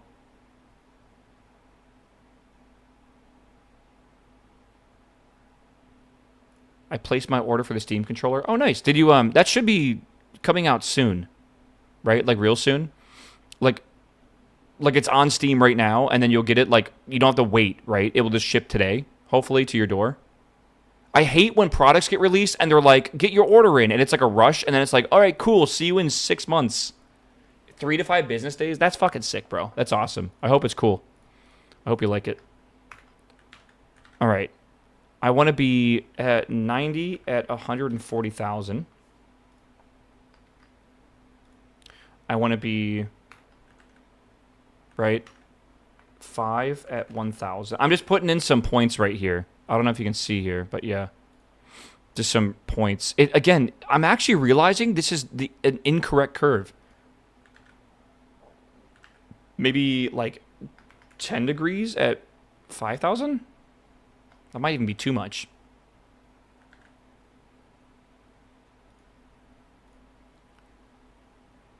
Yeah, it's almost like I want this to do the opposite. Like maybe I actually do want an x squared or whatever.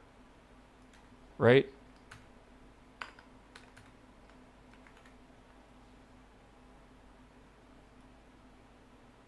How small of a number does A need to be here? Like 1? Jeez. Okay, hold on.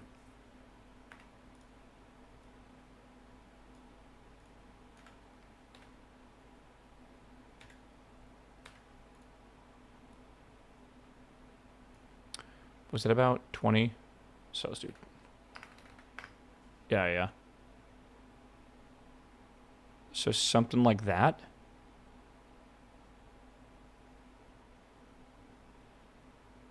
I wonder if that looks good. By the way, I thought this is the graph I wanted, but obviously, like, once you actually look at the real data, it's fine. I still feel like this might be churning too fast.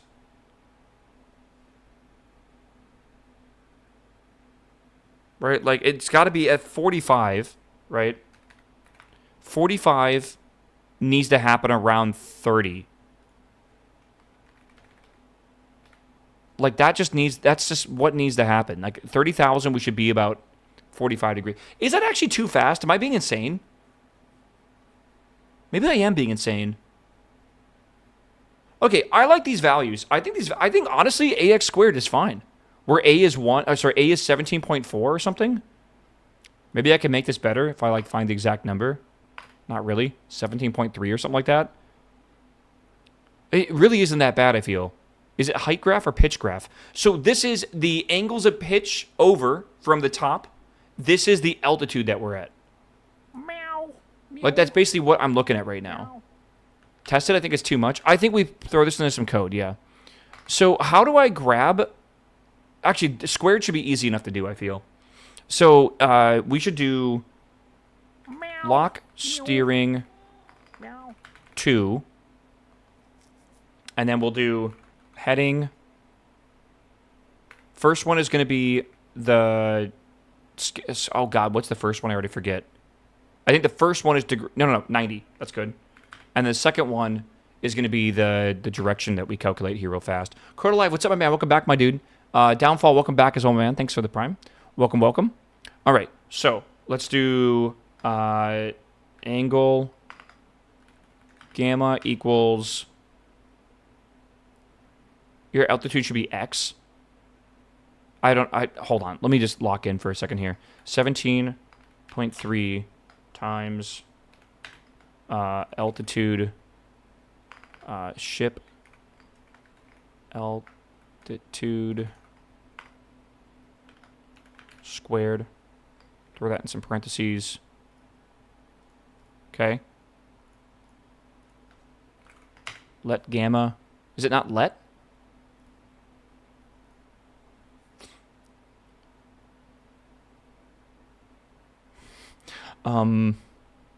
Set, not let. Sorry, JavaScript's coming out of me. Set gamma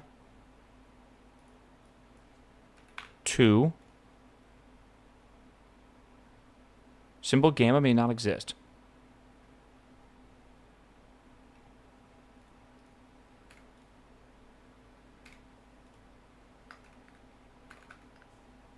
Okay.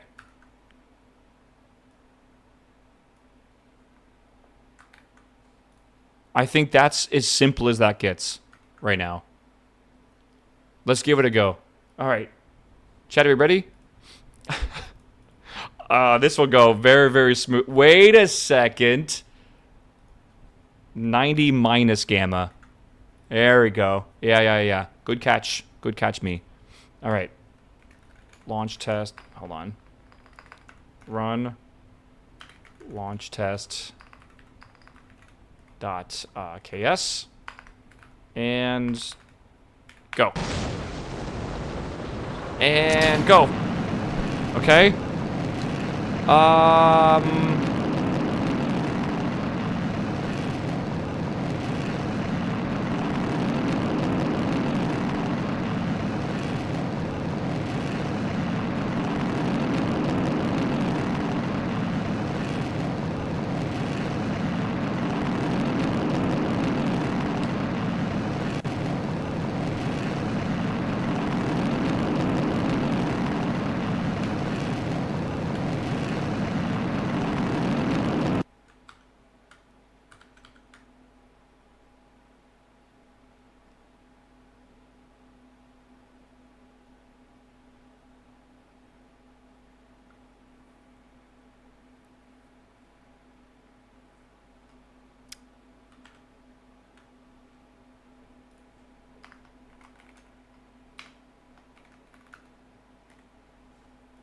What the hell?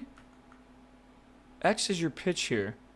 Well, it starts at 0, so it should be, we should start at 90, and it should go down. Right? What the hell is going on with this? Also, I'm going to remove this,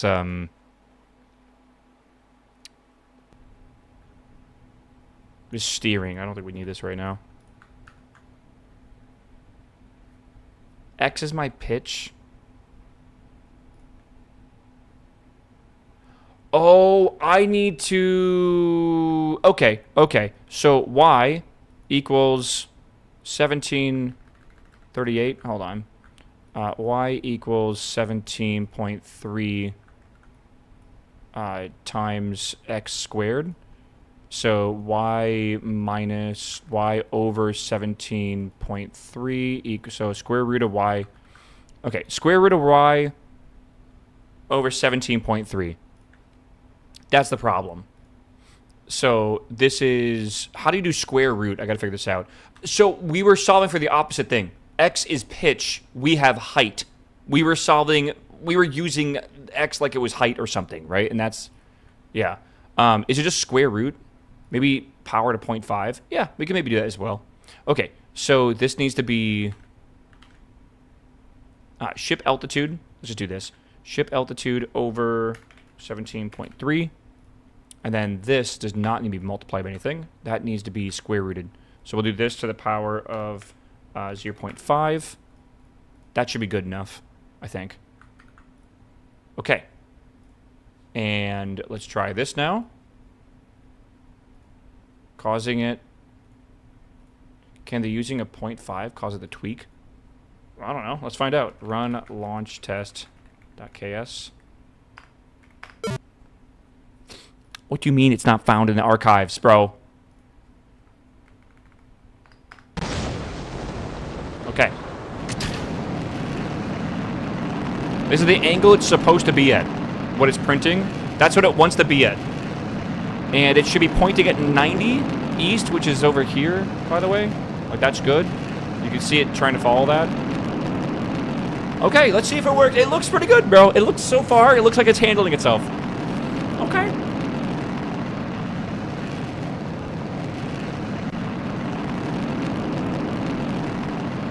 I think it's tilting too fast, by the way. I think we got to figure it out. I got to figure out how to flatten the curve, but still hit a certain value. I'm not even sure that's possible. I think it's too aggressive, yeah. Like, if you think about it, we're only at 8,000. But, like, think about the gravity churns they do in real life. They legitimately, like, they churn the rockets over really fast, man. Like, we're only going at, like, 27 degrees. You know, again, we could find that paper from Maryland, and we could figure out, like, why and when is the proper angle, because of, again, I think we'd have to think about coefficient of drag and mass and velocity, right? I really don't know where the variable is, but you actually can grab your coefficient of drag from your vessel. I'll have to look up how to do that, though. I'm not really sure.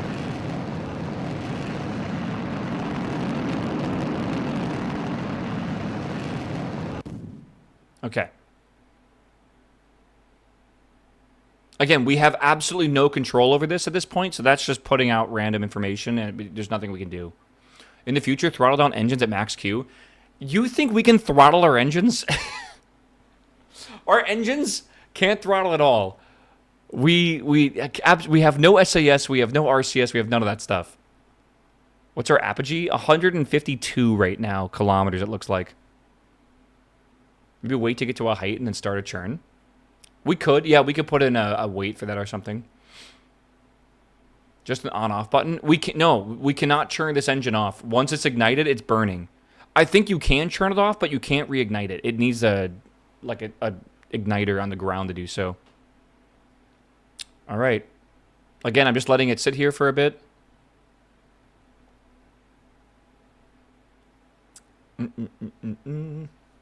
No sparks in space. Yeah, you got to kind of make your own sparks using TPEP or whatever they use. Man, do you want to know back in the day how they actually used to pump fuel into these engines? They would put hydrogen peroxide onto potassium permanganate, and it would generate steam. And they would use that steam to churn a turbine. Do you want to know what's crazy? They used that for like decades because it was just a very, very simple system. Okay, this is not good, by the way. We don't want to be pointed straight up like this. It's always turbines. Yeah, but we like use like a small rocket engine on the turbine now. Kinda. Yeah, this is not good. We don't want to go up this high.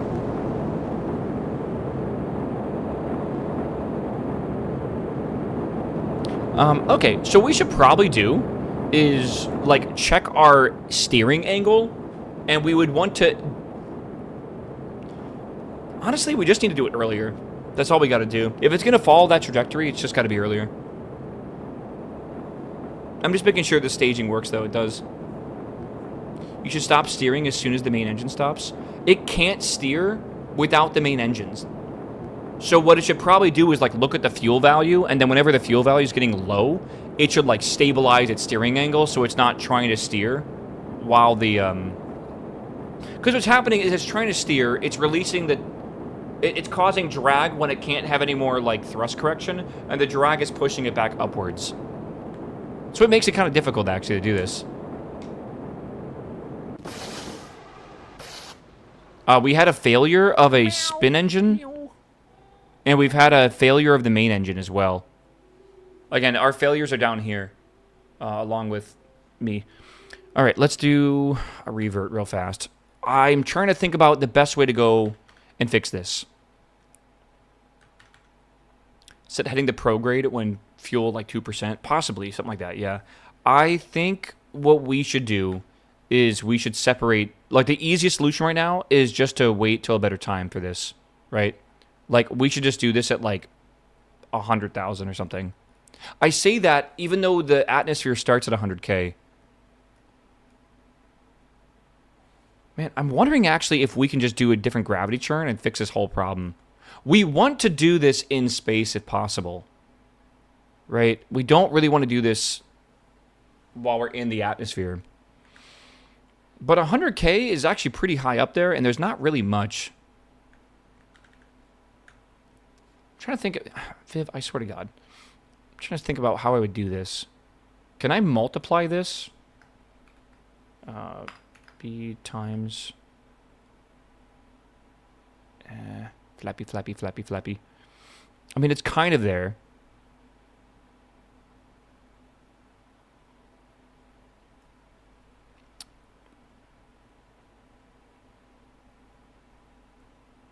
Yeah, you could just wait longer to burn. I think I'm going to try to hard code in 100K and see what happens here. I actually don't really understand how to flatten this out. Or actually how to make it... Like, is that possible? I want to make this deeper. Like, I want to go... Like what would I need to do to this to make this go lower but still hit the same value? Right?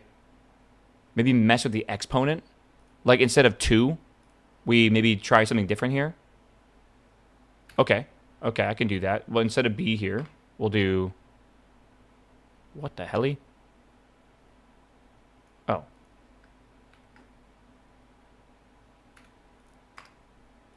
I'm apologizing for being incredibly stupid, by the way. I just haven't been to school in forever, man. I forget these, like, basic things. Okay, yeah, it looks pretty good, actually. A little bit better. Like, legitimately, it's crazy if you don't use this stuff in your everyday life. You just forget about it. It's wild, man. That's looking at okay, maybe.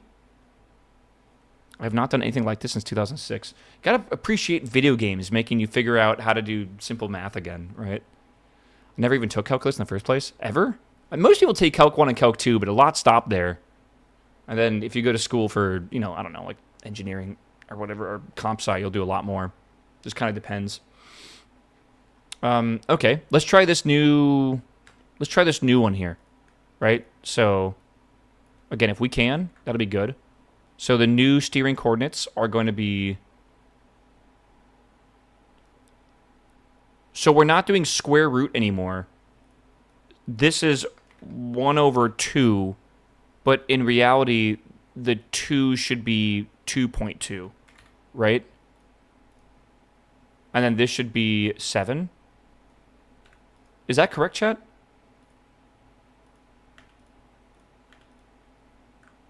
I'm going with yes.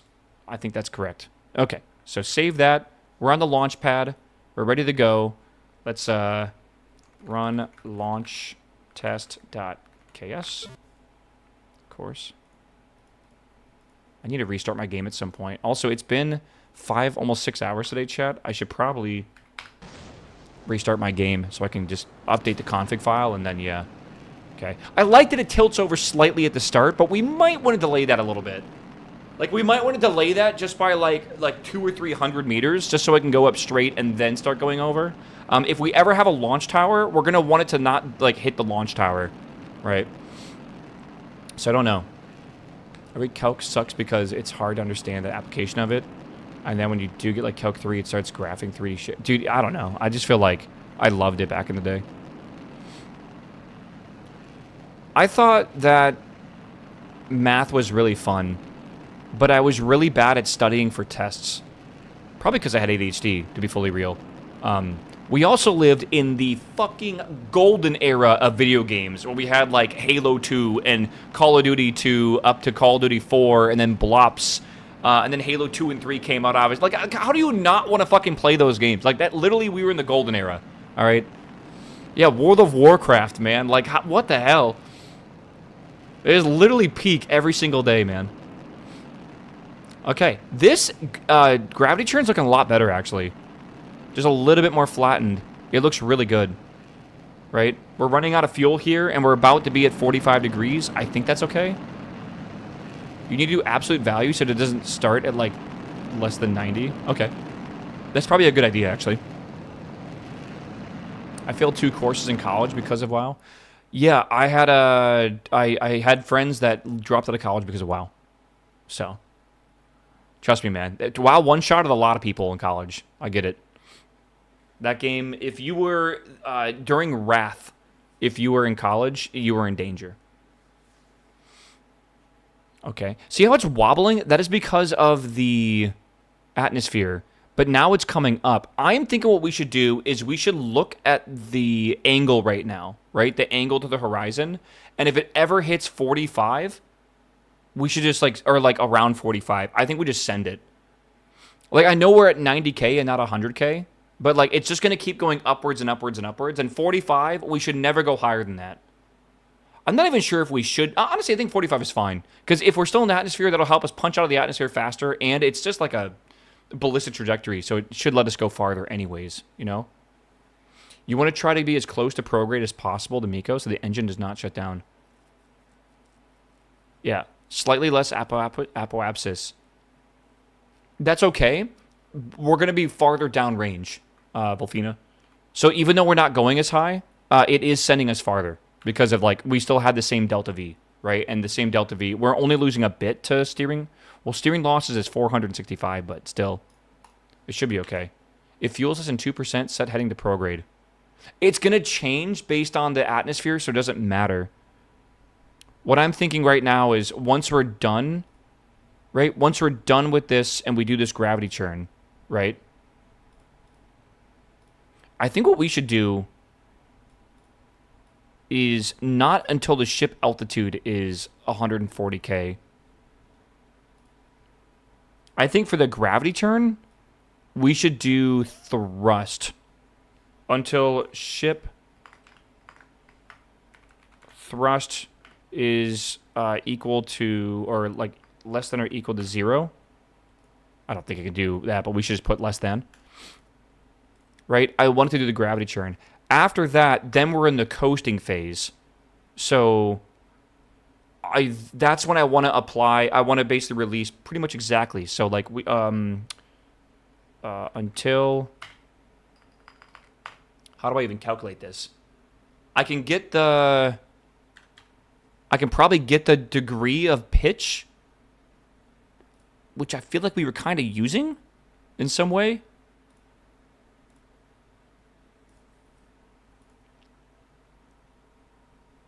Right? Steering is what we'd want. Right? So we would get like ship steering. It's not what it is, apparently. I don't know. I mean, that's kind of what we're grabbing here, right? Steering. Oh god, it's weird though, because like in the reference to up or whatever. Do we just know what up is? Like we just know up? This is heading 90, 90. I feel like I had this open up, didn't I? Okay, here we go. Yeah.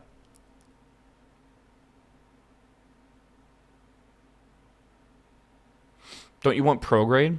I want it to be at 45 right now.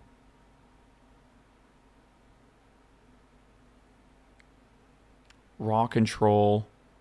I haven't even thought about how to do the twist yet. Lock steering, get throttle, throttle. Unlock steering and throttle. Torque. Ooh, you can apply torque? Do you think your gamma's lagging? I don't think so, no. Is vanilla KSP good? I think it's good, but man, there's so many free mods that just make it a bit better. Yeah, I need to grab, I think, steering.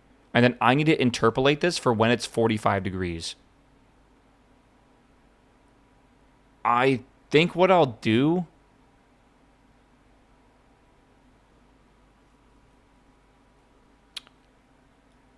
I think I'll do less than 1, by the way. I think what I'll do is print the steering. Right? And I think I'm going to do until ship altitude is greater than or equal to 100K. right, I'll print the steering, basically, right? That's what we'll start with. And then, yeah, from there, we'll, then we're going to wait, and then we'll decouple, right? So we'll wait 0.1. So we have like we have a steering phase, and then we have a coast phase, right? That's the important thing to think about here. And I don't know if this is correct, but what I want to do is see, if I could figure out the ball or whatever, what the numbers look like for steering for, like, where I'm pointed, right? So let's give this a go and see what happens. Hopefully it works perfectly. Save. I gotta say, learning the program is kind of miserable sometimes, but when you learn while doing something like this, it's really fucking fun. Like, if you guys actually don't know how to program, I wouldn't shy away from learning KOS or, like, you know, using KSP as a teaching aid. Like, being able to see, like, a direct result for when you change code is, like, a really big deal, and I think it's awesome. Okay, this is good. Yeah, it's going to be looking for the thrust right now. Yeah, visualization. That's why I think game development in general can be super, super useful. Like, it's not always useful because it can be very frustrating because it's, like, very complex compared to just writing some simple code, you know? Like, and I would always suggest the YouTube channel, The Coding Train, I think the name of it is. And it's very basic programs you can make that are visual, but not like games or whatever, right? So let's say you want to make like a cube, or like, I don't know, a good one is like the matrix effect, right? Or like you want to make like a star field effect of like flying through space, like at light speed, right? You can program that kind of stuff. Farmer was replaced. It's a good one too. It's like Python. Okay, this is looking good though. It's looking real good. Oh, I hope your Mondays are going well, chat. I gotta go outside today. I gotta go grocery shopping, man. I haven't been grocery shopping in quite some time. It's been like 2 weeks now. Most of your steering losses are at 10,000 meters. Under 10,000.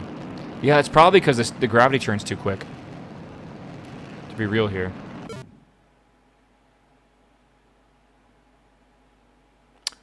Uh-oh.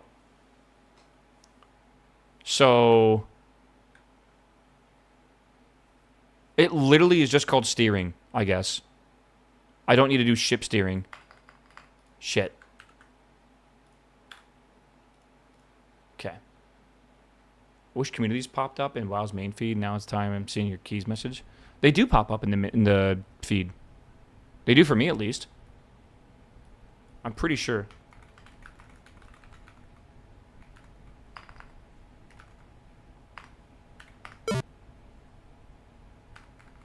Why am I trying to pluralify everything, bro? Did I miss anything? Yeah, man. We lost about... that bug cost us $30 million. No, that's about right. Every time you... this is why, like... I bet the simulations they use at SpaceX are fucking crazy. Like, you know they have their own, like, in-house KSP that is used for simulating the, like, really, really accurately...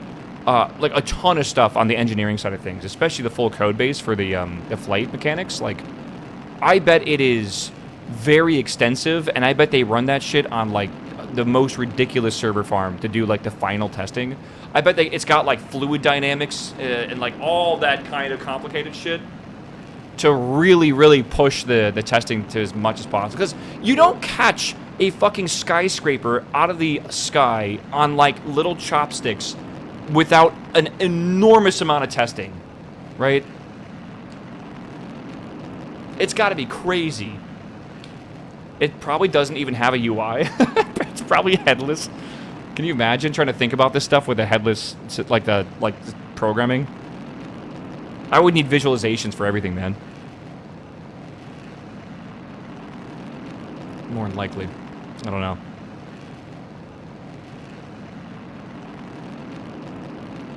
Okay. See if it breaks again. Okay. So we want to keep it... so the middle number... see how the middle number is changing? And it's 900.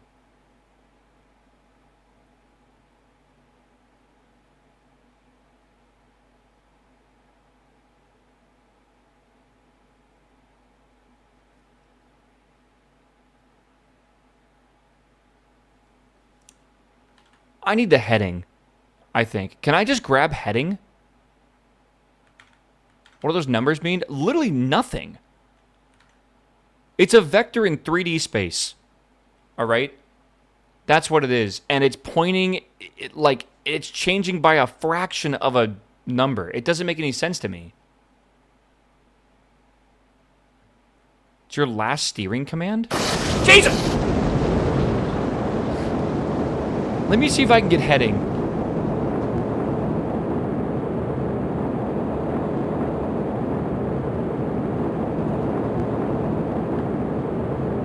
Yeah. Dude, it just jump scares me all the fucking time, man.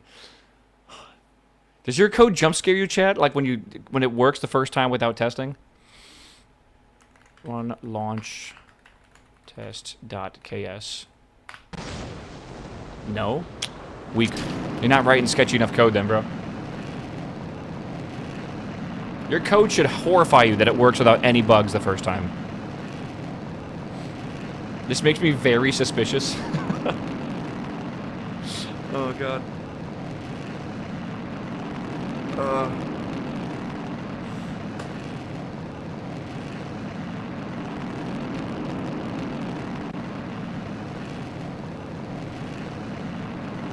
I'm gonna bet it's very bare bones for the simulators you use at, like, you know, any sort of... Again, there's gonna be simulators, but I think it's gonna be a very lightweight visual for a very complex physics simulation under the hood.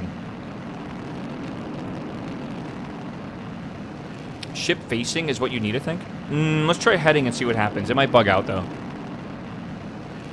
Test-driven development is good. Yeah, but you can't always test on, like, a $100 million rocket, right?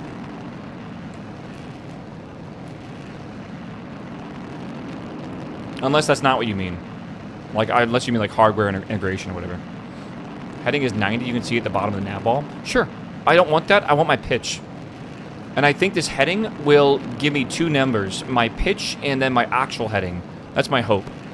So we're going to burn out here in 11 seconds. It should give me two numbers as a... what's it called? Tuple? Okay. Well...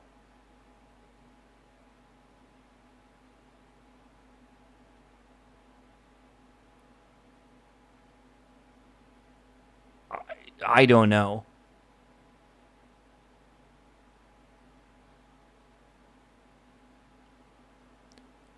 It's basically 0 or extremely close to 0.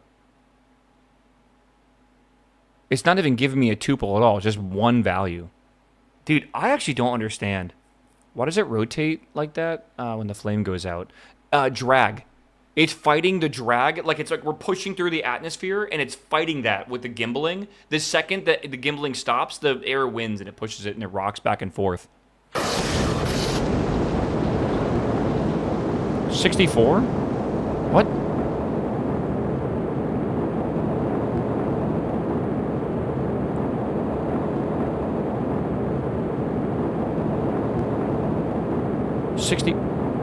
Hold on. We're kind of pointed at 64, sure.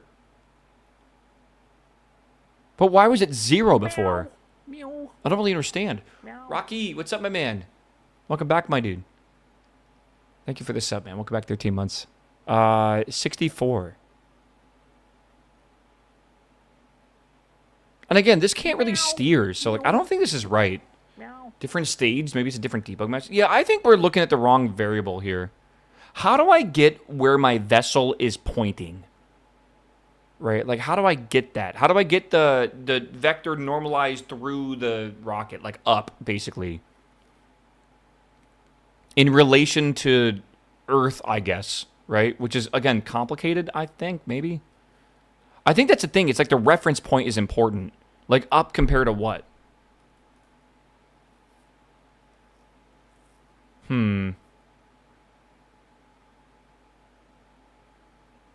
Running commands. Where is the information here? RC Young, though, good to see you, brother. See ship? Yeah, but where is ship? Ship systems?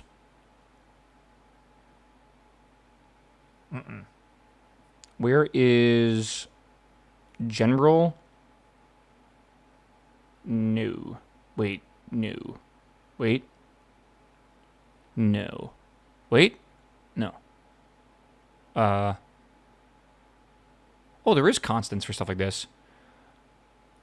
Ship fields? Yo. Yo. Okay, hold on. Ship facing?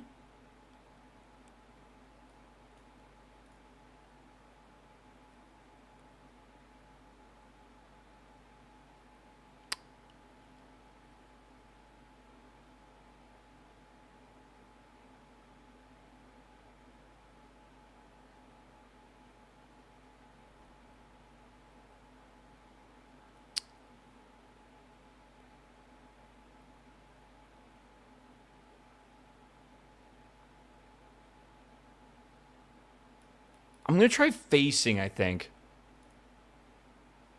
Also, I think we need to say ship facing. Surely.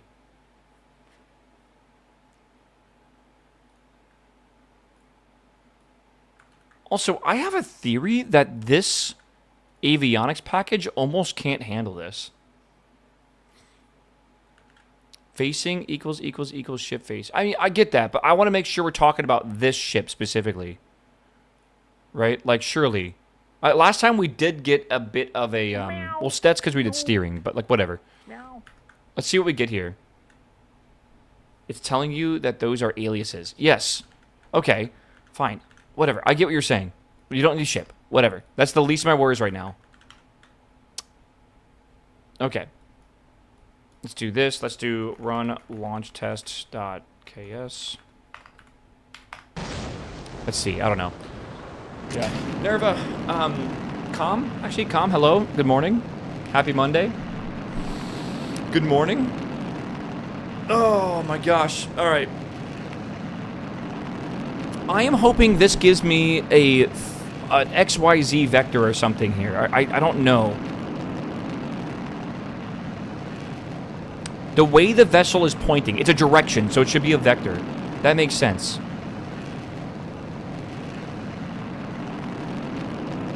Okay.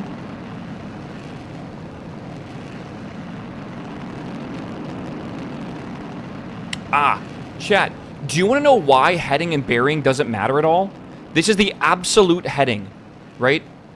Which makes me believe it's like comparison to the world grid, and it does not matter the rotation of your ship, it is the vector of movement. So like imagine you are a single point of mass, that vector is going to be moving, or that mass is moving in a very specific direction. It's getting the heading of that, right, in relation to the whole world. And I think bearing would get it in it would be relative to the heading of the vessel. That's like an important thing here, basically, to know. Okay. The whole solar system, everything, the world grid. Yeah. Not even Kerbal, basically. Which is bad. So let's see this direction is probably not going to make a lot of sense either, because I think that's in relative to the world grid too. I need this in relation to Kerbal.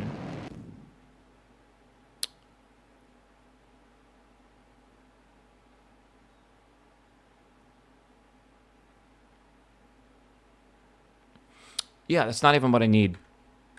It really isn't.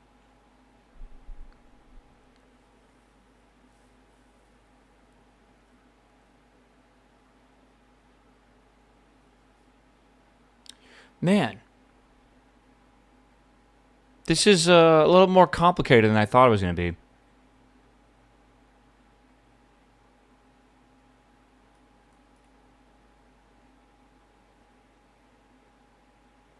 Can you put module parts for your gimbal? What does that mean?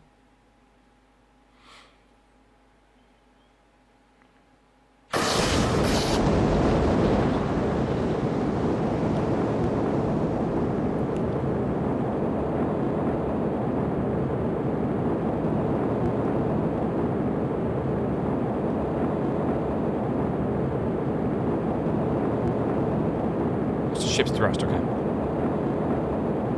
You can get a pitch value from your gimbal if you know the module name.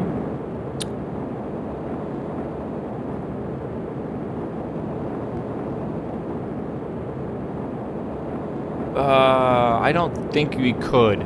It's a neat idea, though. We had performance loss on one of the boosters.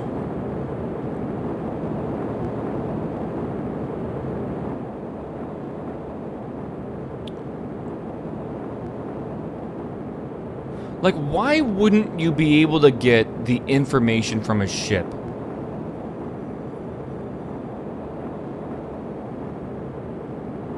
Why would you not be able to get that? You would have, it would have to know a body to reference around. That's the thing right now. I don't think it's in here. Vessels are also orbital, and as such, all associated suffixes as well as some additional. Orbital.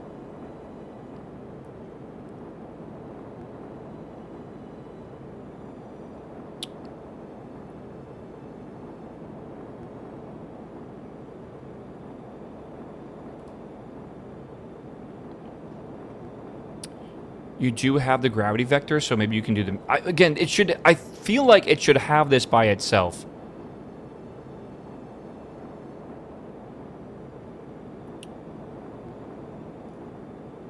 We're still going straight, which is nice actually right now. Oh man, this is a little annoying, chat. I get it, but like this is a very important thing to figure out because like we'll be using this all the time. I basically need to understand in reference to the body we are orbiting. What is my direction I'm pointing in? We'll need to know this for, like, every single flight we make from here on out. So this is an important thing to know.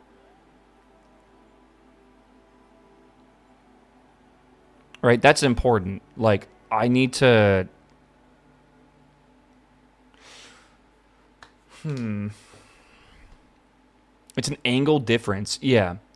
V-ang of ship facing 4E vector? Up 4E vector. Are you getting this from AI, or like, are you Googling this, or do you know this? I will try it. I've never heard of this, though.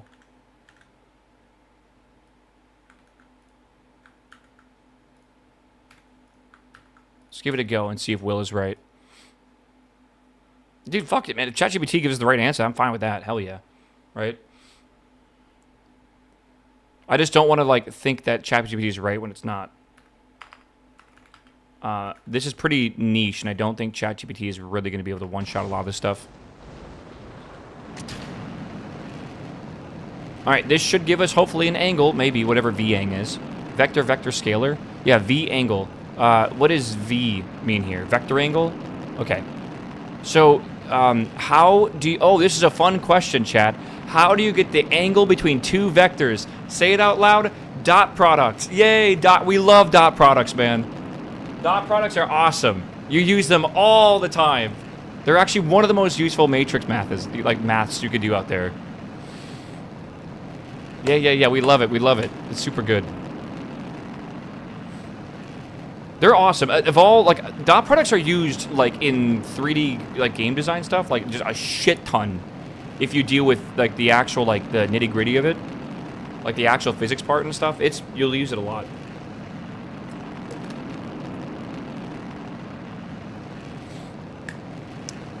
Alright, let's see what happens. Let's see if Will's right. We'll give Will a pet in the head if he is.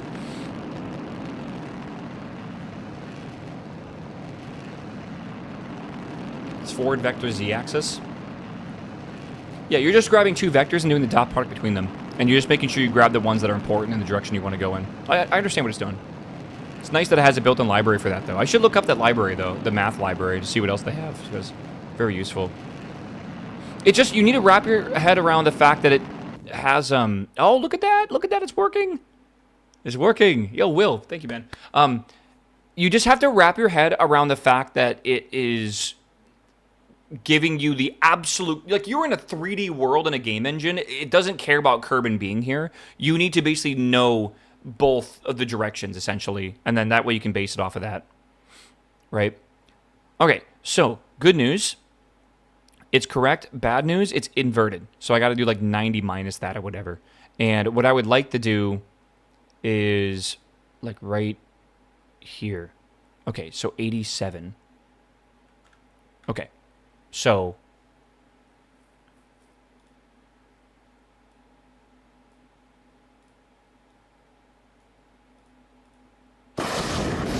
I'm gonna get jump scared with that every time. Hold on. I don't want to inverse the vector to go the opposite way. All I want to do is 90 minus this, right? Boom.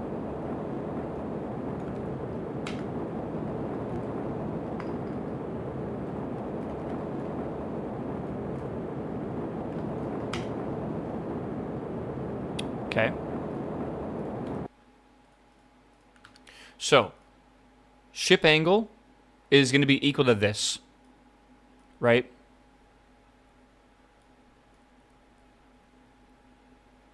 Can't we just lock this, actually? Does that work? Doesn't that just constantly update this? Right, doesn't it?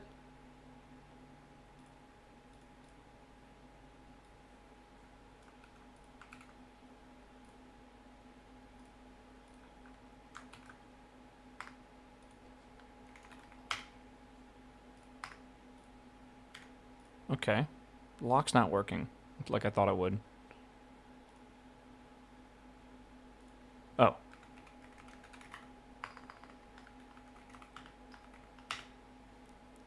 Okay. So ship angle should be constantly updating, I think. And what we want to do is just, we'll print ship angle, and then we'll wait, right?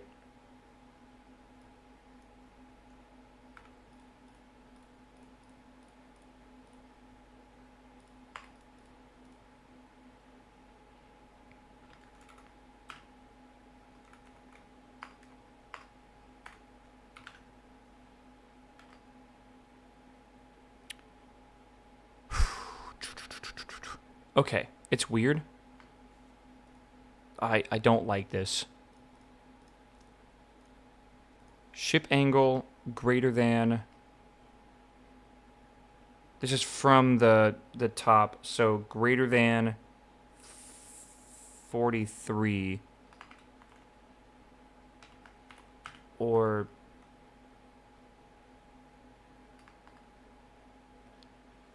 oh god, I'm getting that weird connecting to chat now in EU. See, that was happening to me. It was a DNS issue, I think, on my end.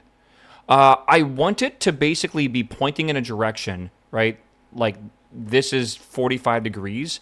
I want it to be facing, like, a tolerance of, like, I think 2 degrees. So that would be 45, right? This would be 47. No, this would be 43. This would be 47. I'm going to bound it. So we're going to go, basically, I need it to be less than 47, and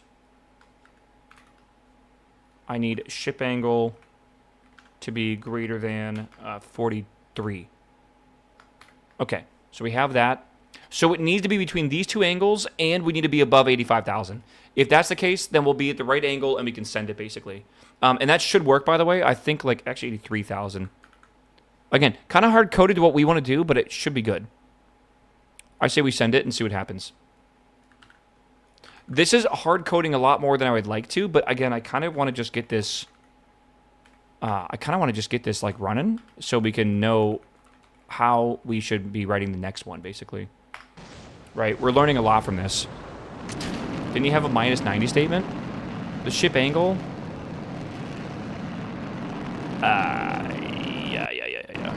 Yeah. Whoops. Okay. Pog on that guy. All right. He is indeed correct. All right, we're good. One more time. Run. Launch test.ks. Okay. There we go. Isn't this cool, though?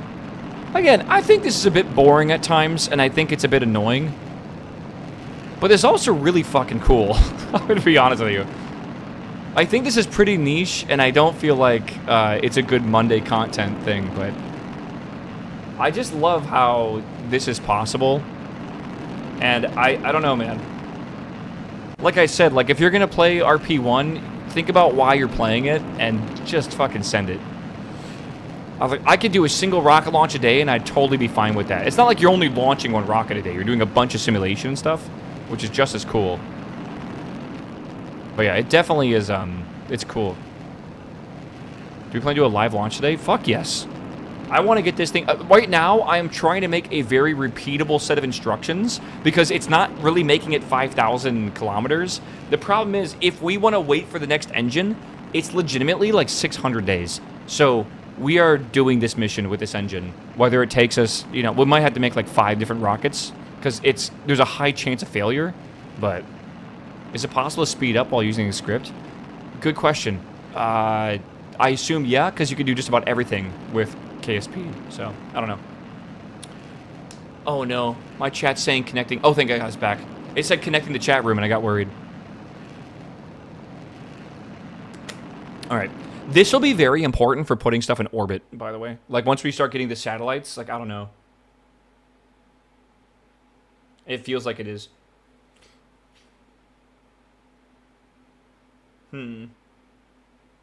Okay, I'm not going to get jump scared. We are waiting for it to go above 83,000, and we're waiting for it to be inside the go range. It's coming back now. And here we go.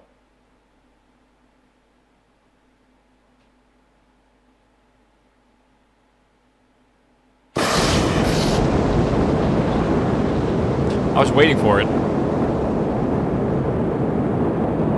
Not much authority this high up. It will have no authority. Like at all. I can't wait to have like RCS systems that can be like automated. Okay.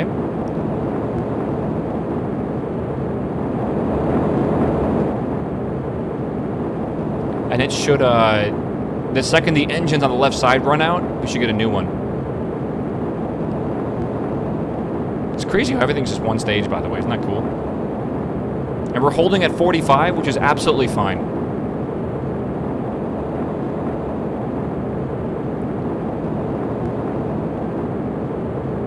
I can't believe we saw one, and hopefully nothing burns out here.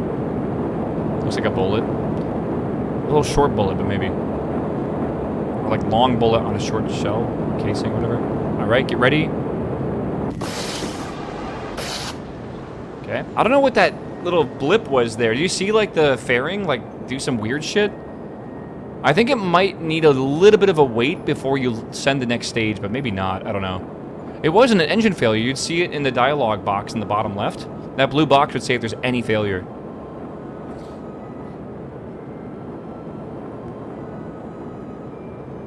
Okay.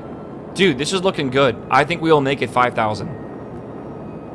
I'm not entirely sure, but this is pretty much as optimized as it can get, I feel.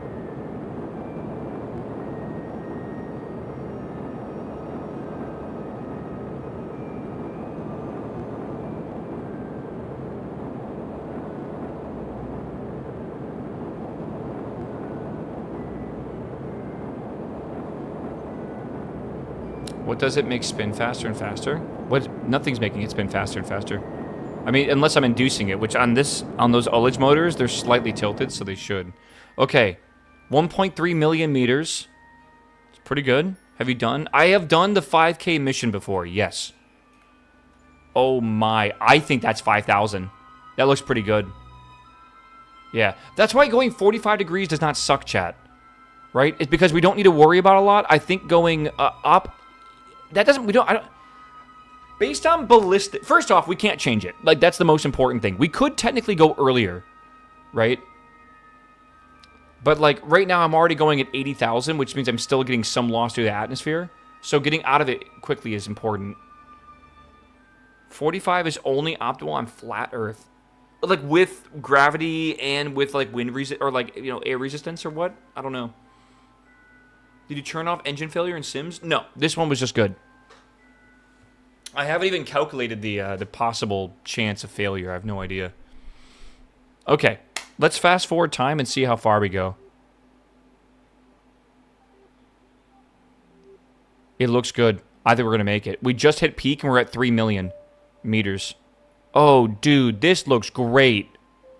Oh, we're making it, bro. We're 500,000 meters up and we're almost at 5 kilometers already. This works perfectly. And with a good amount of tolerance in it as well. We'll get like 5.25 maybe. Oh, maybe 0.3? More? 0.4. 0.5. Holy shit. Overshot by 500 kilometers. Not bad. Not bad at all, man. KSP is 75% off on Steam. Is that actually true? Chat, check it out.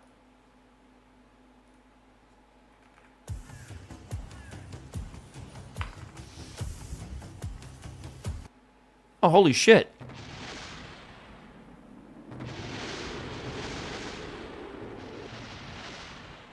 Chat, if you don't own KSP plus the DLCs, which the Breaking Ground and Making History, great DLCs, you can pick it up for 17 bucks right now. That's pretty good. That's pretty good. I don't actually remember the last time this was 75% off. I'll be real. I got it for free on Epic. Well, if you want to buy it for Steam, because everyone likes Steam more than Epic, you can. Yeah, we got pretty damn far. It was 5,600, someone said.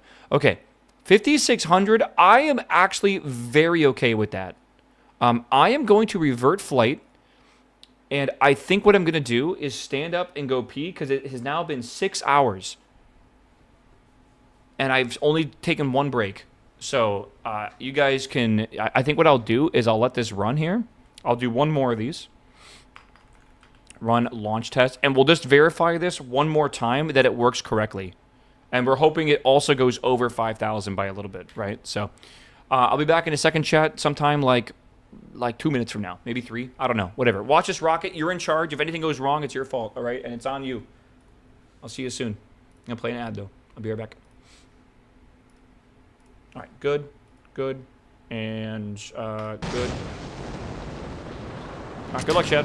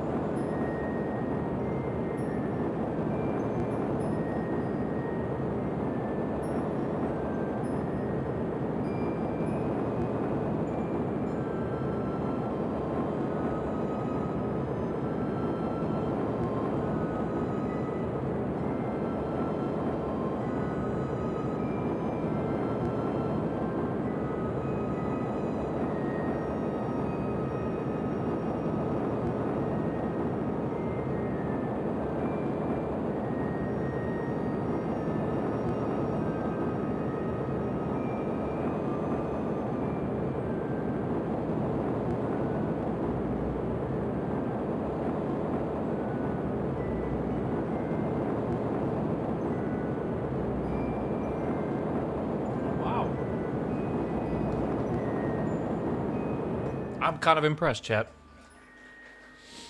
I'm kind of impressed. I had a failure? I don't see a failure. It looks like it's flying fine. Wait, a small spin engine failure? I think it is good. It looks fine, man.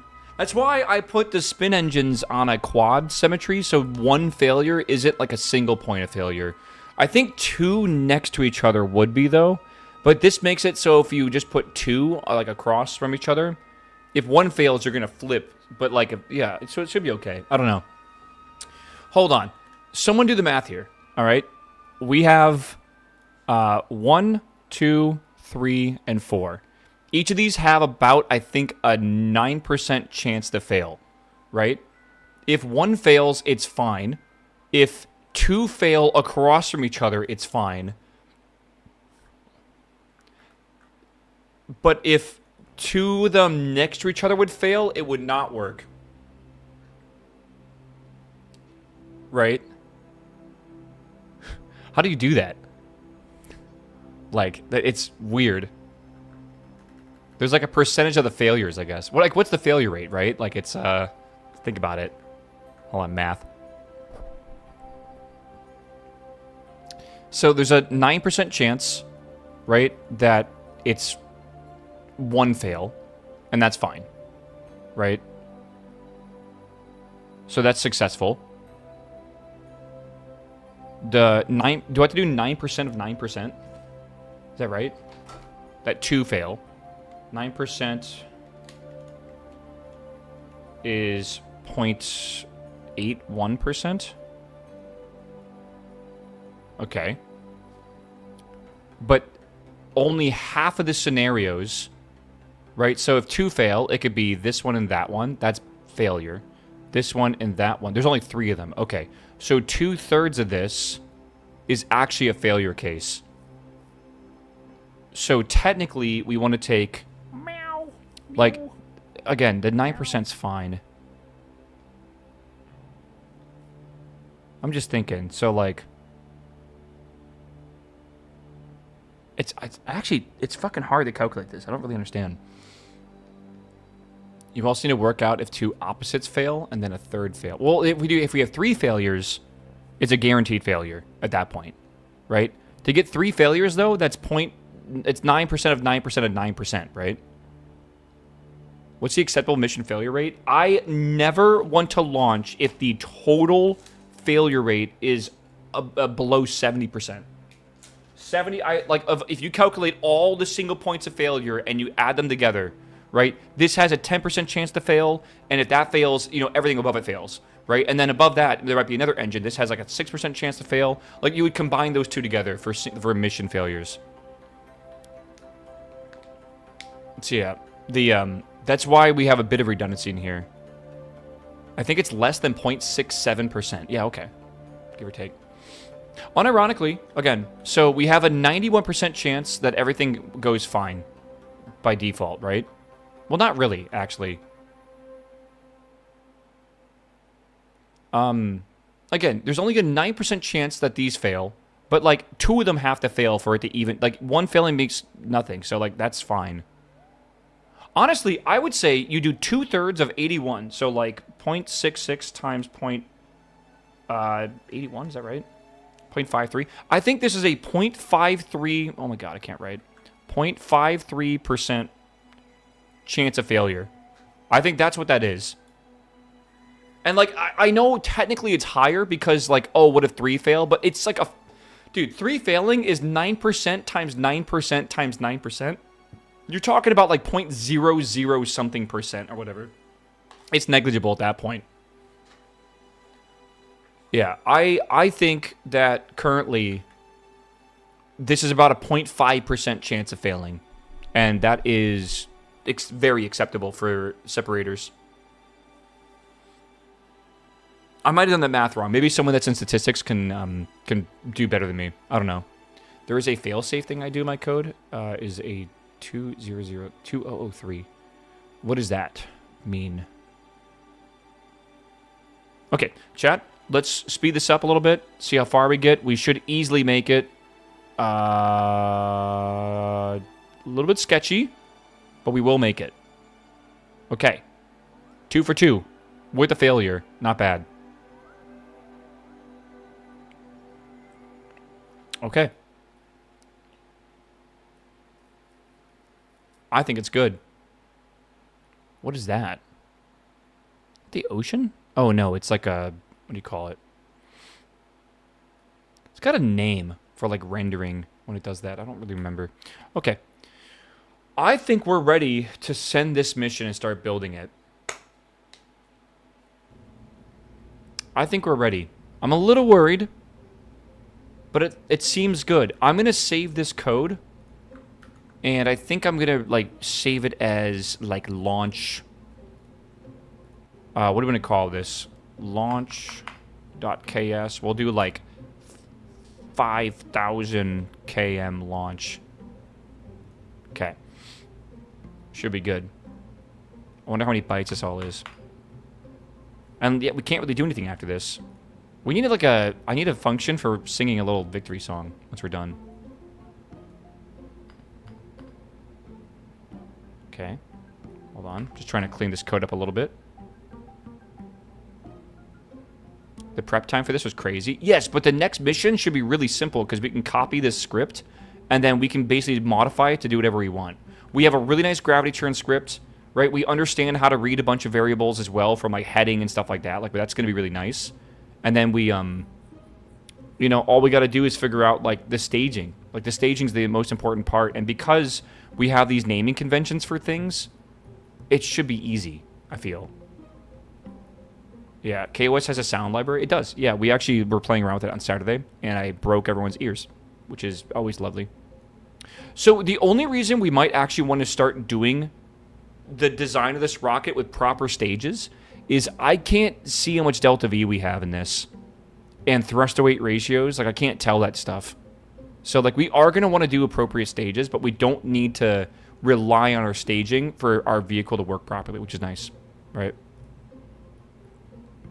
Okay, save. Let's think about some things. Are we okay with the color scheme? We have two options here, all right? If I want to tool this stuff, this is everything I would need to do for tooling here. Some of it's very expensive. This avionics is quite expensive for 23 tons. 7,000 to tool it. Depends how often we'll use this shape, but I guess we'll just try to get used to it. Right? Mirror, it's the stun lock you, alright? Alright, procedural fairings. Which one is that? Fairing decoupler off. Good. They get way cheaper if you turn the decoupler off, by the way. Where's that at?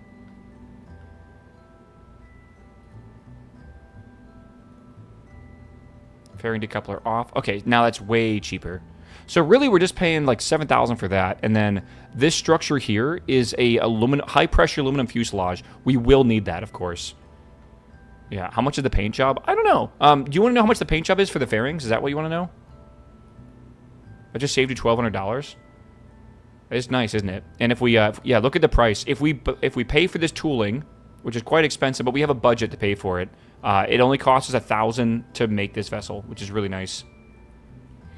And we can modify it in the future for, like, doing other stuff. It's not going to put a satellite in orbit yet. But soon, TM. It will. Are we good? I think we're okay. I think we send it. I think we tool all. What is the time to create this, though? 400 days? They'll get better. They'll get better as they make it. They get more efficient. And it'll probably go... Damn, though. We don't have a...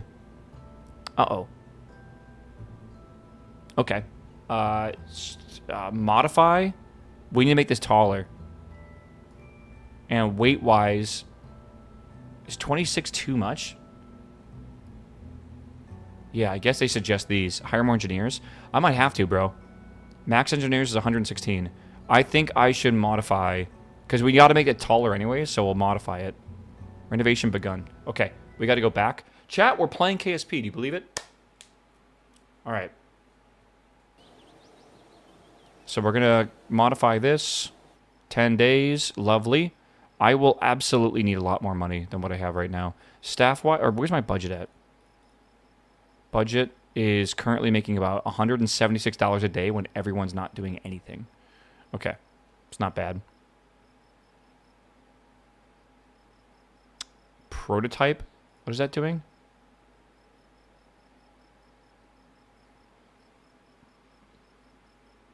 You should make a mod that gives people funds and engineers when someone gifts subs. Chat can literally fund me, bro. Are you doing an RP run? I mean, it's kind of RP, I guess, yeah. A little bit.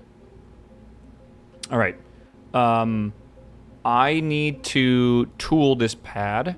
So we are going to... Why is it so expensive a part of this? Okay. I'm going to tool. Spending 11,800 on lock. Yes. Okay. We have now tooled everything instantly, which should make the time to integrate faster, but it's not by much, I guess. Which is kind of sad. I now want to... Why is this... Oh, that's why. Okay, there we go. And 6 days faster. How about that? 300 days faster. That's not bad. Now, I'm wondering if I actually was looking at the wrong launch pad before instead of the deli counter. I might have been. Yeah, at 50 flags, you should get a personal flag on the rocket. At 50 subs, sorry. Chat, if you want to buy a sponsor spot on this rocket, before I hit the buy button, all right? Or whenever you want to, I guess. I don't know where they're at. I swear I have stickers. I'm looking. I'm looking. Maybe I can't afford stickers anymore.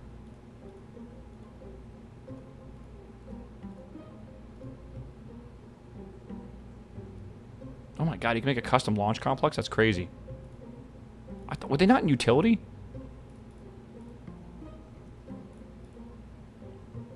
Structural? Oh, here we go. Yeah. Meow. Look at this. Meow. Look at this. All right. I can put this here. And that could be like, set text name. Meow. Yeah. Paid. Whoa, shit.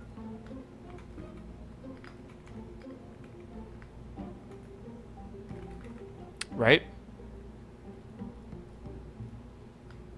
Right, we put that shit in the center. Everything's all fucking weird right now. Hold. Set color to white. Set to boom. Perfect.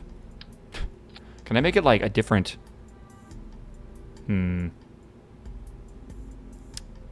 Where's the text? I want to do bold. There we go. See? Beautiful. So now when it blows up in the air, we can know who to blame. Alright? Which is perfect. I'm going to put this over here, I think. Beautiful.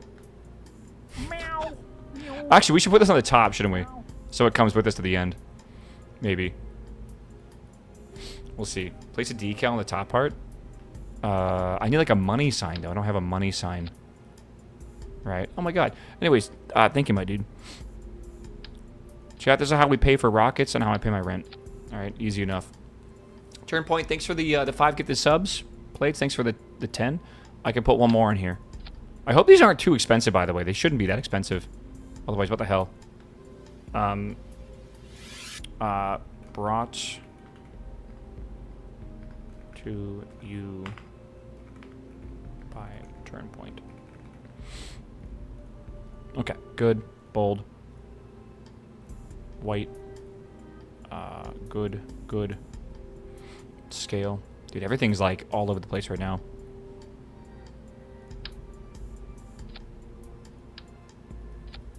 I'm sure it's good.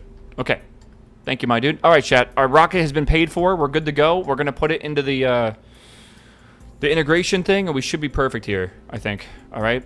We'll save. Again, I don't think we need tooling for stickers, do we? No, we don't. They cost 1 money. Oh, good. Okay, that's not bad. Yeah. It's all good. Here's some money for fuel. All right, you purchase a sticker. I'll put it here for you. That's your sticker. Thank you for the 50 cents, my dude. All right. We need to hit the buy button. We're on the right deli counter. And launch. We have to buy... Oh, yeah, okay. We have to unlock those parts. Okay, chat. We back out. We save. What's the mod that organizes the parts in the subgroups? It is called VAB Organizer RP-1 config. Yeah. I would like to make a full mod list of the mods I'm using in conjunction with the mod pack. I do got to check off like RP-1 checklists and stuff. I'm not really using it anymore. Okay. We have 4 days until this happens, and then also we possibly can maybe staff more. Like, I'm trying to think about our budget right now, right? Now that people are actually building stuff, we are about 107... yeah, it's about $107 a day of profit, which is good. So, I mean, like, that's fine, I guess. We could technically hire more engineers. The new, what do you call it? Like, the new thing here, the deli counter, can have 116, and we'll only have 67, right? So, like, I think they're building a thing over here. I could hire more. Do I want to hire more? Oh, it's so expensive, man. Let's hire 10 more. Meow. Meow. They're cheap. They're not really cheap, but they're definitely like... Okay, maybe we'll hire 10 more as well. They're not actually that bad. We're making about 80 bucks a day currently, which is good. That's with me paying for like everything, and that will reduce the amount of time it takes to generate, and then also they will get more efficient.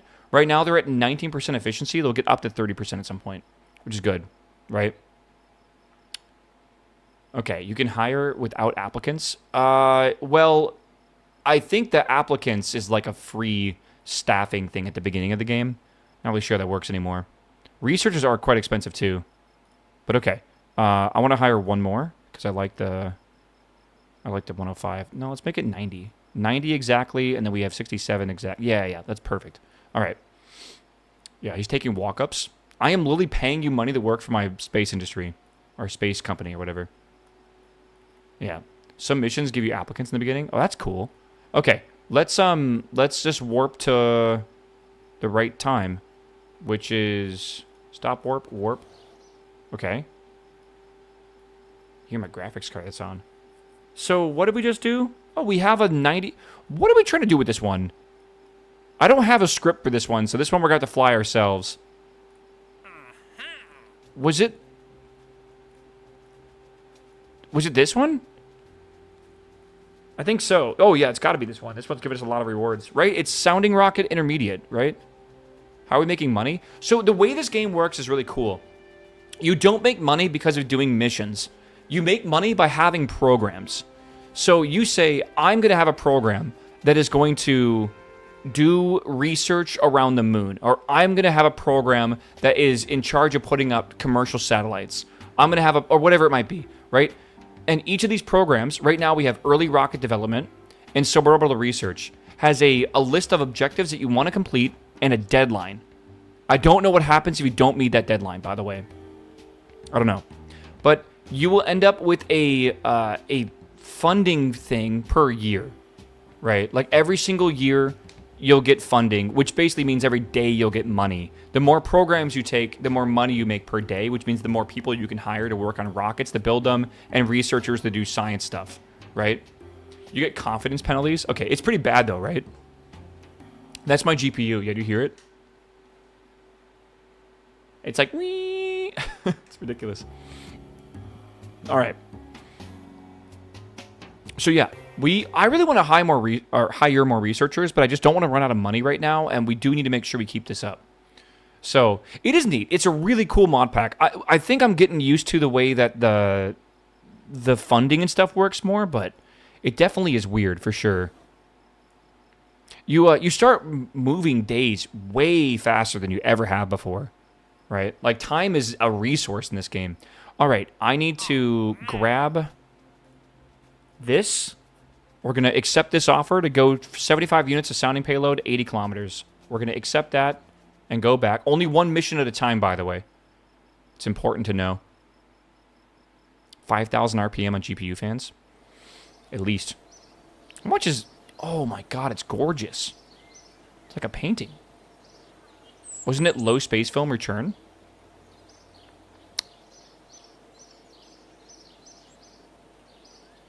Lightning Clash KM90. Hold on. We have technology. We have technology.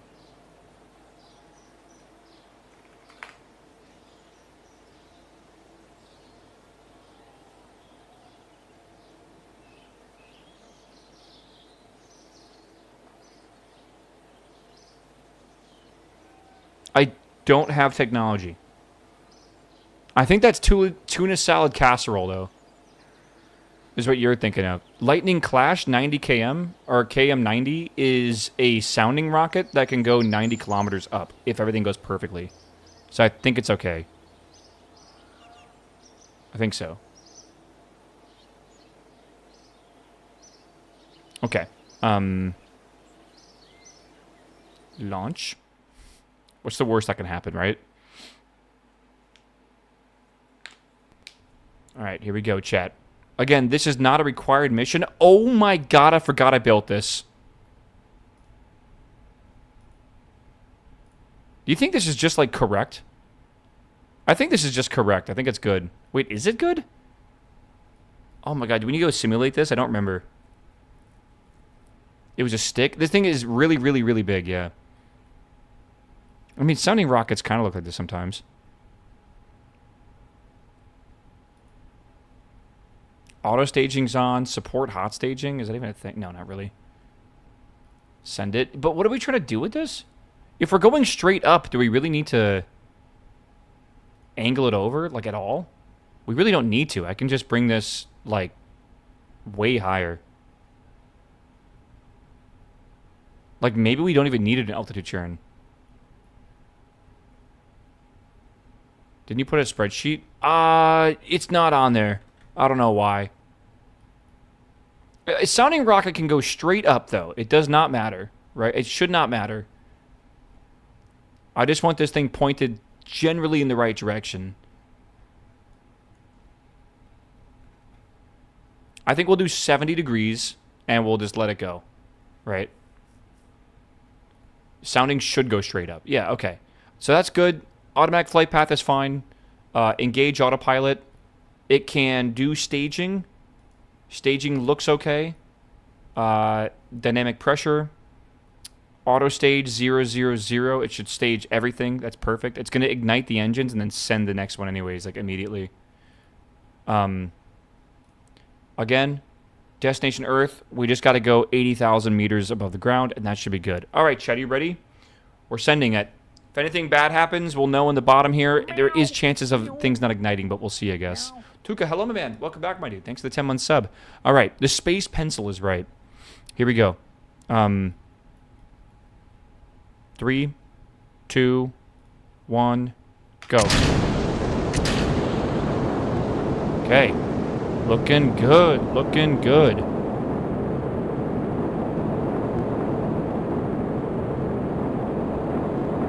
Okay. That's fine. Nominal.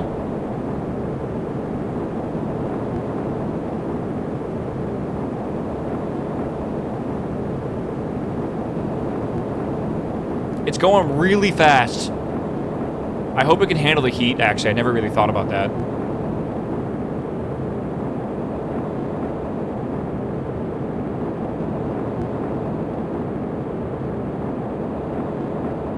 Again, it's a sounding rocket. It's supposed to go really fast. The TWR in takeoff is like 30-something or whatever. It's ridiculous. 30 TWR, by the way. Looks good so far. All right. Let's see what the 199 kilometers. Okay, so calling this the 90 km is incorrect, actually. This is way, way, way better. Oh my god, look at the turbulence down there, too. It's cool. All right, man. It looks good. God, this game's beautiful. This game is gorgeous. It's gorgeous, chat. You get some nice wallpapers playing the game? Yeah, man. I feel like you gotta appreciate just the game sometimes. Kind of blows me away. It's a bit too cloudy. No such thing as too cloudy, man. Oh, it would be cool if we can see like hurricanes and storms on the Earth and stuff. You know what's crazy, Chad? Again, this seems like we're close, but like, dude, look at this. I can't even begin to like think about how far I zoomed out or whatever. I can't even begin to tell you how we are like a little speck on this gigantic marble, dude. Like the Earth is absolutely massive, and us trying to get into orbit is going to be so fucking hard. Yeah, it's just like this is the most insane challenge you'll basically ever get to experience as a KSP veteran that's never actually tried the scaled up solar system. Good lord. This is 1-to-1 scale, yeah. We're still going up, aren't we? The rocket's so thin. Yeah, it needs to be thin. It's got to punch through the atmosphere. Someone in chat said you're about 2,000 kilometers or meters per 2,000 meters a second shy of orbit. Is that on the rocket that's currently being built on the Sonic Nightmare? I feel like it probably is. Okay. Because that one had like 7,000. Oh, nice. Temperature scan. I didn't even know we were going to get some science from that. That's cool. Why is it... Oh, we're at 140? This is the atmosphere, by the way. This is when the atmosphere starts in this game. Isn't that cool? Like, it feels so high. And again, the atmosphere technically never ends. It's just like a gradient.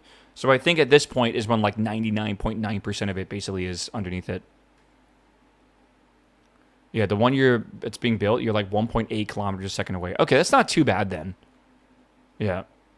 A separate atom for the nice sun. I think that's just normal. That should just be the normal RP-1 mod, right? Or the realistic solar system mod, I think. I did not download 16K sun textures, but I did download 8K sun textures. Is it much better? A lot of lens flare. I think it's baked in, too. It's kind of weird.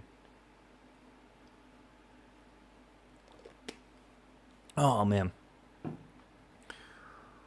Oh. I looked away for like 2 seconds. RP-1 should have nothing to do with that sun. You sure? You sure about that?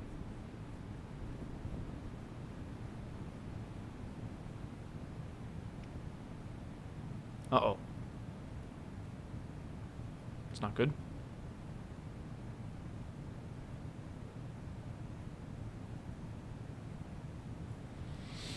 I think now that we're under terminal velocity, we're going to have to destroy this, so... Range safety. I don't want to hit in the ground and blow anything up by accident. Alright. Remind me, though, for future crafts, by the way, I really want to set the abort button up to do that range safety, now that I know that I can. Should be good. Alright, that's done, and we completed the mission. So very nice. Chat, we did it. Congratulations. Congratulations. Alright, so that is done. Let's let them finish the launch pad. They got to refurbish the launch pad real fast. Okay. 81 days until Sonic Nightmare is ready to fly. What can we do in the meantime? We do have a decent amount of this. And we could potentially get some more. Not the administration building.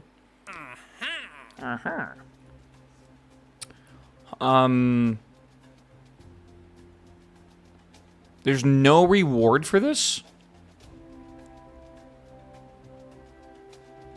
Weird.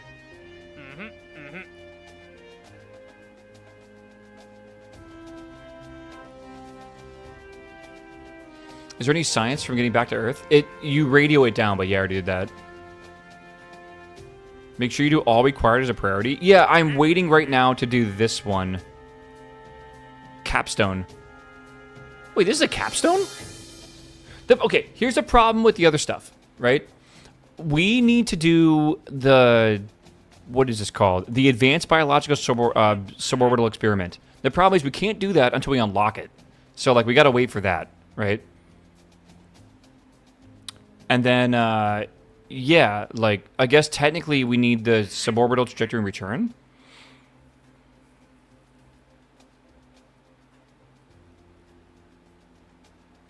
Send a rocket out of the atmosphere 140 kilometers and return it, at least some of the craft, back to Earth intact for study. Oh, dude, we could basically just do that with the rocket we just made. Kinda.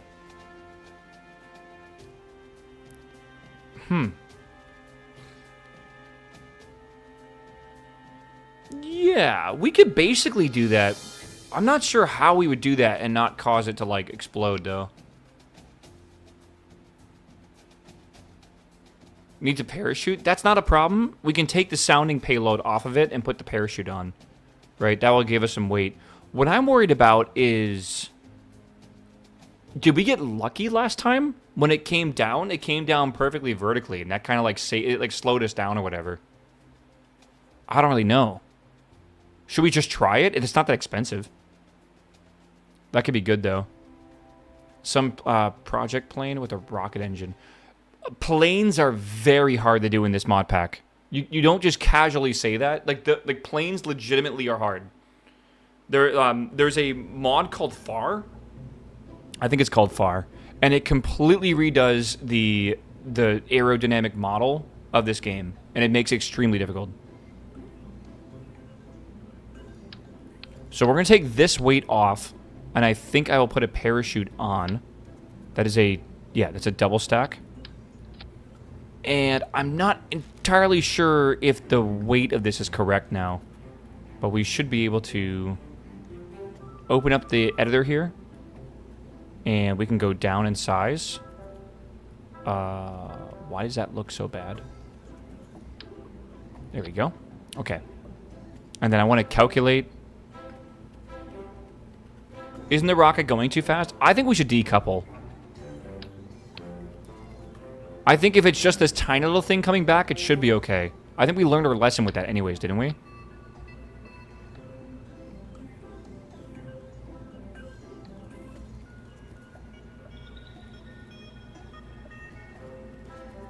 Small is expensive. It's $400. Yeah, but it's a capstone mission. It's very important that we do that. Right?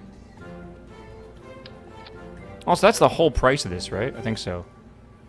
Okay. So this can actually bring it back. We're going to have to test it out, though, if it works. This is opening at 5,000. Let's just see if it works. I have no idea.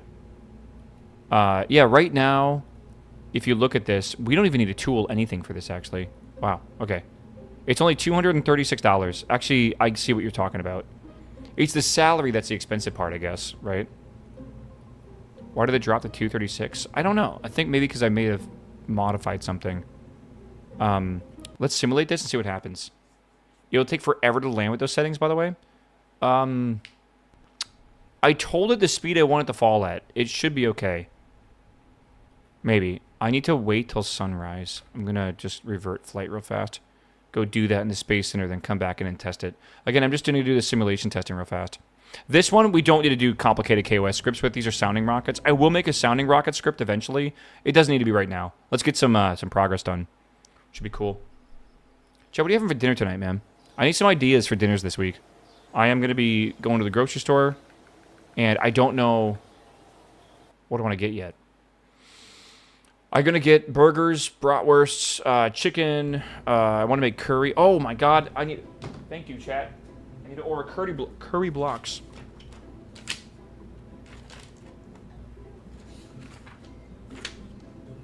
Hold on.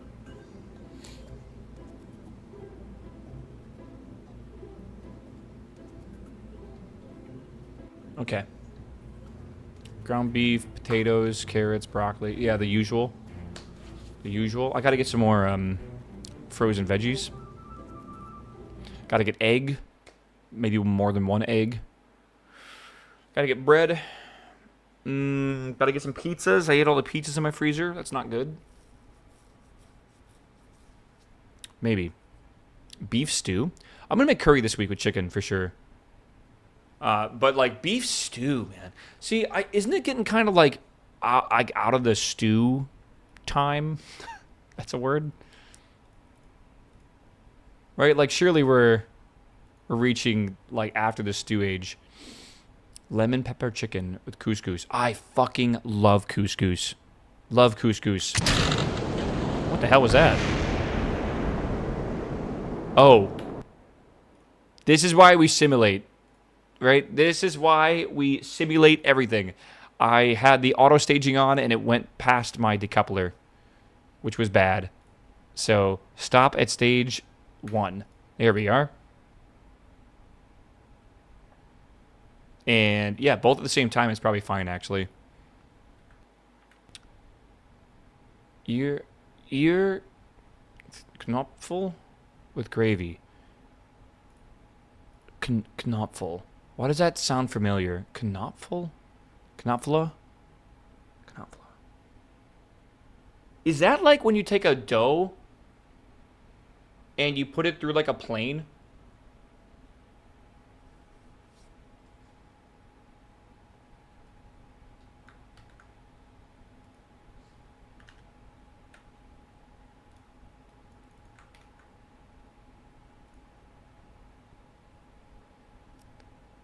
I call this Spätzle.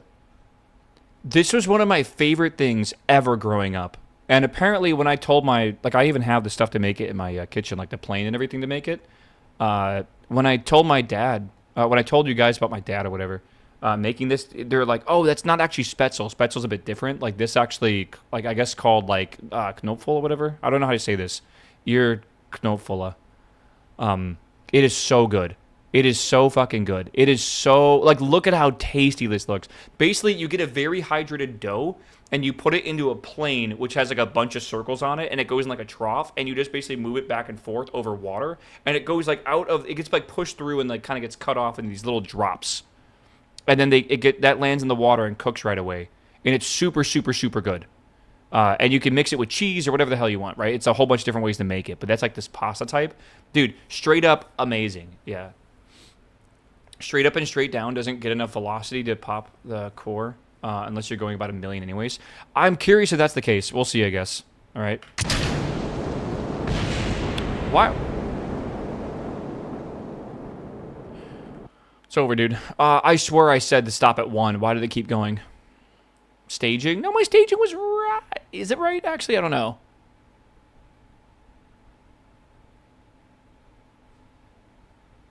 Oh. Oh. Oh.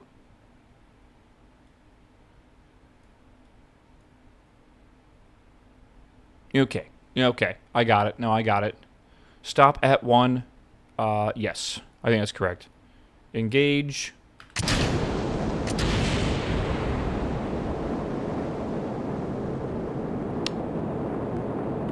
Let me go back over here. I think I gotta fix my staging in this. I think we're supposed to take off immediately.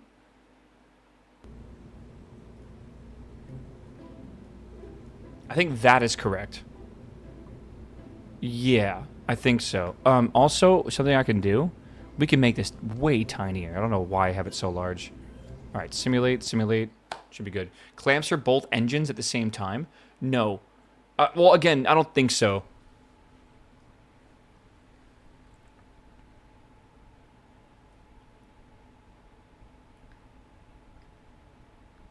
Why does this look wrong?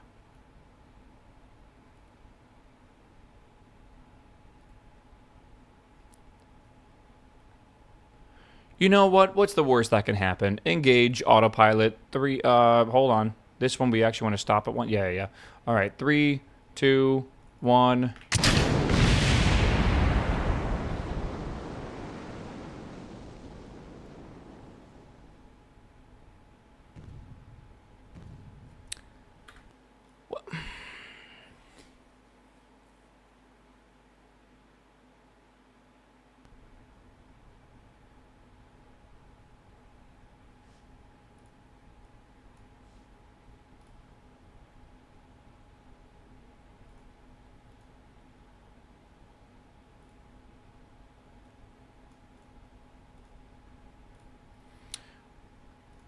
I think you changed the weight without reattaching things. I don't think so. I think I just had things incorrect. All right, 3, 2, 1, go. It should be okay. The fin should be okay. As long as it's going up, it does not matter.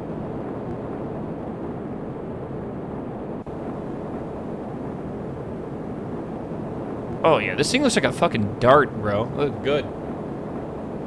Hell yeah. Okay. Cool. Fluffy clouds.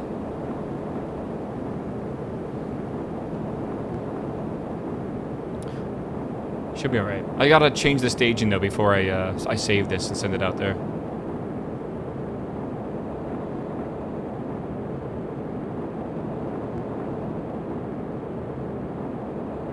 It's like a javelin, yeah. Again, this needs to go above 140, I think.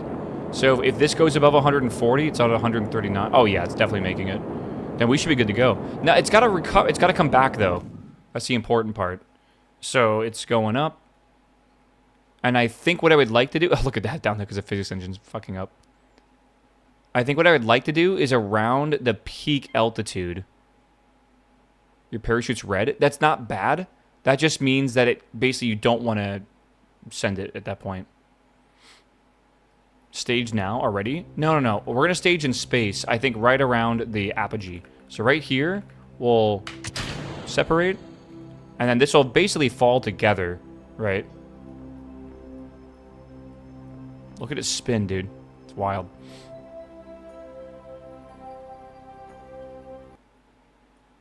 Okay. That music's only for when you're in space, and we're not in space anymore.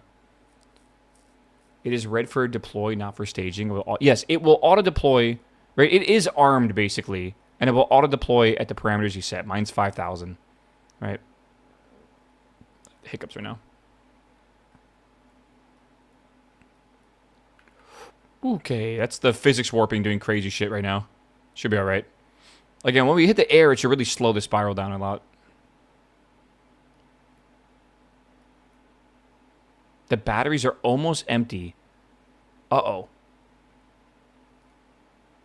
That might be a problem, because I think if that's... Will it deploy no matter what? Does it have its own internal batteries?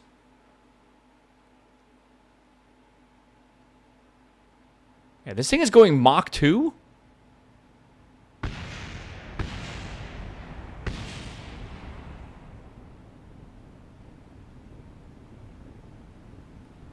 Oh my god, the shaking is crazy.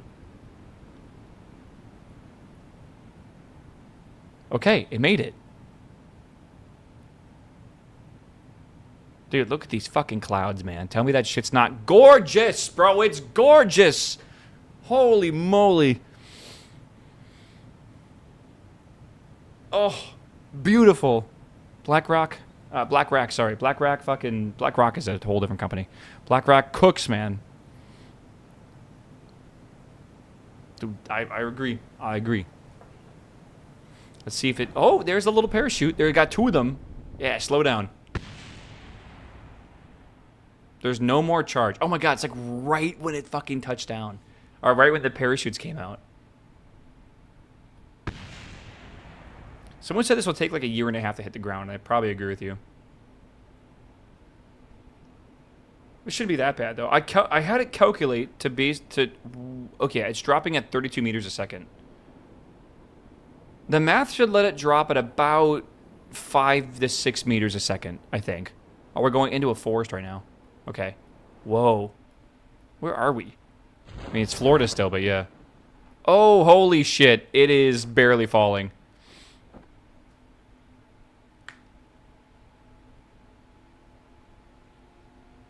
Oh my god. Even at 4x speed, we would be here. You can cut a chute? Can I? Spare chutes 5? What the fuck do you mean spare chutes 5? What the fuck does that mean?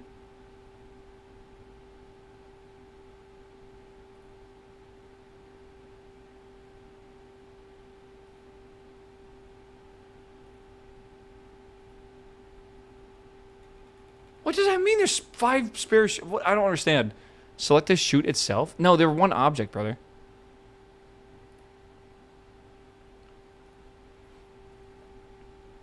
You cannot cut a chute without charge, I think. I probably agree with you. Okay, I mean, it's coming down. It's just slow as fuck. Let's go back real fast. I can increase the battery. We have the technology. I said I wanted 50 kg. I actually want 100. Whoa. Okay.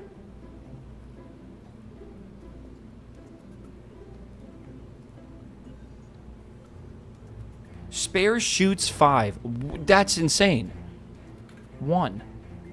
I don't even know that was a thing, by the way.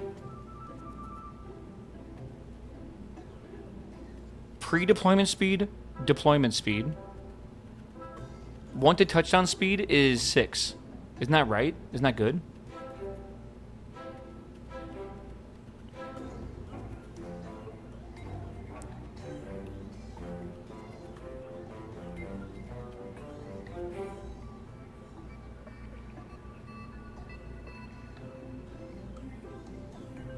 Auto cut speed. I don't know, man, right? I think this thing just weighs like nothing. That's why it falls so slow.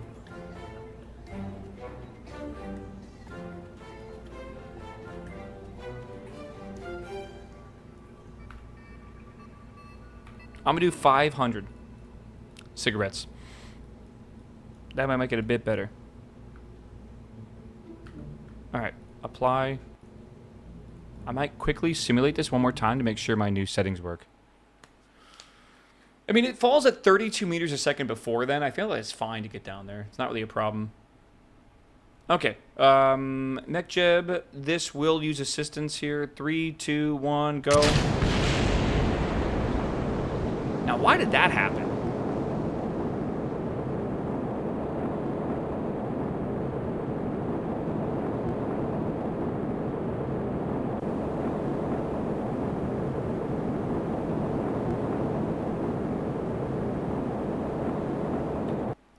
Oh my god, wait a second. I think you're right. I think I need to do this math. Like, I think I need to, like, disconnect this. And then do this, and then apply. Okay. Maybe that will fix it. Right, this needs... Okay, so now you're saying... What is happening here? Oh. Oh. Oh. Oh. Oh. Oh.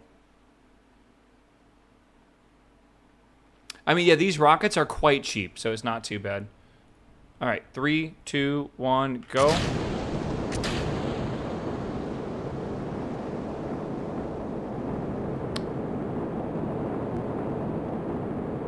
Huh.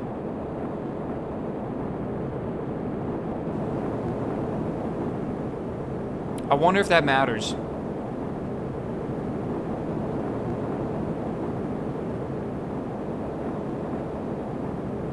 Is this like vertical enough? This might not be. It cannot be.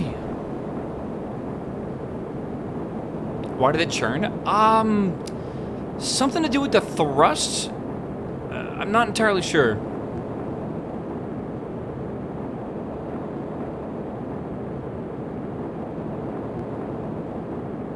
Yeah, maybe I want 0.5 seconds between stages. Or like, is it hot staging? No, I think it's just 0.5. Yeah, probably. I think we should try again. We got to get this to work properly so I can just hit the button and just go. Okay, engage. That's pretty good. Yeah, it's pretty good. Okay. This is only going to get but so straight because it is pretty damn heavy. Right? No, the mount is not glitching into the main engine anymore, thankfully.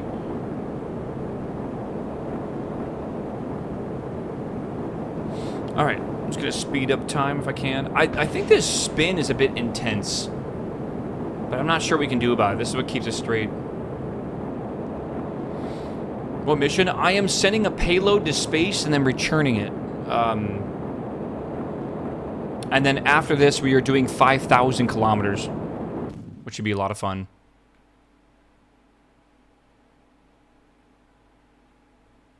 Yeah, but the problem is my main engine does not start up immediately. My main engine takes a little bit of time. And that's why we're doing it that way. So yeah, this needs to go up to 140 or whatever, and then we're going to separate, or at least above 140. So we're almost there. Okay, so now we're above... Hold on. Okay, we're going up to 240.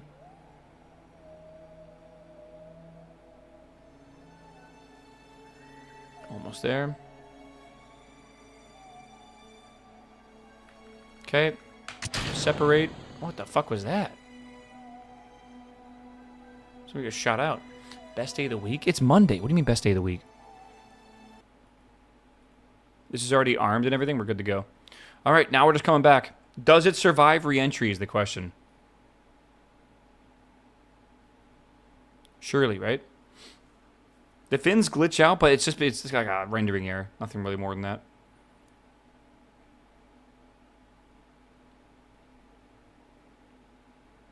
What a week. Patty, what a week, man. It's 217 already, Patty. Battery. Should be fun. Battery is looking very good. We still have 50% of it left, which is wild. Can you reduce the chute size? I did, yeah. By a lot. Okay. That is a little sketchy when that starts happening, by the way. I think it can bug out and break your craft. So we're going to try, when we actually do it for real, we'll be a bit more patient. But right now, I want it on the ground so I can confirm it works.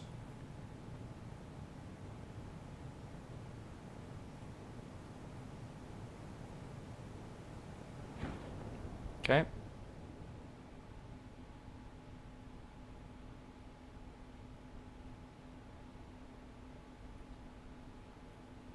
The way it's falling is so strange. It's wagging its tail, man.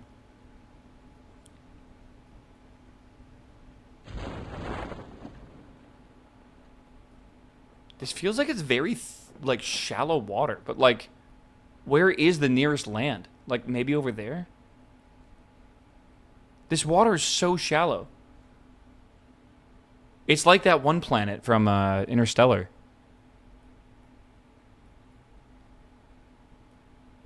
Oh, that'd be so eerie, by the way. Like an entire planet just covered in water. Oh, shit. Well, it's lost forever now. Okay. I mean, shit, dude. That looked pretty good, I think. Right? I think we revert and we start building it. Miller's planet? Yeah. Okay. I'm going to save this. This is... OTA, out of the atmosphere. Save. Okay, I want to go big bang, sorry, big boom, bang, boom, bam, boom, pad alpha 1A2. This thing is within the tolerances of that, so we should be able to build and send it. Do I need any tooling? Double check. No. So, launch. Okay, it's being built. Let's leave here. Okay. So we have 16 days till that's done. I think we just wait now. See what happens. And then let's roll it out. And we got to make sure we go grab that mission before we do this. Okay. So we're ready to go. Wrong building. We're going to grab the recovery. This one. So required. Let's make sure everything's good here. Yeah. Looks good. LTGM. Let's go to Suntime. Oh my gosh. Okay. Out on the pad it is. Can we put more science in this thing? I don't know. I'm not really sure, honestly. We can kind of see what's going on with it with science. I'm not sure what's out there, though, right now. Are we ready, chat? Are we ready? Engage autopilot. I think we are ready to go. Everything looks the same as before. All right. Here we go. Don't blow up. Please don't blow up. All right. This is like one of those for real rockets.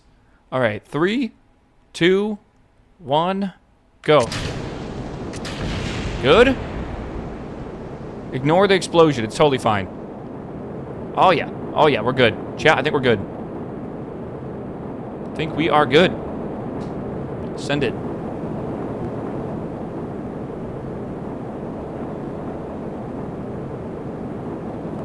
That'll be a mystery how high it goes.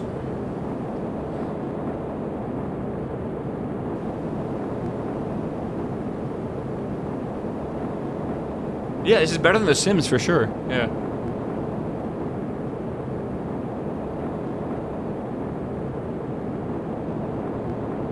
I think that explosion's a little bit of a RNG moment.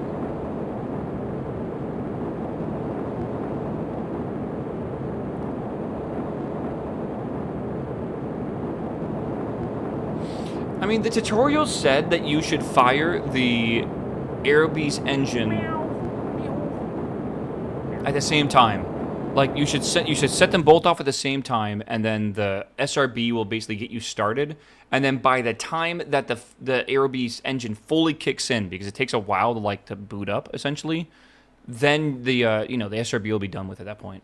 I might be wrong about that, but I thought that's kind of how it worked. I don't know. Joshua, thank you for the sub for 14 months, my dude. Welcome back. Jagged, welcome back as well, man. Good to see you. Rail Cowgirl. Wait. Is that the real... Hold on. I wasn't even really paying attention to my YouTube chat too well. Yeah, we're going to do more than 2 missions. Is that like the Rail Cowgirl? Chat, you know all the train videos we watch? Or we used to be really into them. Remember in the morning, we'd always watch like POV videos of trains? You definitely remember this. Before we started watching a lot of the POV walking videos. Yeah, I don't remember the guide off the top of my head, but I'm willing to tell you to do this is better if you don't lose anything from trying in the simulation. Yeah, I guess so. I can try again. It's all fine. Derail car... Dude, I'm telling you, man. It's a celebrity in my life. I remember Norway. Yeah. There's not many people out there that make POV like footage of like riding trains. Like it's just not a thing, really. Right? Like the walking videos in Japan are really popular now, but like I love like the Japanese countryside or Norwegian, Swiss as well, like all the trains and just like putting a camera right in the front of it. That shit's peak, man. Meow. Meow. Yeah, Hack, what's up, my man? Welcome back, my dude. Make sure your hot stage is 0.5. I have it at 0.5, but that might be too short. It should have maybe been 1 second. Actually, I don't even think I have a hot stage yet, now I think about it. But yeah, I think I know what you're talking about. Maybe I should have had hot stage set up. We're going up, chat. I'm going to speed up time a little bit, and I'm going to go over here. Okay, we're up, and here we go. Separate. And let's just see what happens. The parachute is deployed, and the number should be set correctly, so we should be all right. Chairman, what's up, my man? Welcome back. 30 months, my dude. Dude, my voice is hurting. Oh, God. It's already been a 7.5-hour day today. Okay. Chat. Rage. This is one of the capstone missions. I guess it's not a capstone, but it's a key required mission we got to do. Then I think we only have 2 missions left. One, we got to go 5,000 kilometers downrange. We spent all morning working on that one, and we're ready to do that after this, once the rocket's built. And then once the science is done, we can make another rocket that will take an advanced biological study, and we're going to be sending that to space as well, which would be cool. Yeah, I got to see.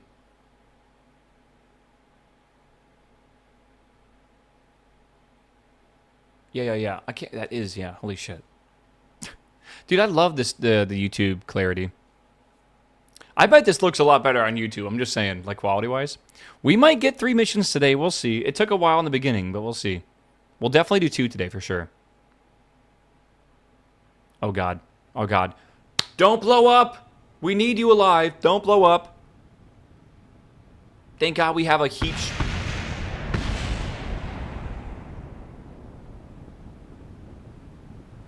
It's fine. It's all good. No, it's fine. That was the rocket next to us blowing up, and it's not a problem. All right.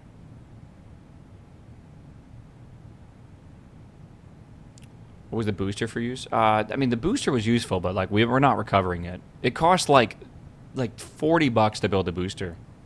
It's just not worth trying to recover.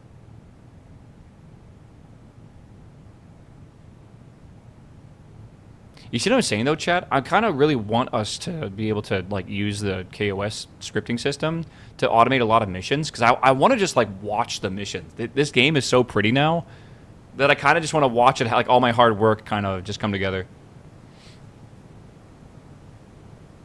Uh-oh, I see the ocean. Okay, we have 2 chutes. We're good.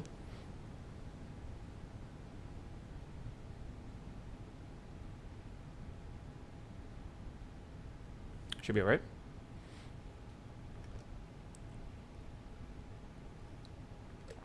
We're still spinning, but I can't stop that in any way. Imagine the first moon mission. That would have to be at least some way manual, but man, that'd be crazy, I feel. Automation is kind of immersive running a space program. I mean, yeah, but also, you don't have to do it. Right, like you don't have, like, if you want to play RP-1, don't feel like you have to program stuff if you don't want to. Valorant daughter or League of Legends son. End of life is not an option. Damn it, you already chose my option. Arulis. Let me think here.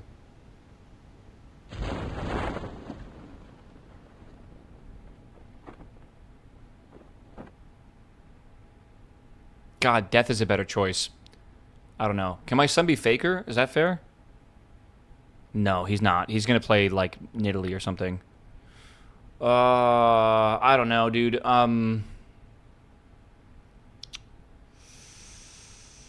He's gonna peak plat. Fuck. Okay. Well, he mains Caitlyn. I don't know, man. Look at how fast the fucking parachutes are spinning, dude. Oh my god.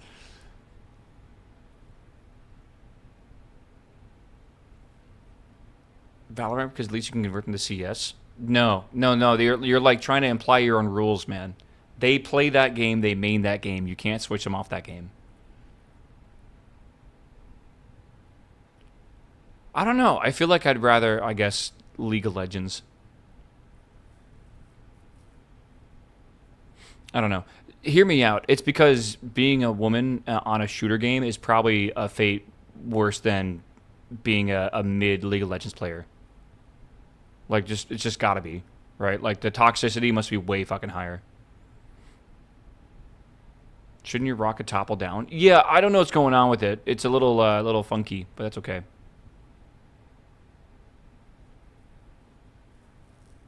Chat, did you hear the... Did you hear Mr. Beast's question that he put on Twitter? And everyone went fucking crazy over it. All right, recover vessel, recover. Let's see if we got that mission finished or whatever. Oh my god, the red button, blue button shit. Oh my god, dude. People went feral over that, man. Any blue buttons in chat? I believe I'm a blue buttoner. I'm a blue buttoner, even though everyone says people that are blue buttoners are stupid, right? You haven't seen it? Tell you more. I can get the tweet up real fast. It's very stupid. Let me just tell you that. Let me just double check here. Hey, we did it. Suborbital trajectory return. Hell yeah. So we're going to do the 5,000 kilometer milestone next. And then we also need to make a rocket for the Advanced Biological Survey.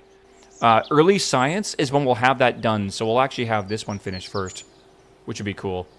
Okay. Yeah. Check this tweet out. This is a hilarious... like social experiment that in my opinion worked better than he ever could have hoped, right? Yeah. Everyone on Earth takes a private vote by pressing a red or blue button. If more than 50% of people press the blue button, everyone survives. If less than 50% of people press the blue button, only people who press the red button survive. Which button would you press? I'm a blue buttoner. Yeah, a lot of people say that, like, you can be a red... If you choose the red button, right, you have a chance of killing people, but you're not the one killing people. It's the game's creator that's killing them, and it's your safety net, right? Blue are people who believe that people would see it in the way where... No one has to be at risk if we all just don't vote red, basically, right? The best analogy I have seen for this is there are a bunch of people stuck in a river, or like in a river that is not flooded. It's like an empty river, right? And the people voting for blue are voting, let's not flood the river, right? And then the people that are voting red are like, I want a life jacket. It's like it's kind of weird to correlate it, but like the problem never even exists if you vote blue. But yet people are worried about people. I don't know. It's so complicated, man, because everyone was arguing that red is the only choice to make. And it makes no sense to choose blue because, like, by choosing blue, you're purposely putting yourself at risk when red has literally no risk whatsoever, right? But that is only if you feel like, what if you put red on, but you still got less than 50%, like in this one, or like maybe whatever it was, maybe red was like 51%. Would you feel guilty for everyone else dying? I guess technically you're choosing that problem, or choosing the button, not knowing a lot of the context behind it, but red is just the best choice if everyone votes red, which will not happen, so blue it is. It's, again, I don't think logic works really great here for when you think in large groups. Yeah. Red, yeah, I think it's funny because I don't understand why you would not choose blue. Right? Like, I feel like it's such a simple thing, right? Like, just choose blue. It's not hard at all. Right? No one has to die at all if you choose blue. No one even has the chance of dying if everyone chooses blue. Right? Red is like, oh, I'm so afraid that I'm going to basically risk people's lives, essentially. Even though I'm not going to feel guilty because I was free from the penalty of them dying, even though you literally chose, which kind of implied them dying in the first place. Right? Do you trust other people?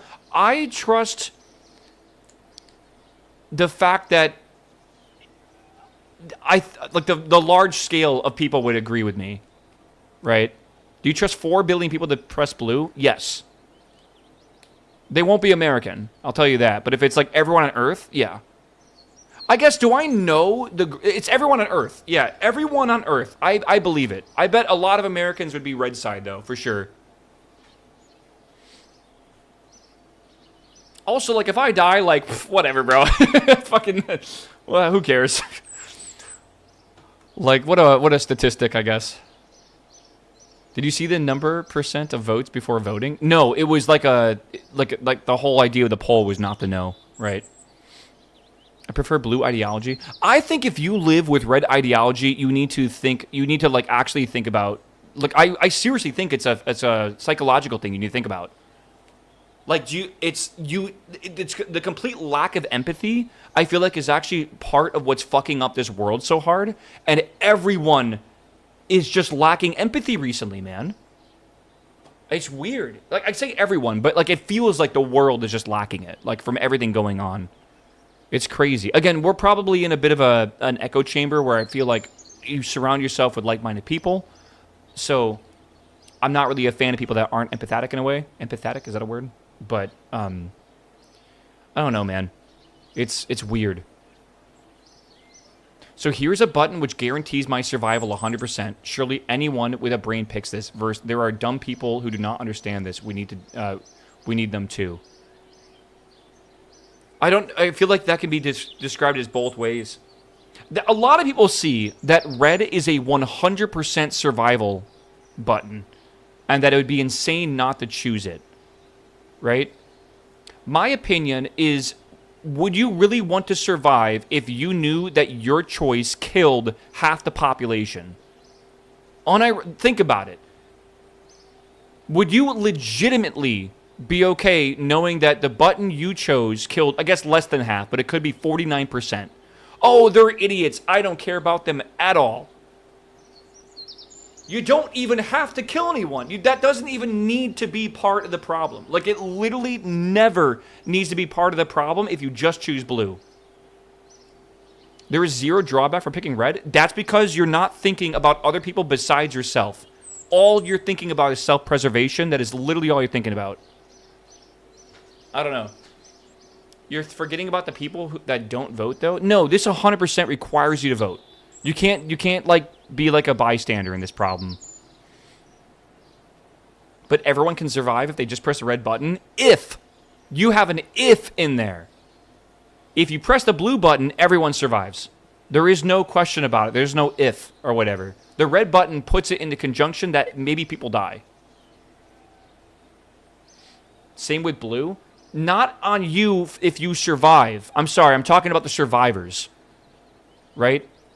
If blue survives, everyone that hit red knew they could have killed people, right? But blue is like, don't worry, idiots, you're coming with us, right?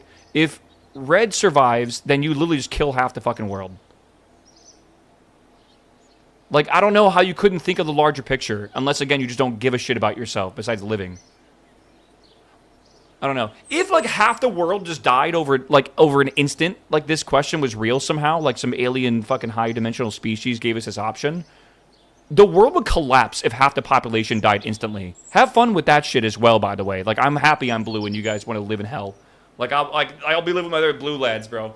Like, that's crazy to me that you'd even want to think about that. I don't know. No, okay. Unironically, whatever you choose, I feel like this was not supposed to be as good of a question as it was.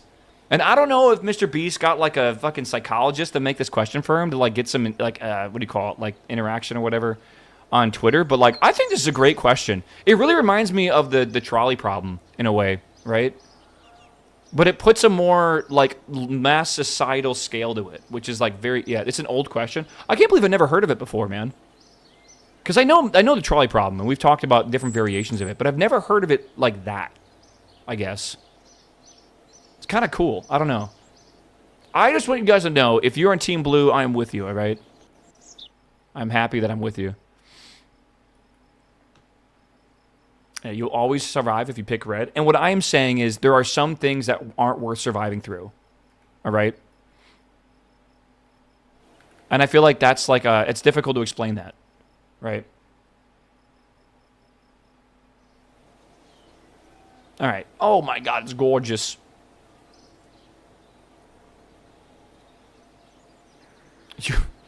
I do. Hold on. It's, dude. Are you here, Willis? Can you hear me? I don't have the CCAN list yet. I can try to get one to you. It's the problem is, it's called RP-1. You don't even want to play this, Aurelius. You don't want to. I got programming up for. You don't want this. You want the other list. I do. Oh God. Okay. Go into CCAN and type in RP-1 and install the Express installation. Just install this one mod, and it will install like 95 mods for you or something. Yeah, I'm telling you, man, this is like the most complicated shit I've ever played. Okay. We are basically just waiting now. No, we're building the 5,000 kilometer one. Okay. That is still 58 days out. Can we do another mission?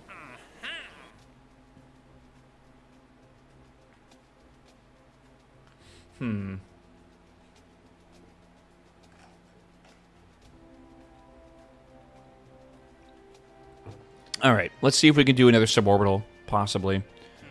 No on that one. No on that one. We've already gotten all the rewards, I guess. I don't really want to do this one either. We can do... Oh, God. We can't really do space, can we? I need a much larger rocket for that. You have 4 empty liters? No, I don't. I don't think I do. I have 4 empty liters, but I need to finish this first, don't I? Wait, what? Yeah, every column, when you unlock it, you get a new liter, right? You get 1 per column. Yeah, and I haven't unlocked basic rocketry yet.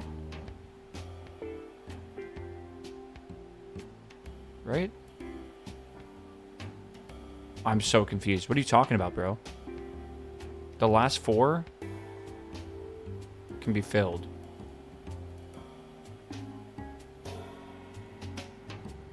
What? Oh, shit. Wait, can I just choose these? But, like, what is this one here? Launch a site? Hold on. What? I've been playing on, like, insane hard mode. Are you kidding me? When did I unlock these? Are you actually joking? I'm losing, like, 40% integration speed. Every mission you unlock some. Is that true? Holy shit. Okay. 8% to flight research speed. Minus 13% funds cost of air launch rollout. Minus 10% to integration speed for cockpits. Okay. 12% speed to solid rocket engine research speed. We want to do... Okay, I don't really know, though. Integration speed of solid rocket parts. Hey, Carmen. Holy shit. 6% to solid rocket engine research speed. 6% to flight research speed. Flight. Okay, I think we do... Betty. They also have negative buffs. Read those. Yeah, but I'm not putting in cockpits right now, right? So we should be okay, I think. So I'm going to do this one. And I can remove them when we start doing human flight. Maybe. All right, what else we got? Why does Betty's name sound familiar? Well, I mean, all these people are famous people, but why does it sound so familiar? What was she famous for? Bell Aircraft Company. Holy shit. She was one of the first computers? Okay. All right. So...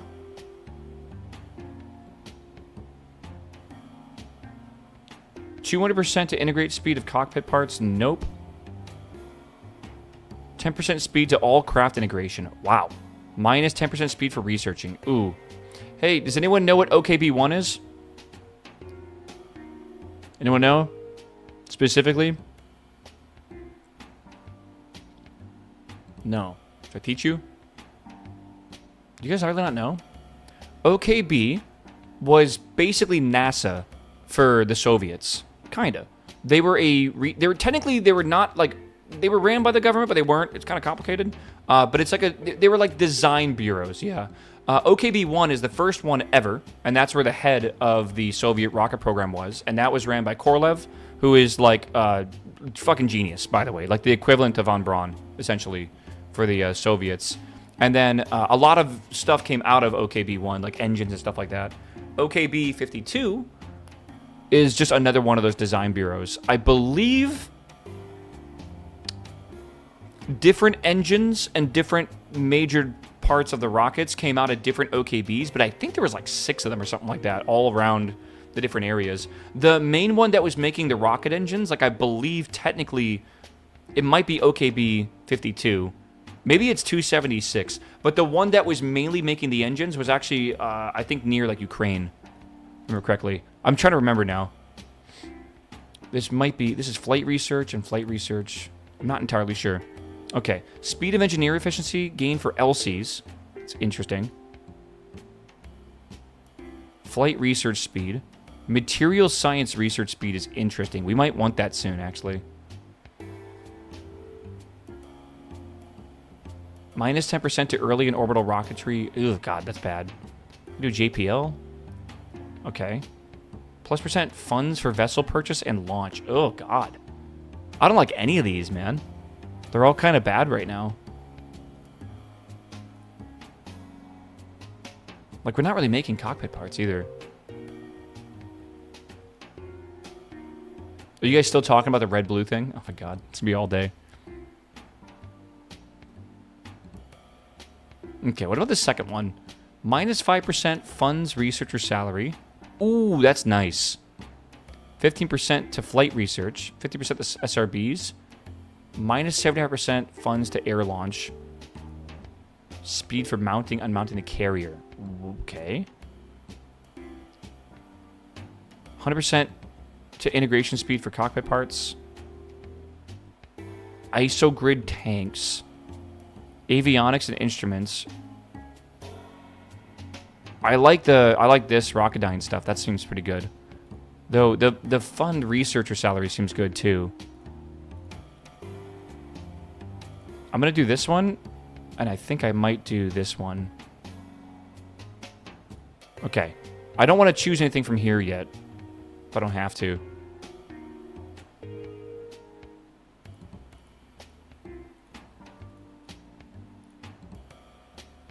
Okay, I think it's good. Okay, we got more people at least. I didn't know that was a thing. Okay, and I don't think we have anything we can do yet, like mission control-wise. Again, we really do have to wait. That's done, and that is done. Again, we could do... Oh, no, okay. I guess we're going to wait on this, too. Again, we could do this, but that requires a big rock to be made, and I don't want to do that right now because we're already using the LC. This we're waiting on, and this we're kind of waiting. I think we just wait the time, man. The 5,000's coming up. We have 58 days until it's ready. We currently are sitting at a budget of plus 120 a day, which is probably a good thing, honestly. But yeah. Oh, you know what I can do, actually? Hold on. Staff, I can go to this, and I can remove the people, and then go over here and increase it. And now it will go even lower at 49 days. So I think it's okay. Should be okay. Do we want to try to increase the amount of researchers that we have? We have about 102 balance a day, which is good. So I'm thinking for researchers, we could maybe hire 10 more. And we'll see what's up about that. Maybe that's good, right?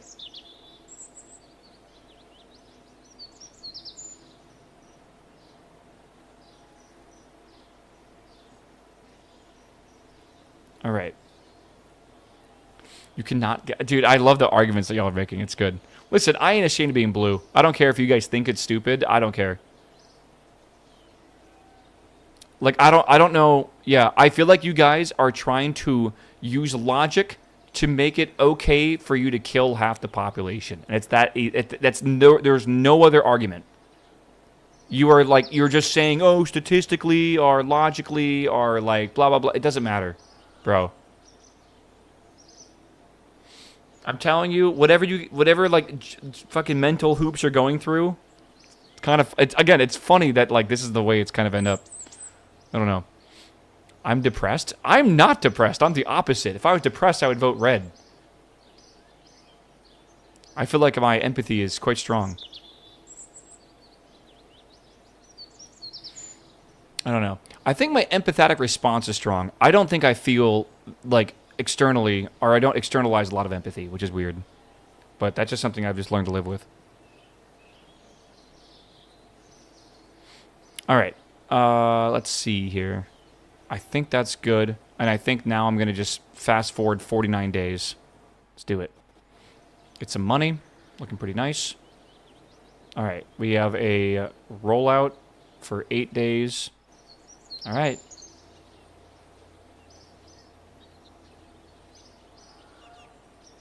Okay. The trolley problem is supposed to raise a lot of moral questions, too. And I feel like it's totally fine, man. Like, I think it's absolutely fine that you, like, maybe flip-flop or maybe think about it or maybe, like, you just don't understand. It's supposed to be complicated, man. What is that? Oh, it's so tiny. Okay, let's make sure we go to mission control and accept this capstone mission initially. 5,000 kilometers and accept. All right. Chat, we have our mission. Let's go to the launch pad. You guys ready? Are you ready?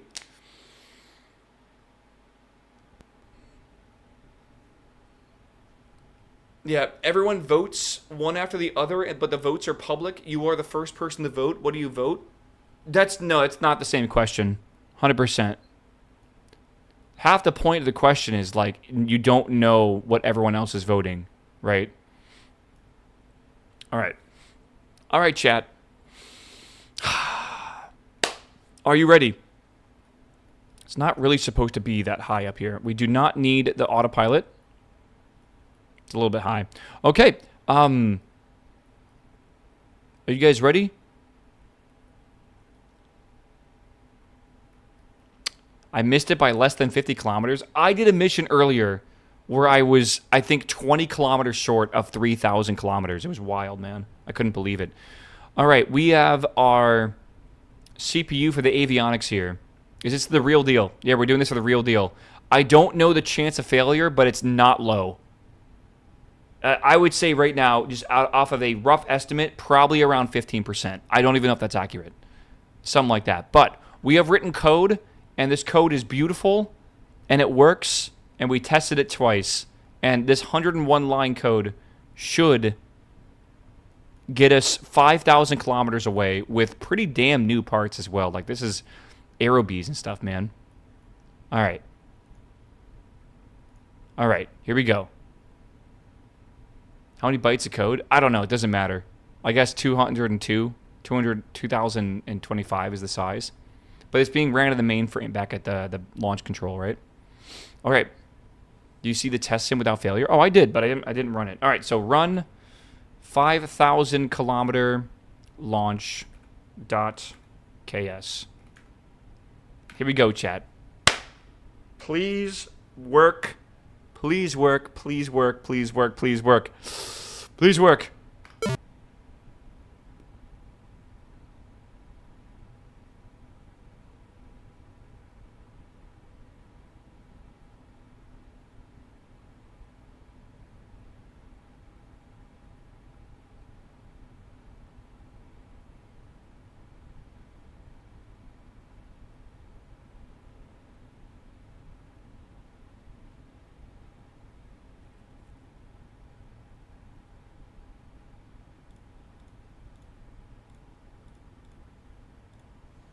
What?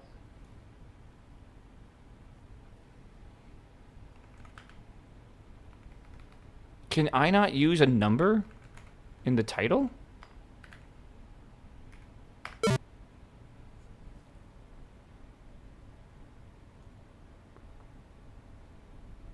Expected file indent or ident or string.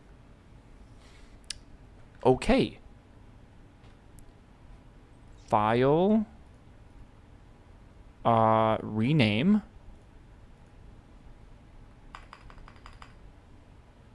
Big launch.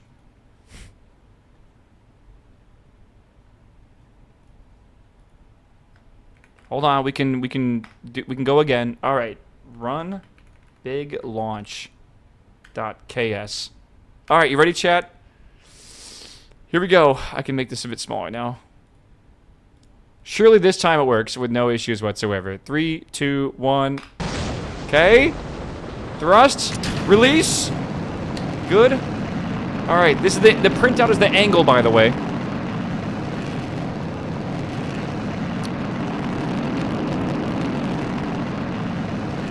We've done some pretty wild stuff. Like this entire algorithm is like plotted out on Deimos and stuff, and we've articulated that to like a steering churn and like a whole formula and stuff. So it should be working pretty well. Should be.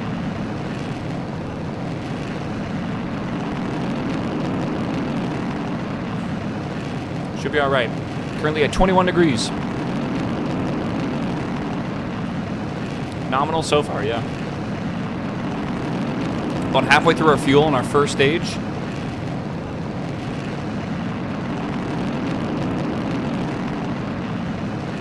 Yeah, well, this is going downrange, so it's like much far. Like this is gonna go like a million kilometers, 1,000 kilometers up, which is like in altitude, which is huge.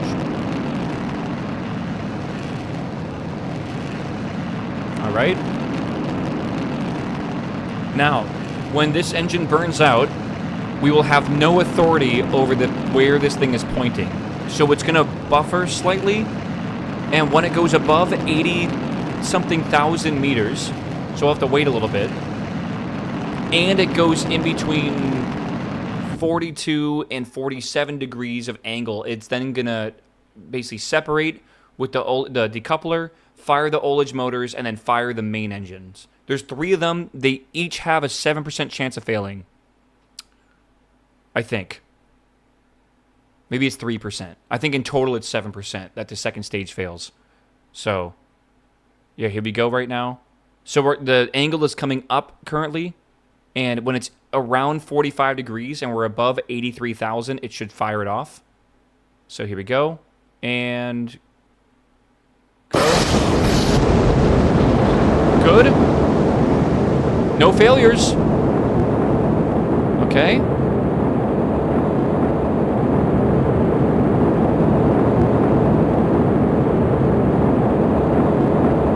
So far, so good, Chad. Nominal indeed. That number being printed out is the thrust currently.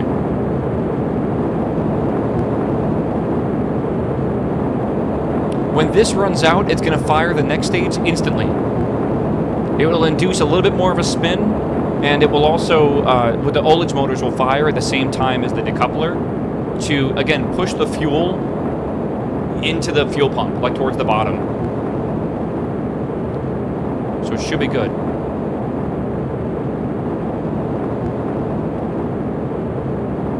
Okay, about to burn out here. There should be a little bit of residuals left. And here we go. Okay.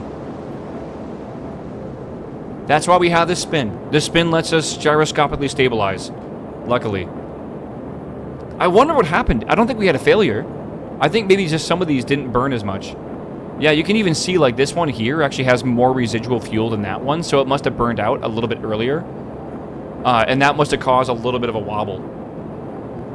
Again, I think we will be able to guide these things in the future with actual like gimbals, RCS, puffs of gas, and stuff like that, which would be really cool. But for now, we got to stick to the basics. So, it is what it is.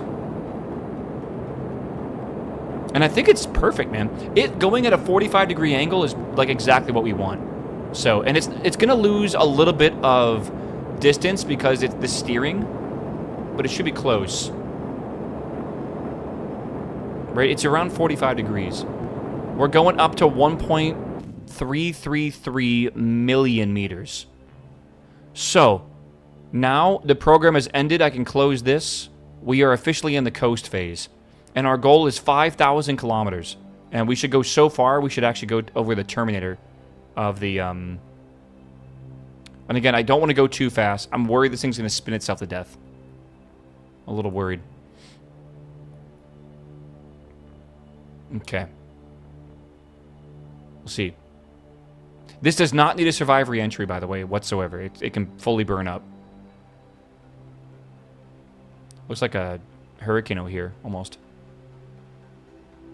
We are already at 1.5. I don't feel like we're going to make it. I might be a bit negative here. I don't know.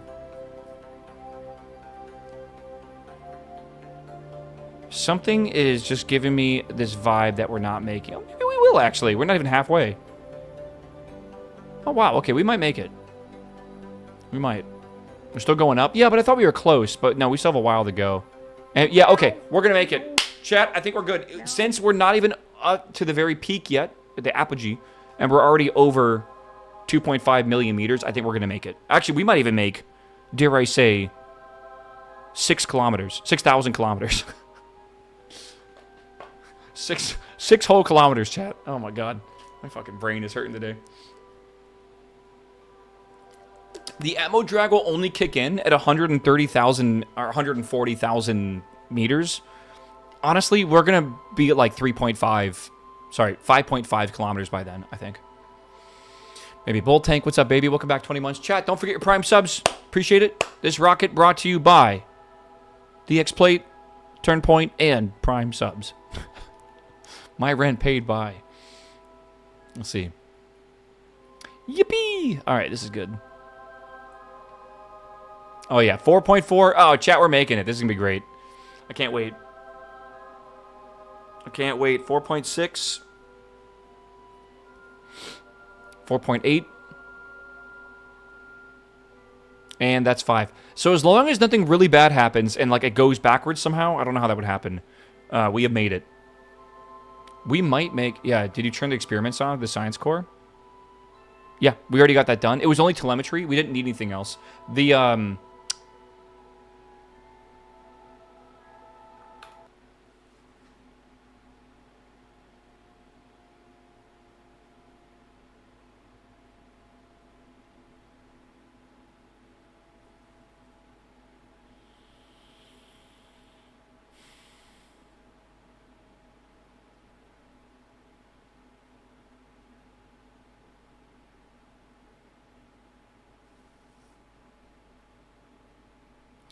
This is the second time this has happened.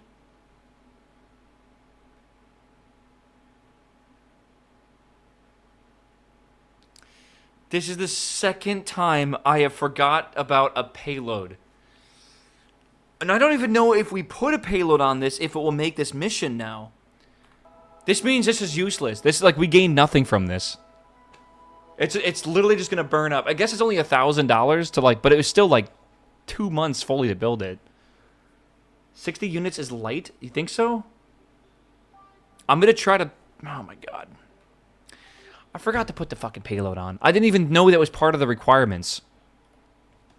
I swear, man, I don't accept missions until after I'm done building them and simulating them because I want to do other missions in the meantime. My taxes rip. This is what government funding does, bro. Waste. Oh, it's going to blow up. Oh, my God. We're still pretty far out for research. We might just have to go again, man. Oh, man, that went so well. You know what's going to happen? We're going to go put a 50 whatever payload onto the next rocket, and we're going to try to launch it, and it's going to just fucking explode. Like, something bad's going to happen. Oh, my God. All right. Well, well, well, if it isn't my own stupidity. So, we need to do this. I need to do a procedural tank. I need to do... What it service module? Yeah, that is a service module, right? Yes. Okay. I need this. I need sounding payload. Okay. This needs to be down, down, down, down. Down, down, down, down, down. Okay, up. Can I make this lighter? Like, is this... Yeah, this is just that. Okay. This is it. Will this work? We're at 50.9. That should be exactly what we need now. And I do have the mission here. Do you guys think it'll make it? I have this weird feeling it actually won't. We can simulate it, though. Nothing should have changed, luckily. Does it survive re-entry? No, it does not have to. It just needs to go 5,000 downrange. That's basically it. It only adds 40 kilograms? Yeah, but that on the top payload is huge. Like, really, really huge. What am I looking at?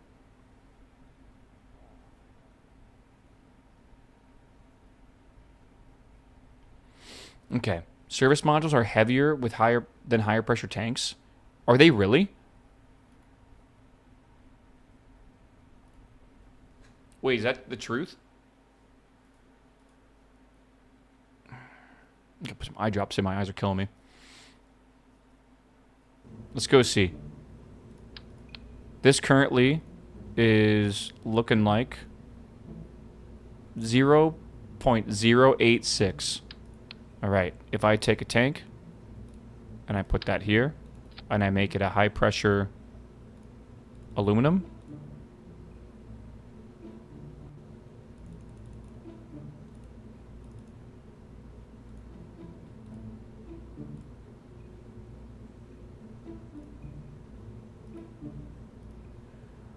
Ooh, that's a lot.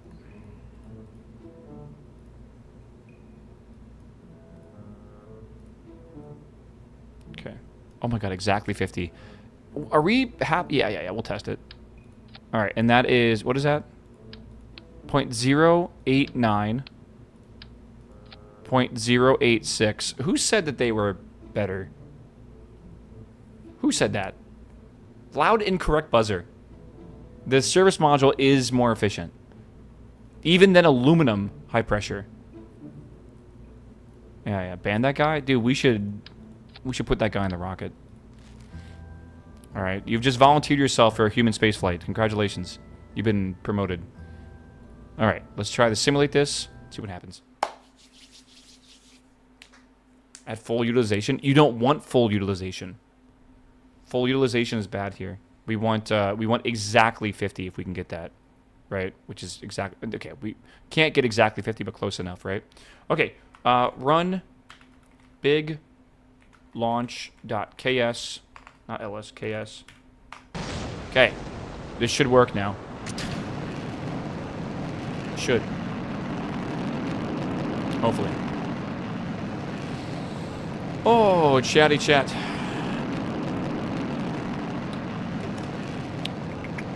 All right, we want to see if this can go 5,000 kilometers. If it can, we are going to, I guess, manufacture it again and then just send it. Wait the 45 days and we'll go again. I feel a little stupid, I'm not going to lie. But, you know, when am I not stupid, so. Retool. We won't really have to retool it. I'll need to, make a single cylinder and that's it. Should be simple. And I might not even do that because it's just like sounding payload. Yeah, keeping the contract window open is actually a really important thing, right? Like it's a big deal. Wait a second. Do you guys see what I see? We don't have to have the sounding payload on the top of this rocket. I'm pretty sure. Or maybe we do. Maybe we need to reach... Yeah, maybe we need to reach 5,000. Why isn't it counting up?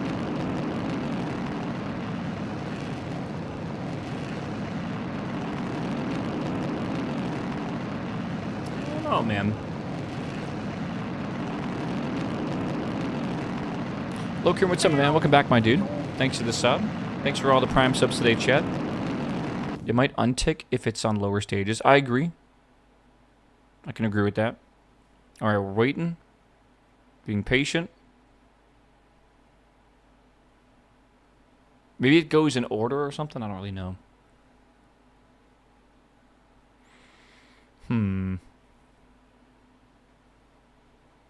All right, it's going up, going up, going up. All right, get ready. It's loud, chat. It's loud. Just prepare yourself. And here we go.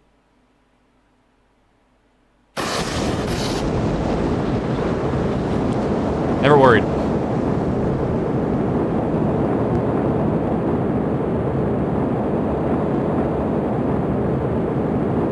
Beautiful, by the way. Looking gorgeous. That actually looks super good.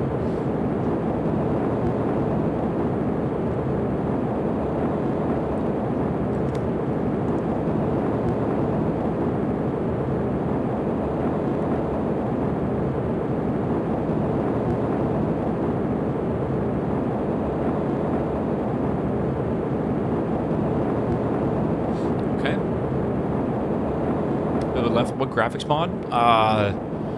You're talking about the clouds, which is BlackRack's clouds.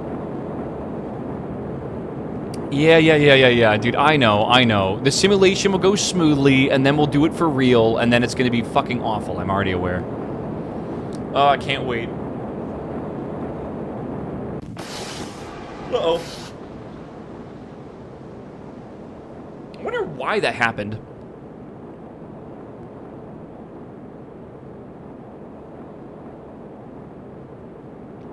I think I know why.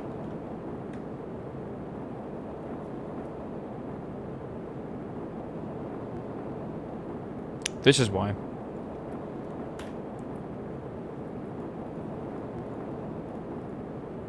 We need the engine to shut down and then release. I think that is a big issue currently. That downrange is still not counting up.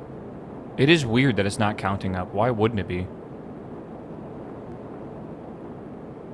Huh.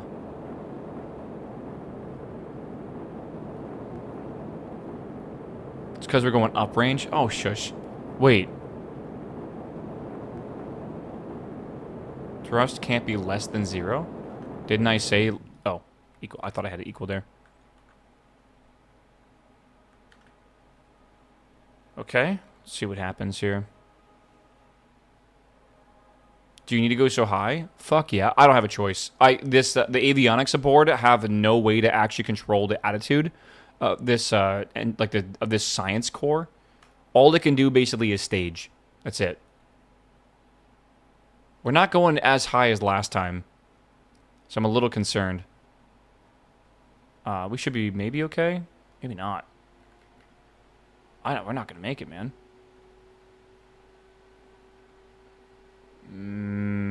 We might just make it by like a fucking smidge. Oh, those clouds. It's going to start burning up really soon.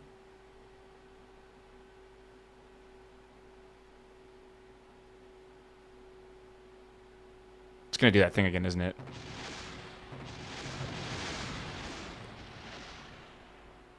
I saw 999. I saw 999. Also, again, it's not like... It's not showing the down range. What's going on with that?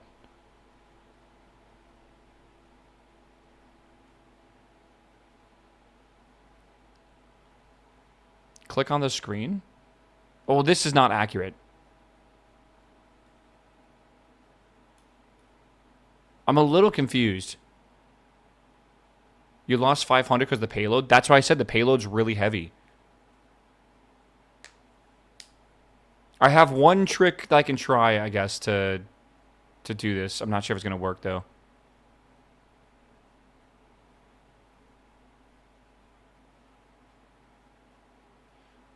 I'm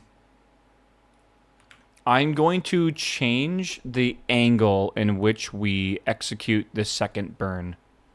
And I'm going to try to do it between 40 and 45, or maybe even less than that, like 35. Now, we'll try 40, I guess. And I think I might just do it a little bit lower, like 75 or something like that.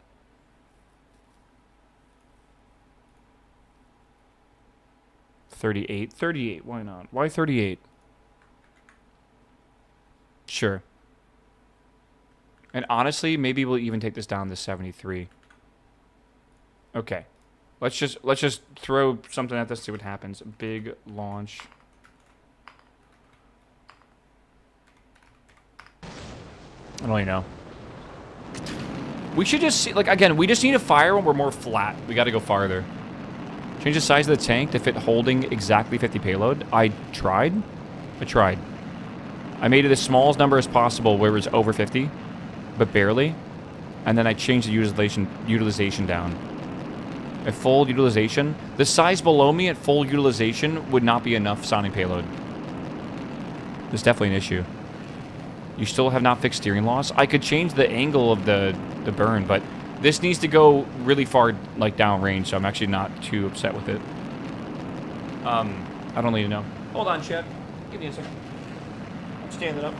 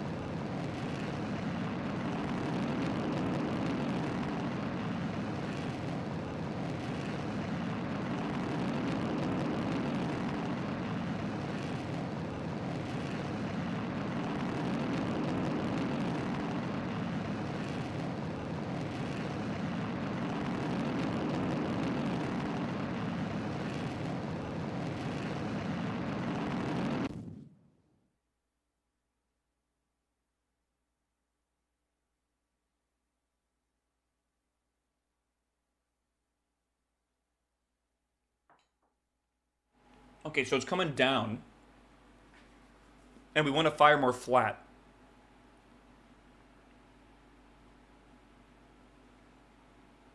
And then it's coming back up.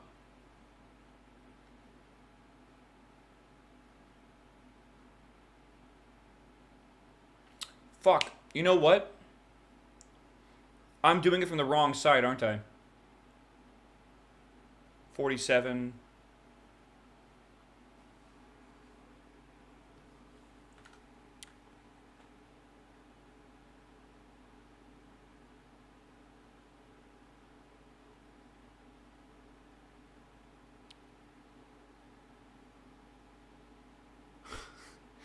If the ship angle is less than 38 and greater than 45, what the fuck am I cooking, bro? What the hell?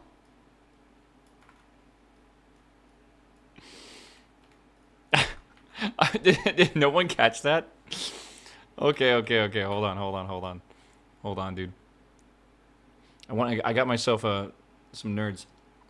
I still got some of those nerd gummies. We love impossible math problems, bro. All right.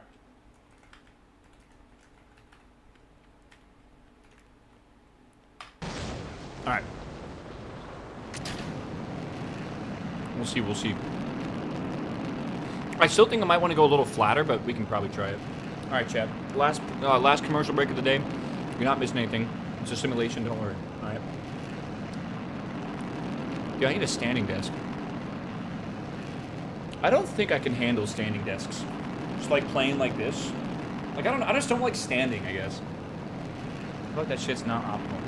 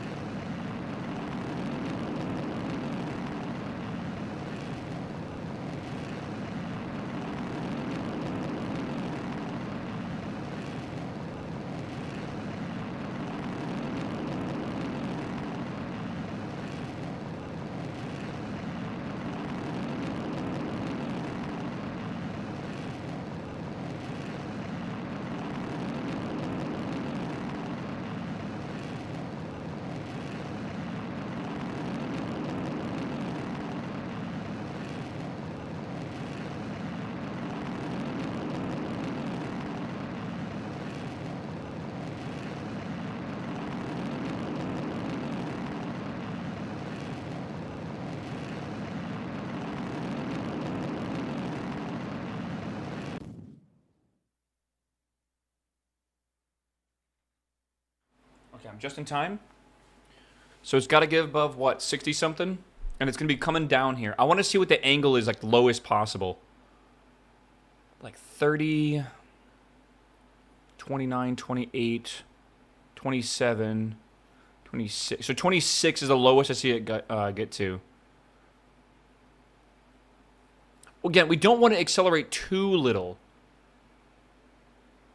I was going to see, like, there's 37. Whoa! Oh, we had a failure. This is a failure of one of the main engines, by the way. They each have about a 3% chance to fail, and I think any of them failing is about a 7% chance. It's not actually 3%. It's something less than that, but yeah.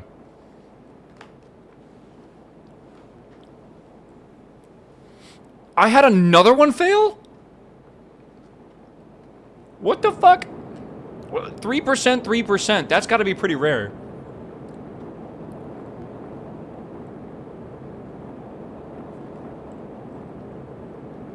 Okay, hold on, though. Is it possible we're cooking? This is one engine. I mean, it still has all the fuel, right? I mean, technically, it's got less thrust to weight, but, like, it should be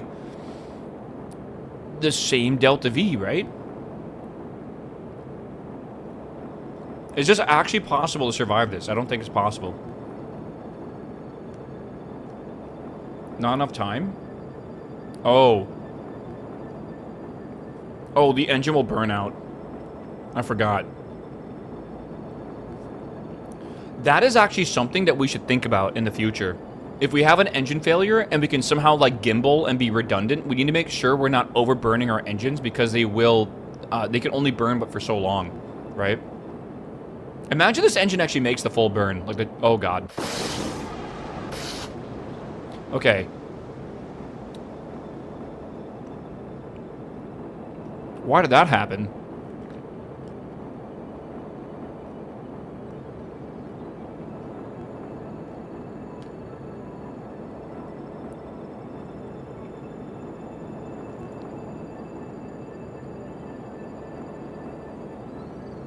We also had a fucking small... Dude, this is actually so fucked. This whole mission's awful. We had, like, 4 engine failures in one. That's why I'm saying the fact that we even did one and we didn't have any failure was crazy to me. Okay, okay. We gotta revert this, man. It's not making it even close to it, dude.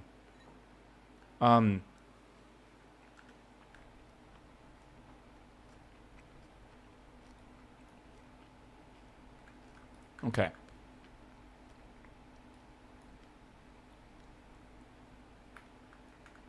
All right. That'll work. Run. Big launch. .ks. See what happens. Is this game harder than Blueprints? Oh, a whole different vibe. I love Blueprints, don't get me wrong, but like, I don't know. Can the sim be ran with failures off? I feel like when we run the sim, it's important to have a grip on reality for how likely things are to fail. If I run the sim and I get like 4 failures in like 7 tests, that should tell me, that's like an alarm bell. If I don't test with failures on, I just feel like it's not a good idea. Like, yes, it might suck that we have some inconvenient, you know, delays, but I would rather know the chances of stuff. Like, that's how I figured out how fucking bad this engine is for reliability, right? But you can run the sim with the failures off, yeah. When you load out into it, it says, do you want to enable them, basically. And it's by default on. So it's up to you, really.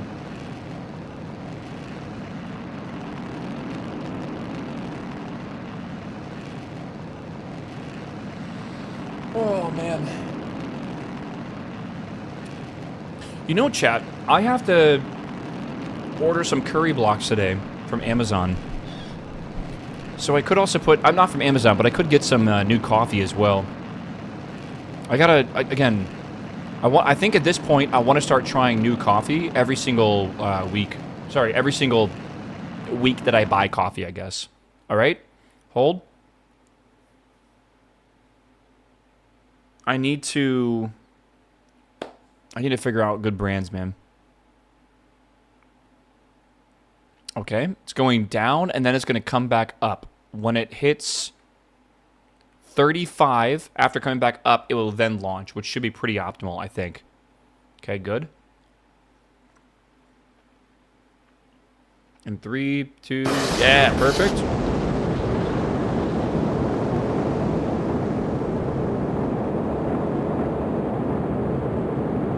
I don't know if launching at 30 is a good idea. All right. We want to be as high as possible, and we still have 50 or 40,000 more meters of the atmosphere. So I do want to get out of the atmosphere. If I accelerate too much in Atmo, I feel like it's just bad. But like, I don't know. 30 could be better. 30 could basically make me not lose any delta V, because like you can see that we're off from prograde. Maybe. 412 coffee box, is that good? Ooh, from Pittsburgh. All right.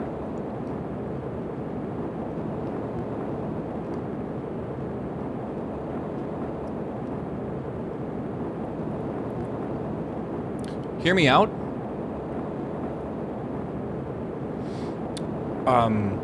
I fucking hate subscriptions. I hate subscriptions. Especially to, like, random shit. I'm telling you. I'd rather just, like, have variety and stuff. Says the streamer. I love my subscribers. I hate how every fucking service nowadays is a subscription, though. Hopefully you guys manage your subscriptions well. Because that shit adds up, man. You don't even realize how many you have. It's wild. I love you all, though. All right.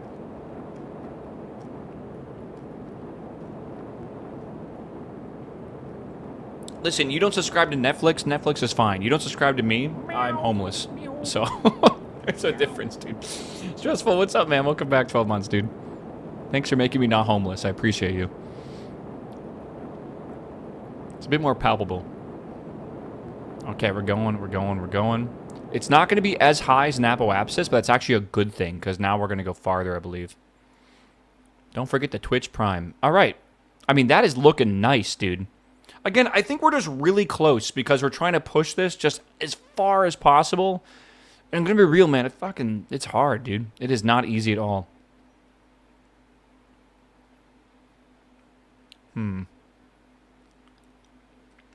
Orbital velocity. I have a picture. This one. You got to use 2400 delta V on Earth to get to low Earth orbit, which is 250 kilometers.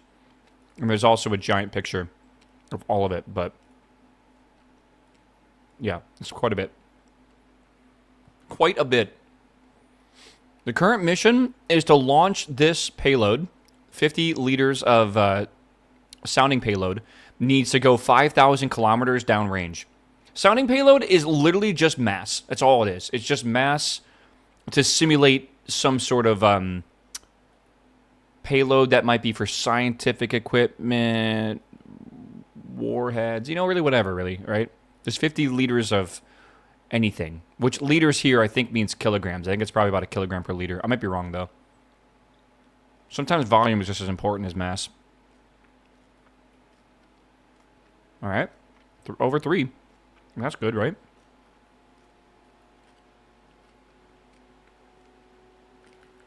Chat. That made it. That made it in a very good manner. Holy shit. I'm actually surprised how far that went. Do we ship it? Like, everything went perfectly, but, like, surely that will happen to us as well, right? Ship it, quite literally. Okay.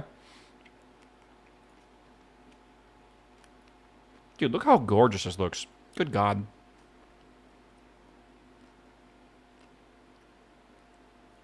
Check mission targets. Oh, yeah.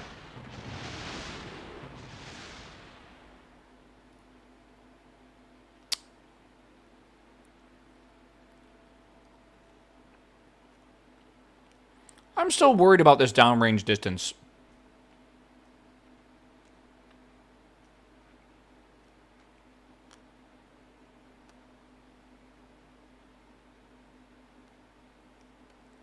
Like, what the fuck is going on here? Do you need to record it? What do you mean record it? Are you sure you don't need to land? I don't think so. It didn't get to 140 kilometer altitude? It went to 1,000 kilometers. But you're right, it didn't do that either.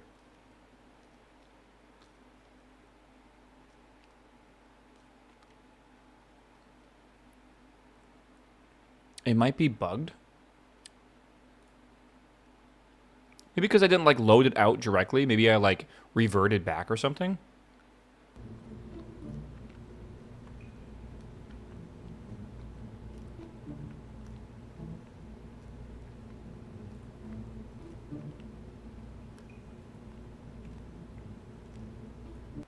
I don't know, man. Contract info disappears as the vessel is destroyed. So you're saying that it will survive, but it, I guess it's gonna, like, transmit it back or something. I feel like last time I did this, I remember this ticking upwards. And we did Eastern. We shot at Eastern to go downrange last time, and it was fine.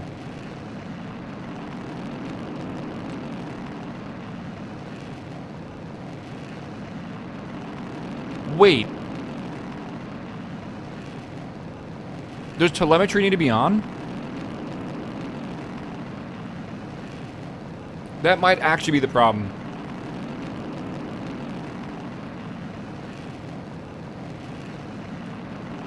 It will only start recording at 40 kilometers. Let's see if that makes a difference.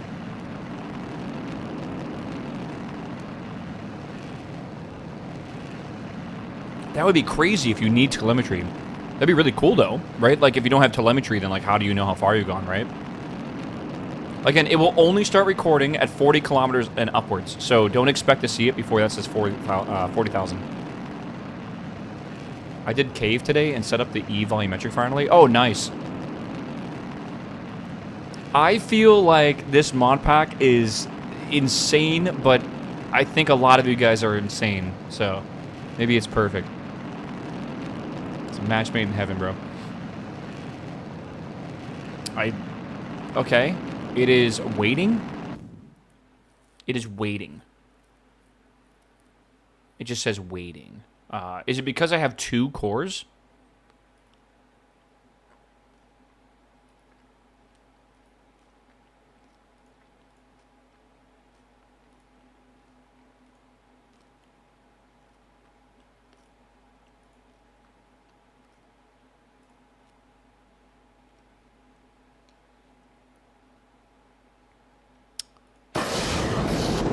thought I clicked something. It was like the right timing. We're still not getting it, man.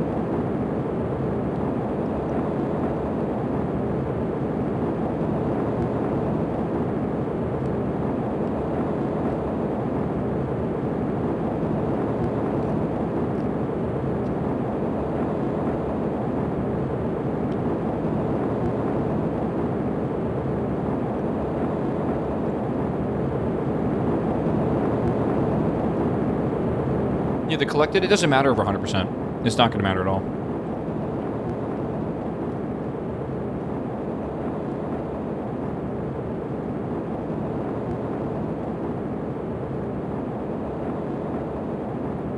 You can open terminal from this. That's actually good to know, right?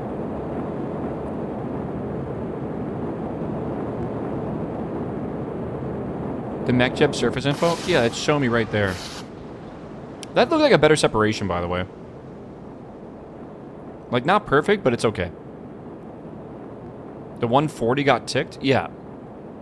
So maybe it will just... But I swear to God, when we were doing 3,000, it was counting up every time we did it. Right? Like, every time, I swear, man. It's so weird.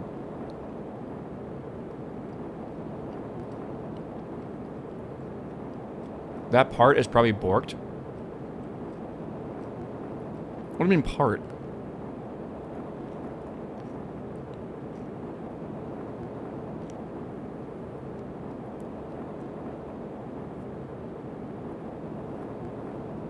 Is the antenna disabled? No.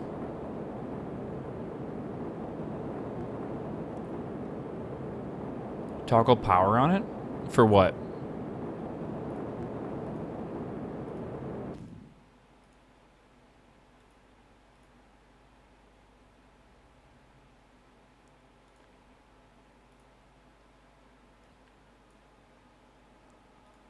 I think that's fine. Debug antenna? I think it's all good, man.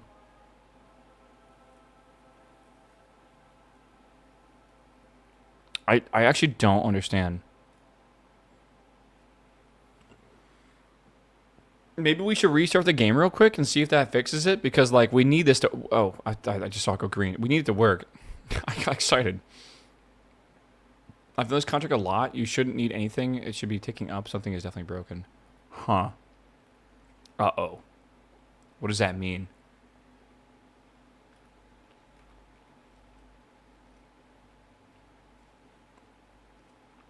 Let's see.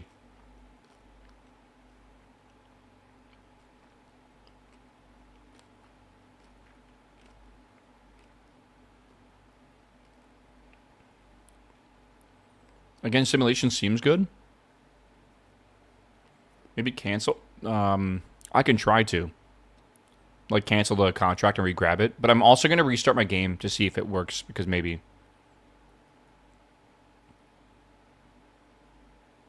says program ended. Do you need to maybe... No. That's my other program. That's unrelated to this, I'm pretty sure. It is not showing me the downrange distance. I think we have a problem. Yeah, I think we have an issue here.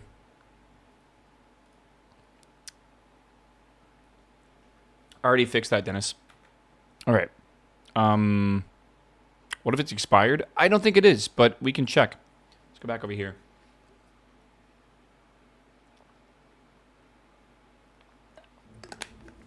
You only got to 3,000?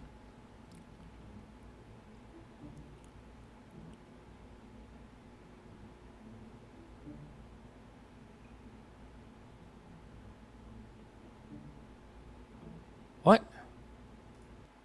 I feel like I'm being baited. I was just at 5,000. I promise you.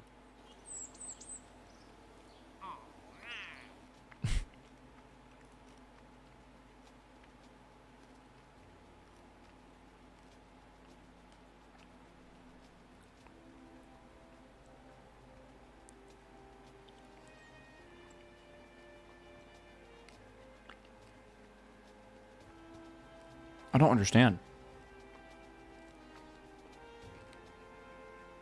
All right. I'm going to restart. The 50 kilograms of sounding payload? Yeah, it checks it off. Everything has been checked off for that. Kind of. I know the bottom one wasn't, but that's because we haven't done it outside the sim, but we're good to go there. I could just try to make the rocket and just send it, and if it, I don't know. Like, I don't really know what to do.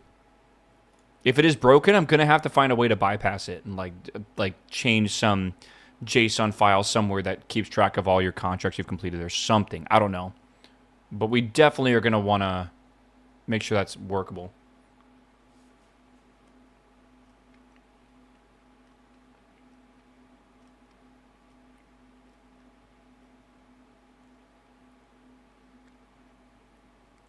The active guidance, this is really clever, by the way. The active guidance is for the first, like 50 seconds. That's why. 50 seconds. You want to know why? It's quite smart. You're kind of thinking it through, like, why would they require active guidance or whatever? Oh, you can force complete with the cheat menu if in-game if something is broken. Can you really? Okay, well, that's good. We'll do this, and then we'll see if it wants to count. Why is it so fucking bright, man? Holy.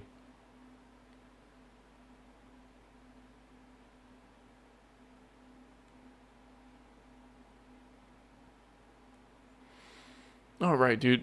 Oh.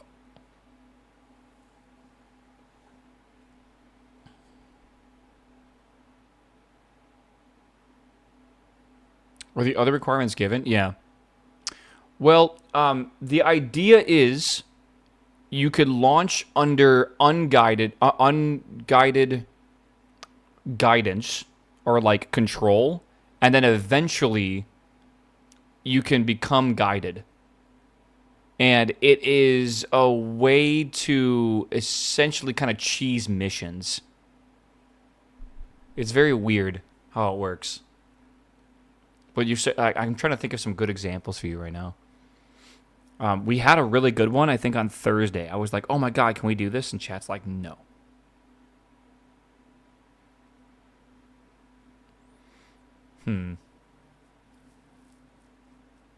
The uncrewed one, again, should not be complicated at all.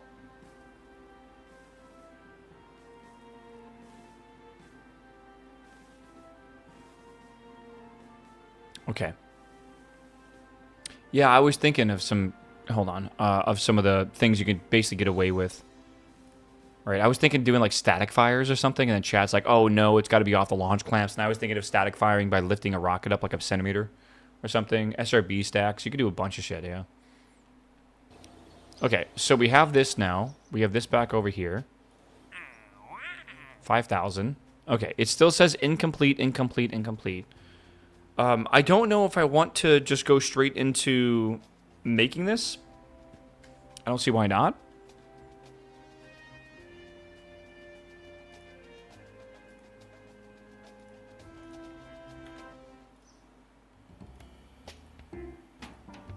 Yeah, okay. Well, fuck it. I say we just build it and send it, man. I think we're ready to go. If it doesn't work this time, we definitely have the sounding payload. If it doesn't work this time, I don't know what to tell y'all. We'll probably get to cheat it in, right? But I think we're good. I think the test showed it worked, unless that one guy in chat was not trolling me. I only made it 3,000 kilometers. We got to do a bit of... Hold on. Meow. Meow. Right, I got to do a little bit of tooling here. That's a lot of tooling. That's a lot of tooling. Why is that tooling cost 5,000? I think I'm just gonna not tool. It saves 10 days. Jesus. It's a new module. It's a service module, SM1. Hey Kane, how you doing, man? It's made from cylinders, 0.5. I don't know how often we're gonna use 400 millimeter by 600 millimeter. It's not terrible. 5,000 tooling for 80 cost. I mean, it's going to cost 117 once we tool it. Will we use it that much?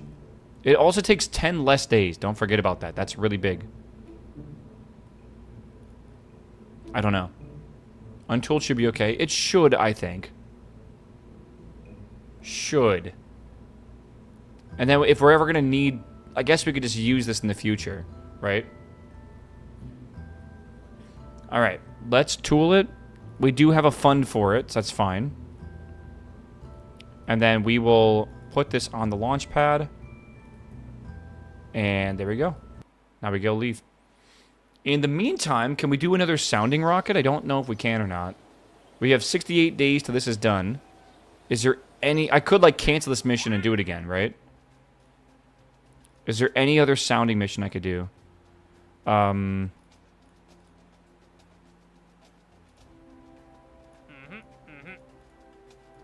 don't know. I think we just send it. I think we send it. I'm not going to worry about it. 3 months? 2 months even? Not even that big of a deal. How many failures is this one having? 0. It's going to have 0 problems. Alright, also, we just got some new technology. We got advanced avionics. So now we can actually use avionics with larger storage space for code and less power, but they will cost more. But more importantly, minus 55% mass, which is huge. All right, we got Sputnik PS1 and we got Sputnik as well. That's awesome. But the big thing is we got, yeah, the near-Earth avionics is big. Right, this thing weighs way less and it uses way less power, which is awesome. Yes, that's good. So the next thing we got to do...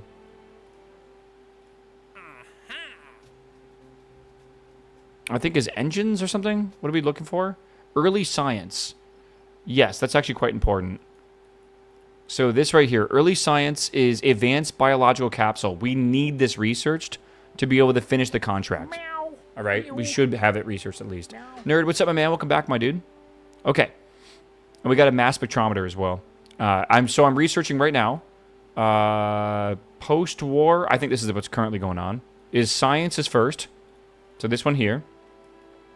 And then I think we're doing early material science to be able to get some like engineer efficiencies or something.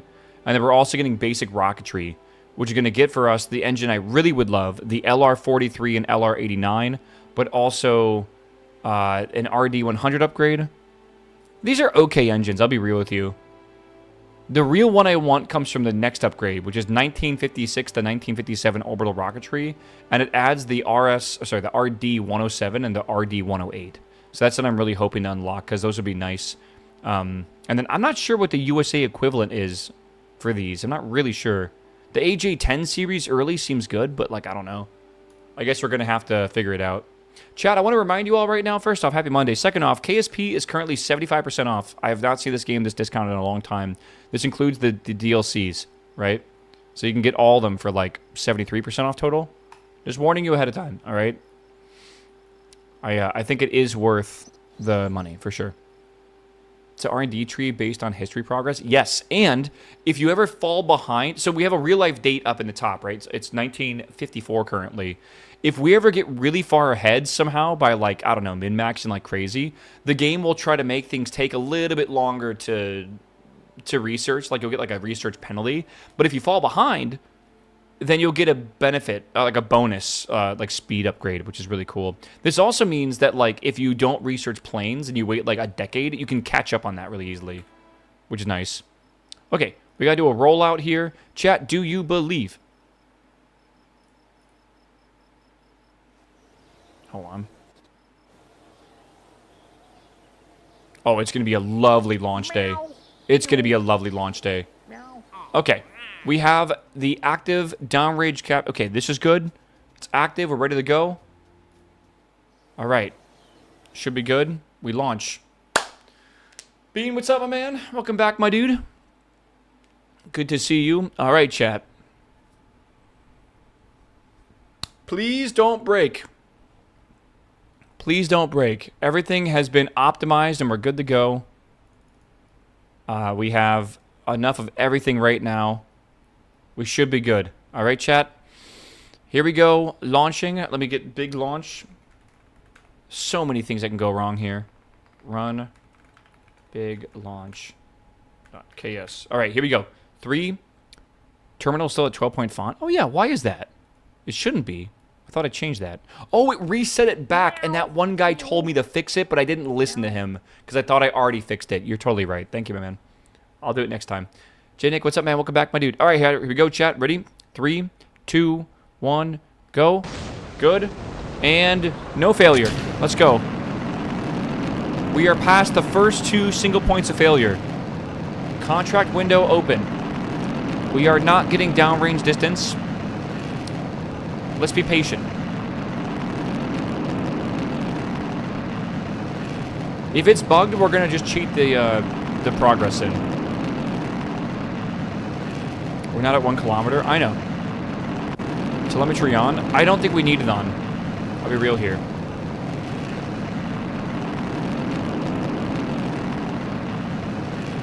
I'm gonna do that right there. Okay. Halfway through our fuel. Again, this is an alcohol fuel. I think it probably runs on like potato alcohol, surely, right? I think it's bugged, yeah. But like other things are tickings, which is weird. Like it's tracking some things. I wonder because I don't have the autopilot on, maybe? Probably you need to stage at least once. But why is it tracking everything else just fine? Yeah, but like in Russia, what were they growing for ethanol? Do you think wheat? Or I guess... I don't really know. I would think potatoes. Right? Surely potatoes. Alright. It's going to go down, and then it's going to start going back up when it hits approximately 35 degrees, which is coming up soon. We're at 29 right now. 30. It should fire. Hopefully we have no failures here. We have a lot of engines. Fuck! It's okay! No, it's not. Come on, come on, come on. Please, recover. It's not good. It's not good. It's not good.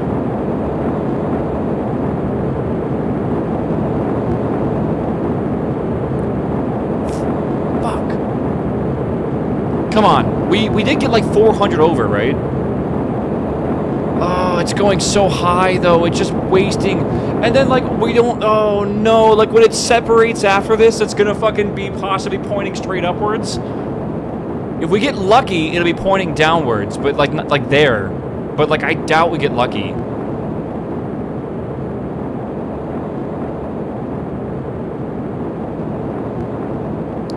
Oh, no, dude. It doesn't look like it's timing it well. No, it's gonna go... No, it's like the worst... Wait.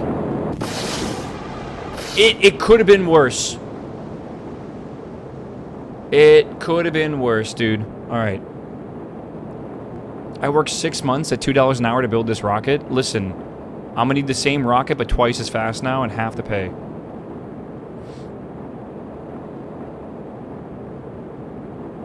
Maybe, just maybe it's possible.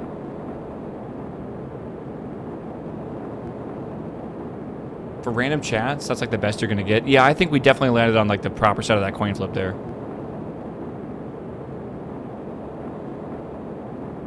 Someone who works in missile defense, I hit too close to home. I bet you hit close to home, bro. Oh, God, dude. Oh. We'll see, man. I feel like this is gonna fail, and then I'm gonna have to fucking do it again. Alright. What is it, downrange? We gotta get 5,000 kilometers downrange. We're currently at 400. I'm gonna speed up time a little bit and see how far we go. We can't revert. If we don't make it, we don't make it. Alright? It is what it is.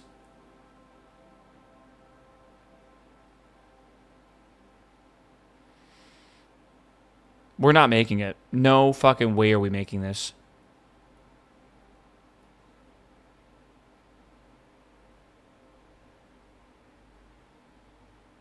We're not even close. Yeah, we're not even close. Okay, we're close. We're actually really close. I think it was like 2.4 something. But we got to go a little farther is the problem. I have no control over this, by the way. Like, zero control. We're at 4,000 kilometers. We need 1,000 more kilometers. Again, the number to look at is right here on the bottom. We're not making it, chat. No way. No way. No, we got to go. No way. We're going to burn up at 1.4. Yeah, no, we didn't make it. Damn it, bro. That's the second rocket we've thrown into the atmosphere that's done nothing. All because of the wobble. Because that one fucking RCS thruster broke. And it broke, like, really bad, too. Like, it wasn't like it had, like, small performance loss. Like, it straight up just fucking sucked. There it goes.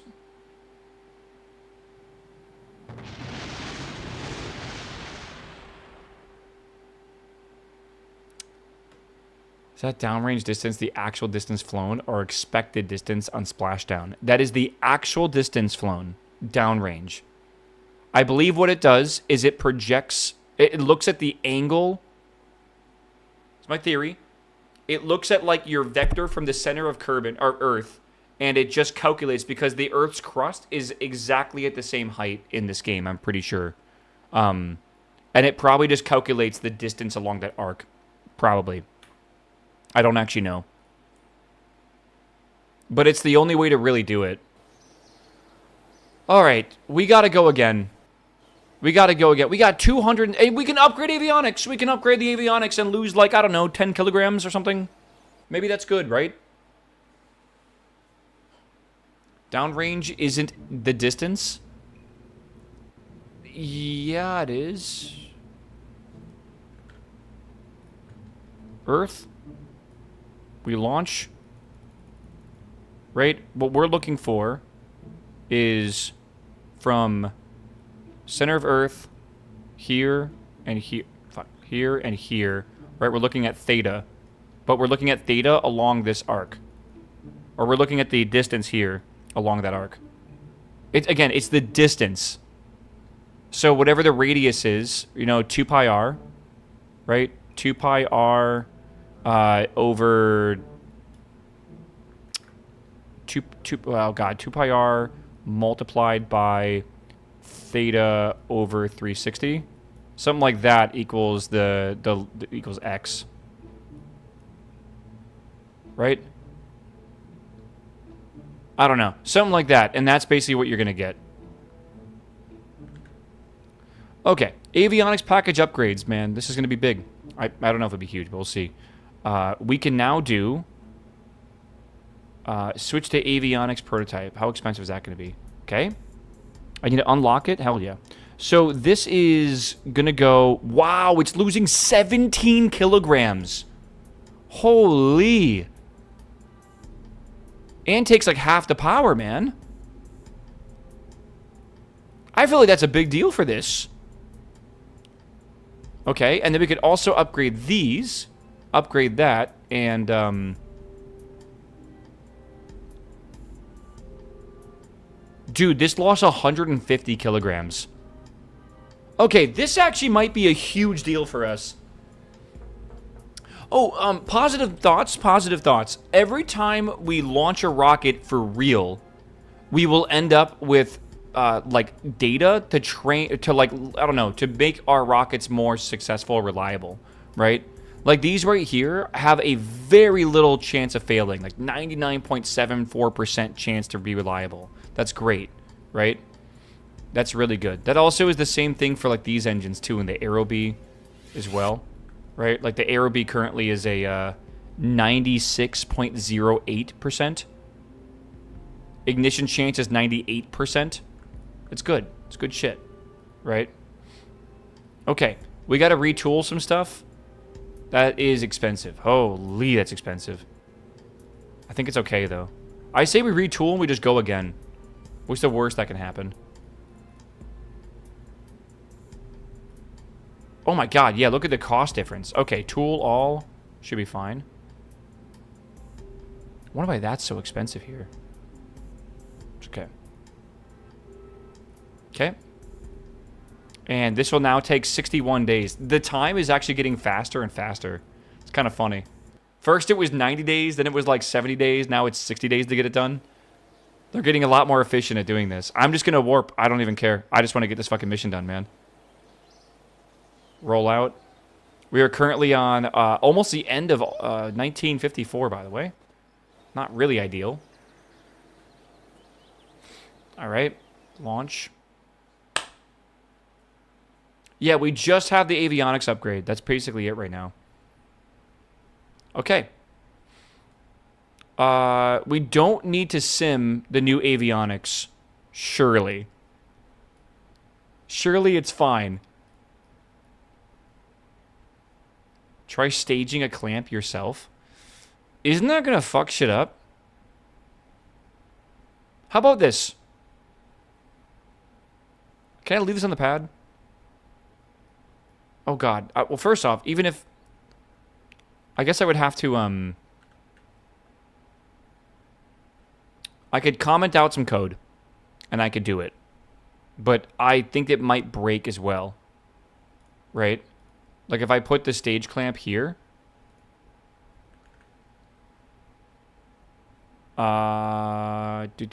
activate when thrust is there, then decouple. So I can,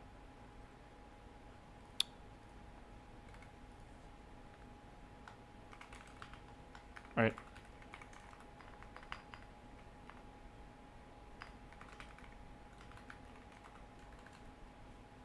Okay.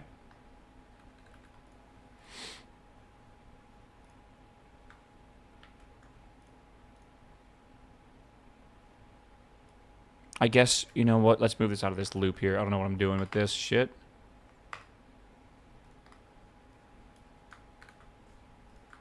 Okay. Okay. Test and prod is all good. So after the thrust is above 150, then I will spacebar and decouple. And then it will just keep going. Yeah. Should be good. All right, chat. Are you ready? We're going to go again. So here we go. Big launch dot... Oh, hold on. Run. Surely nothing bad happens from this. This is it, chat. Come on. Ready?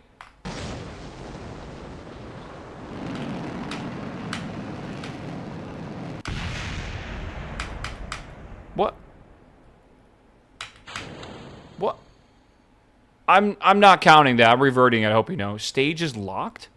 How does that work? Oh, Jesus Christ! I love when the physics game, like, there's like a fucking impact frame. I'm reverting. I don't care what y'all say. I'm reverting. That's a mulligan right there.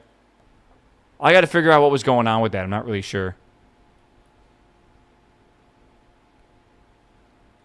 Stage... So the stage was locked. Is that why that was purple? You didn't click off the terminal? Oh! Oh, okay. Now I know. All right. We're going to add a countdown, I feel. Big, hold on. Run, big, launch. But when there's little mistakes like that, by the way, chat, we are okay with reverting. It's not that big of a deal. But when it's like me designing a rocket wrong and that results in like the thing blowing up, that's obviously a problem, right? So it is what it is. All right, here we go. Hey, we got it. Okay. Yeah, we need countdowns. I don't know if... I know, okay, there is a way to play sound through KSP, but I do not believe we can have a countdown. Hear me out, though. You can communicate. You see that... you see the terminal here?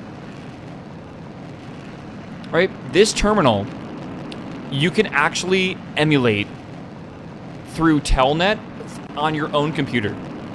So I can actually have it send this information to my actual terminal, or like to like, you know, with like SSH, or like using PuTTY or whatever, right? Which is cool. That means that I could integrate with it in... Oh, it's working. It's working. Okay, hold on. Bug might have been solved.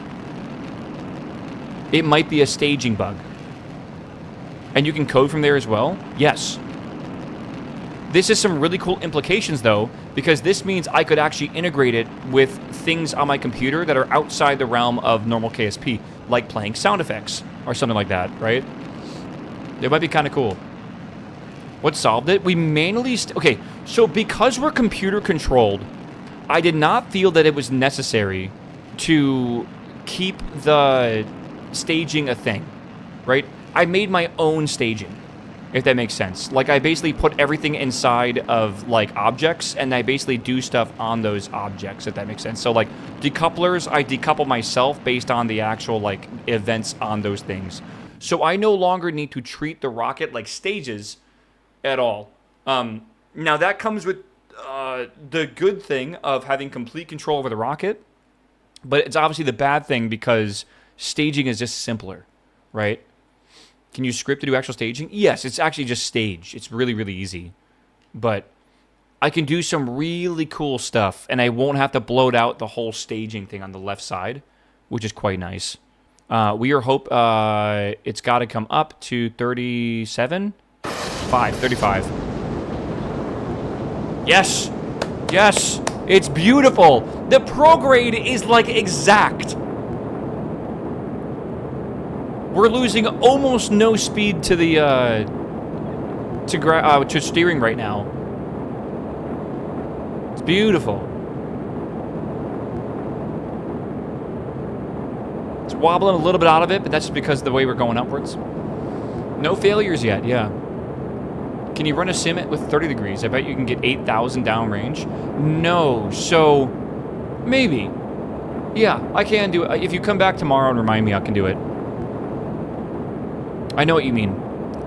Soon we will be able to use the avionics and be able to... I'm thinking maybe we start including RCS gas into our ships to be able to to angle it or whatever. I think if we're going to put a satellite in orbit, we're going to need more power.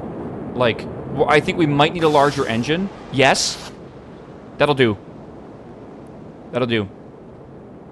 I think that'll work.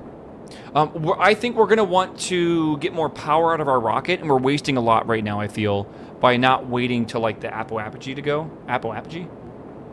Apoapsis and apogee are two different words, but whatever.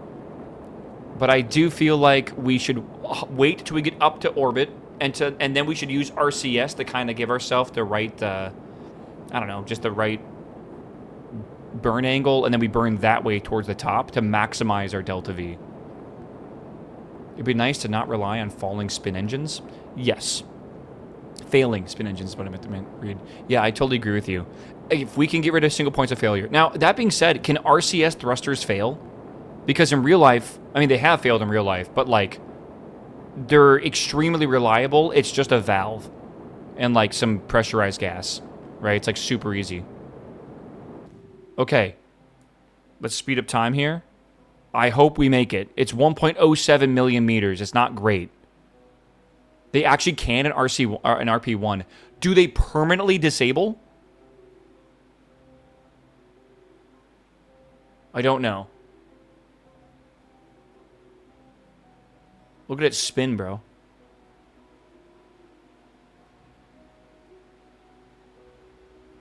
Oh, I think we're going to make it. Valves can get stuck on extreme conditions. Really? Like, you can have a valve that, like, won't shut off, and then you'll just, like, start spinning and spinning and spinning and spinning. After several hundred of hours, I've never seen it happen. Oh, of course it will happen to me first try. Or, like, on the most important mission.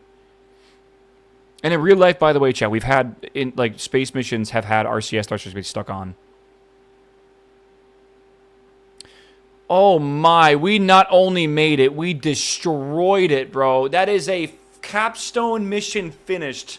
Downrange milestone, 5,000 kilometers. I think we actually accomplished this on a pretty low level of technology as well. It would have been easier to wait, I feel, for the future engines. You have to fire them like 30 minutes continuously for it to do that? That's wild. It's just RNG, right?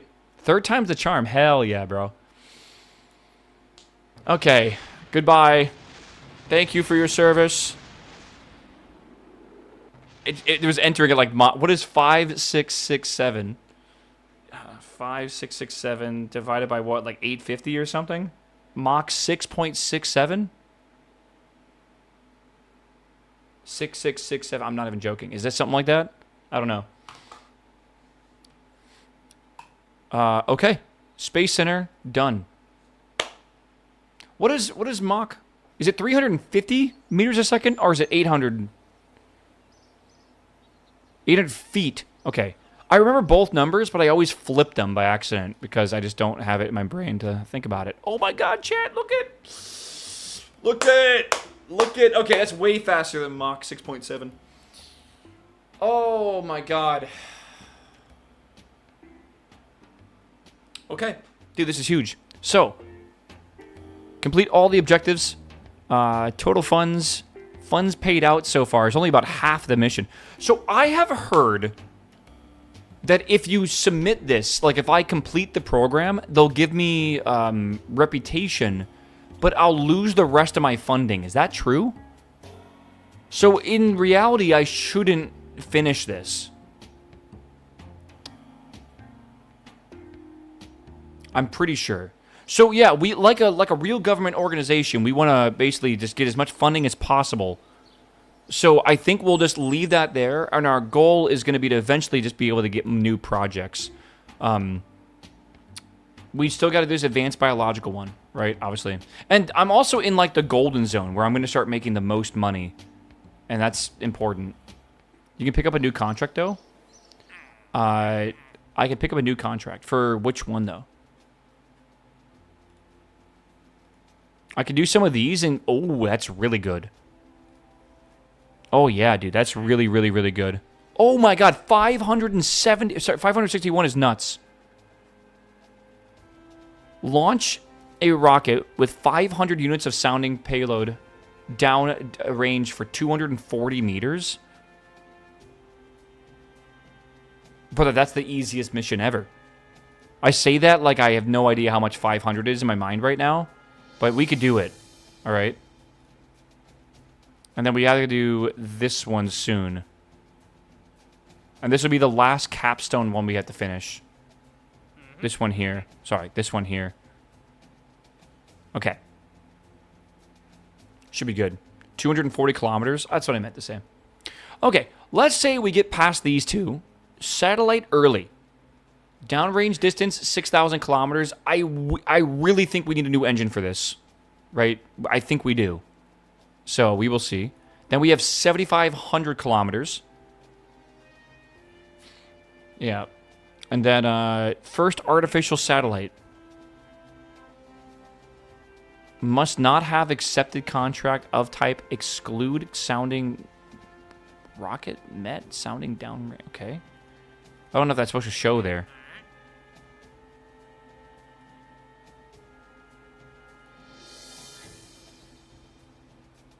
Polar orbit.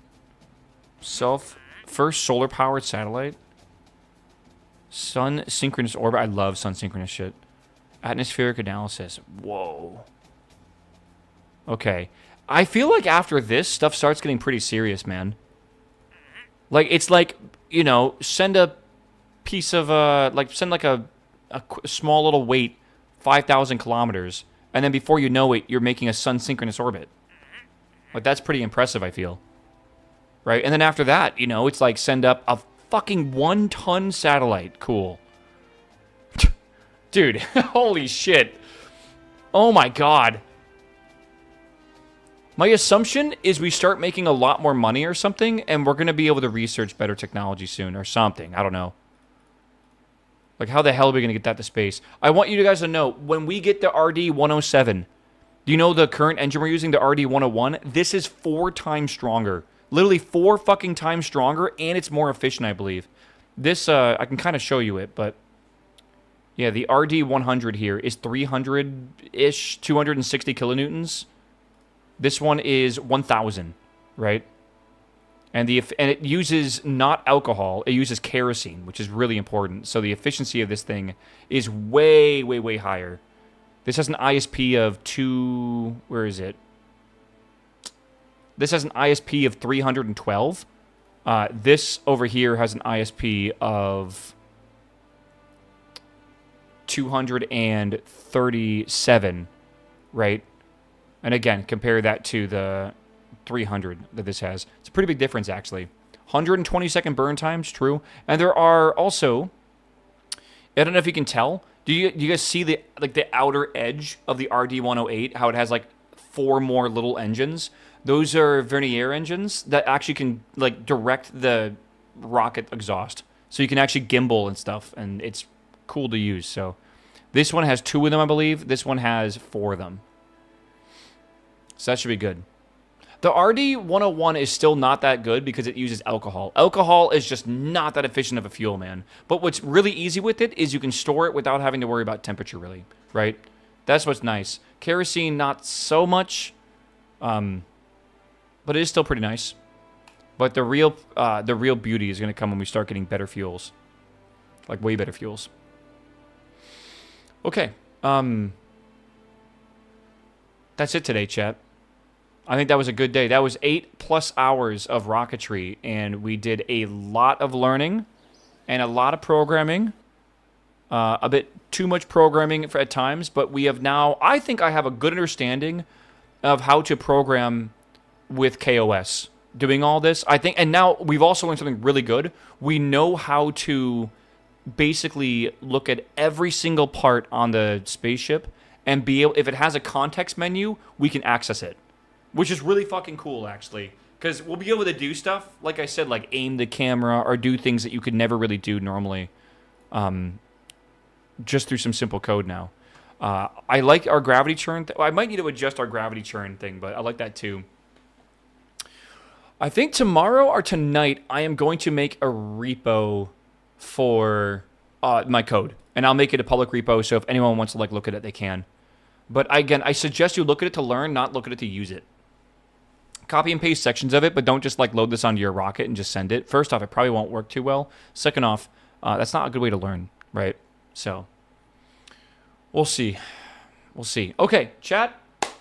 Dude, I can't wait to try to program a mission that is like, you hit go and it just puts a satellite in orbit. Like I could just sit back and just relax and watch it just perfectly put one in orbit, man. Oh, geez, it'd be amazing. But okay. All right, you guys are great on YouTube. I got to say goodbye to you first because I can't play outro songs on YouTube. I love you. I'll be live tomorrow, but I'll be live later on, probably at like 9 in the morning for y'all on YouTube. I'll be live an hour earlier on Twitch, but obviously I need to wait a little bit before I go live because we just chill and chat. And sometimes I watch videos, and it's just, again, when the gameplay starts, 9 o'clock is when I go live. Okay? Cool.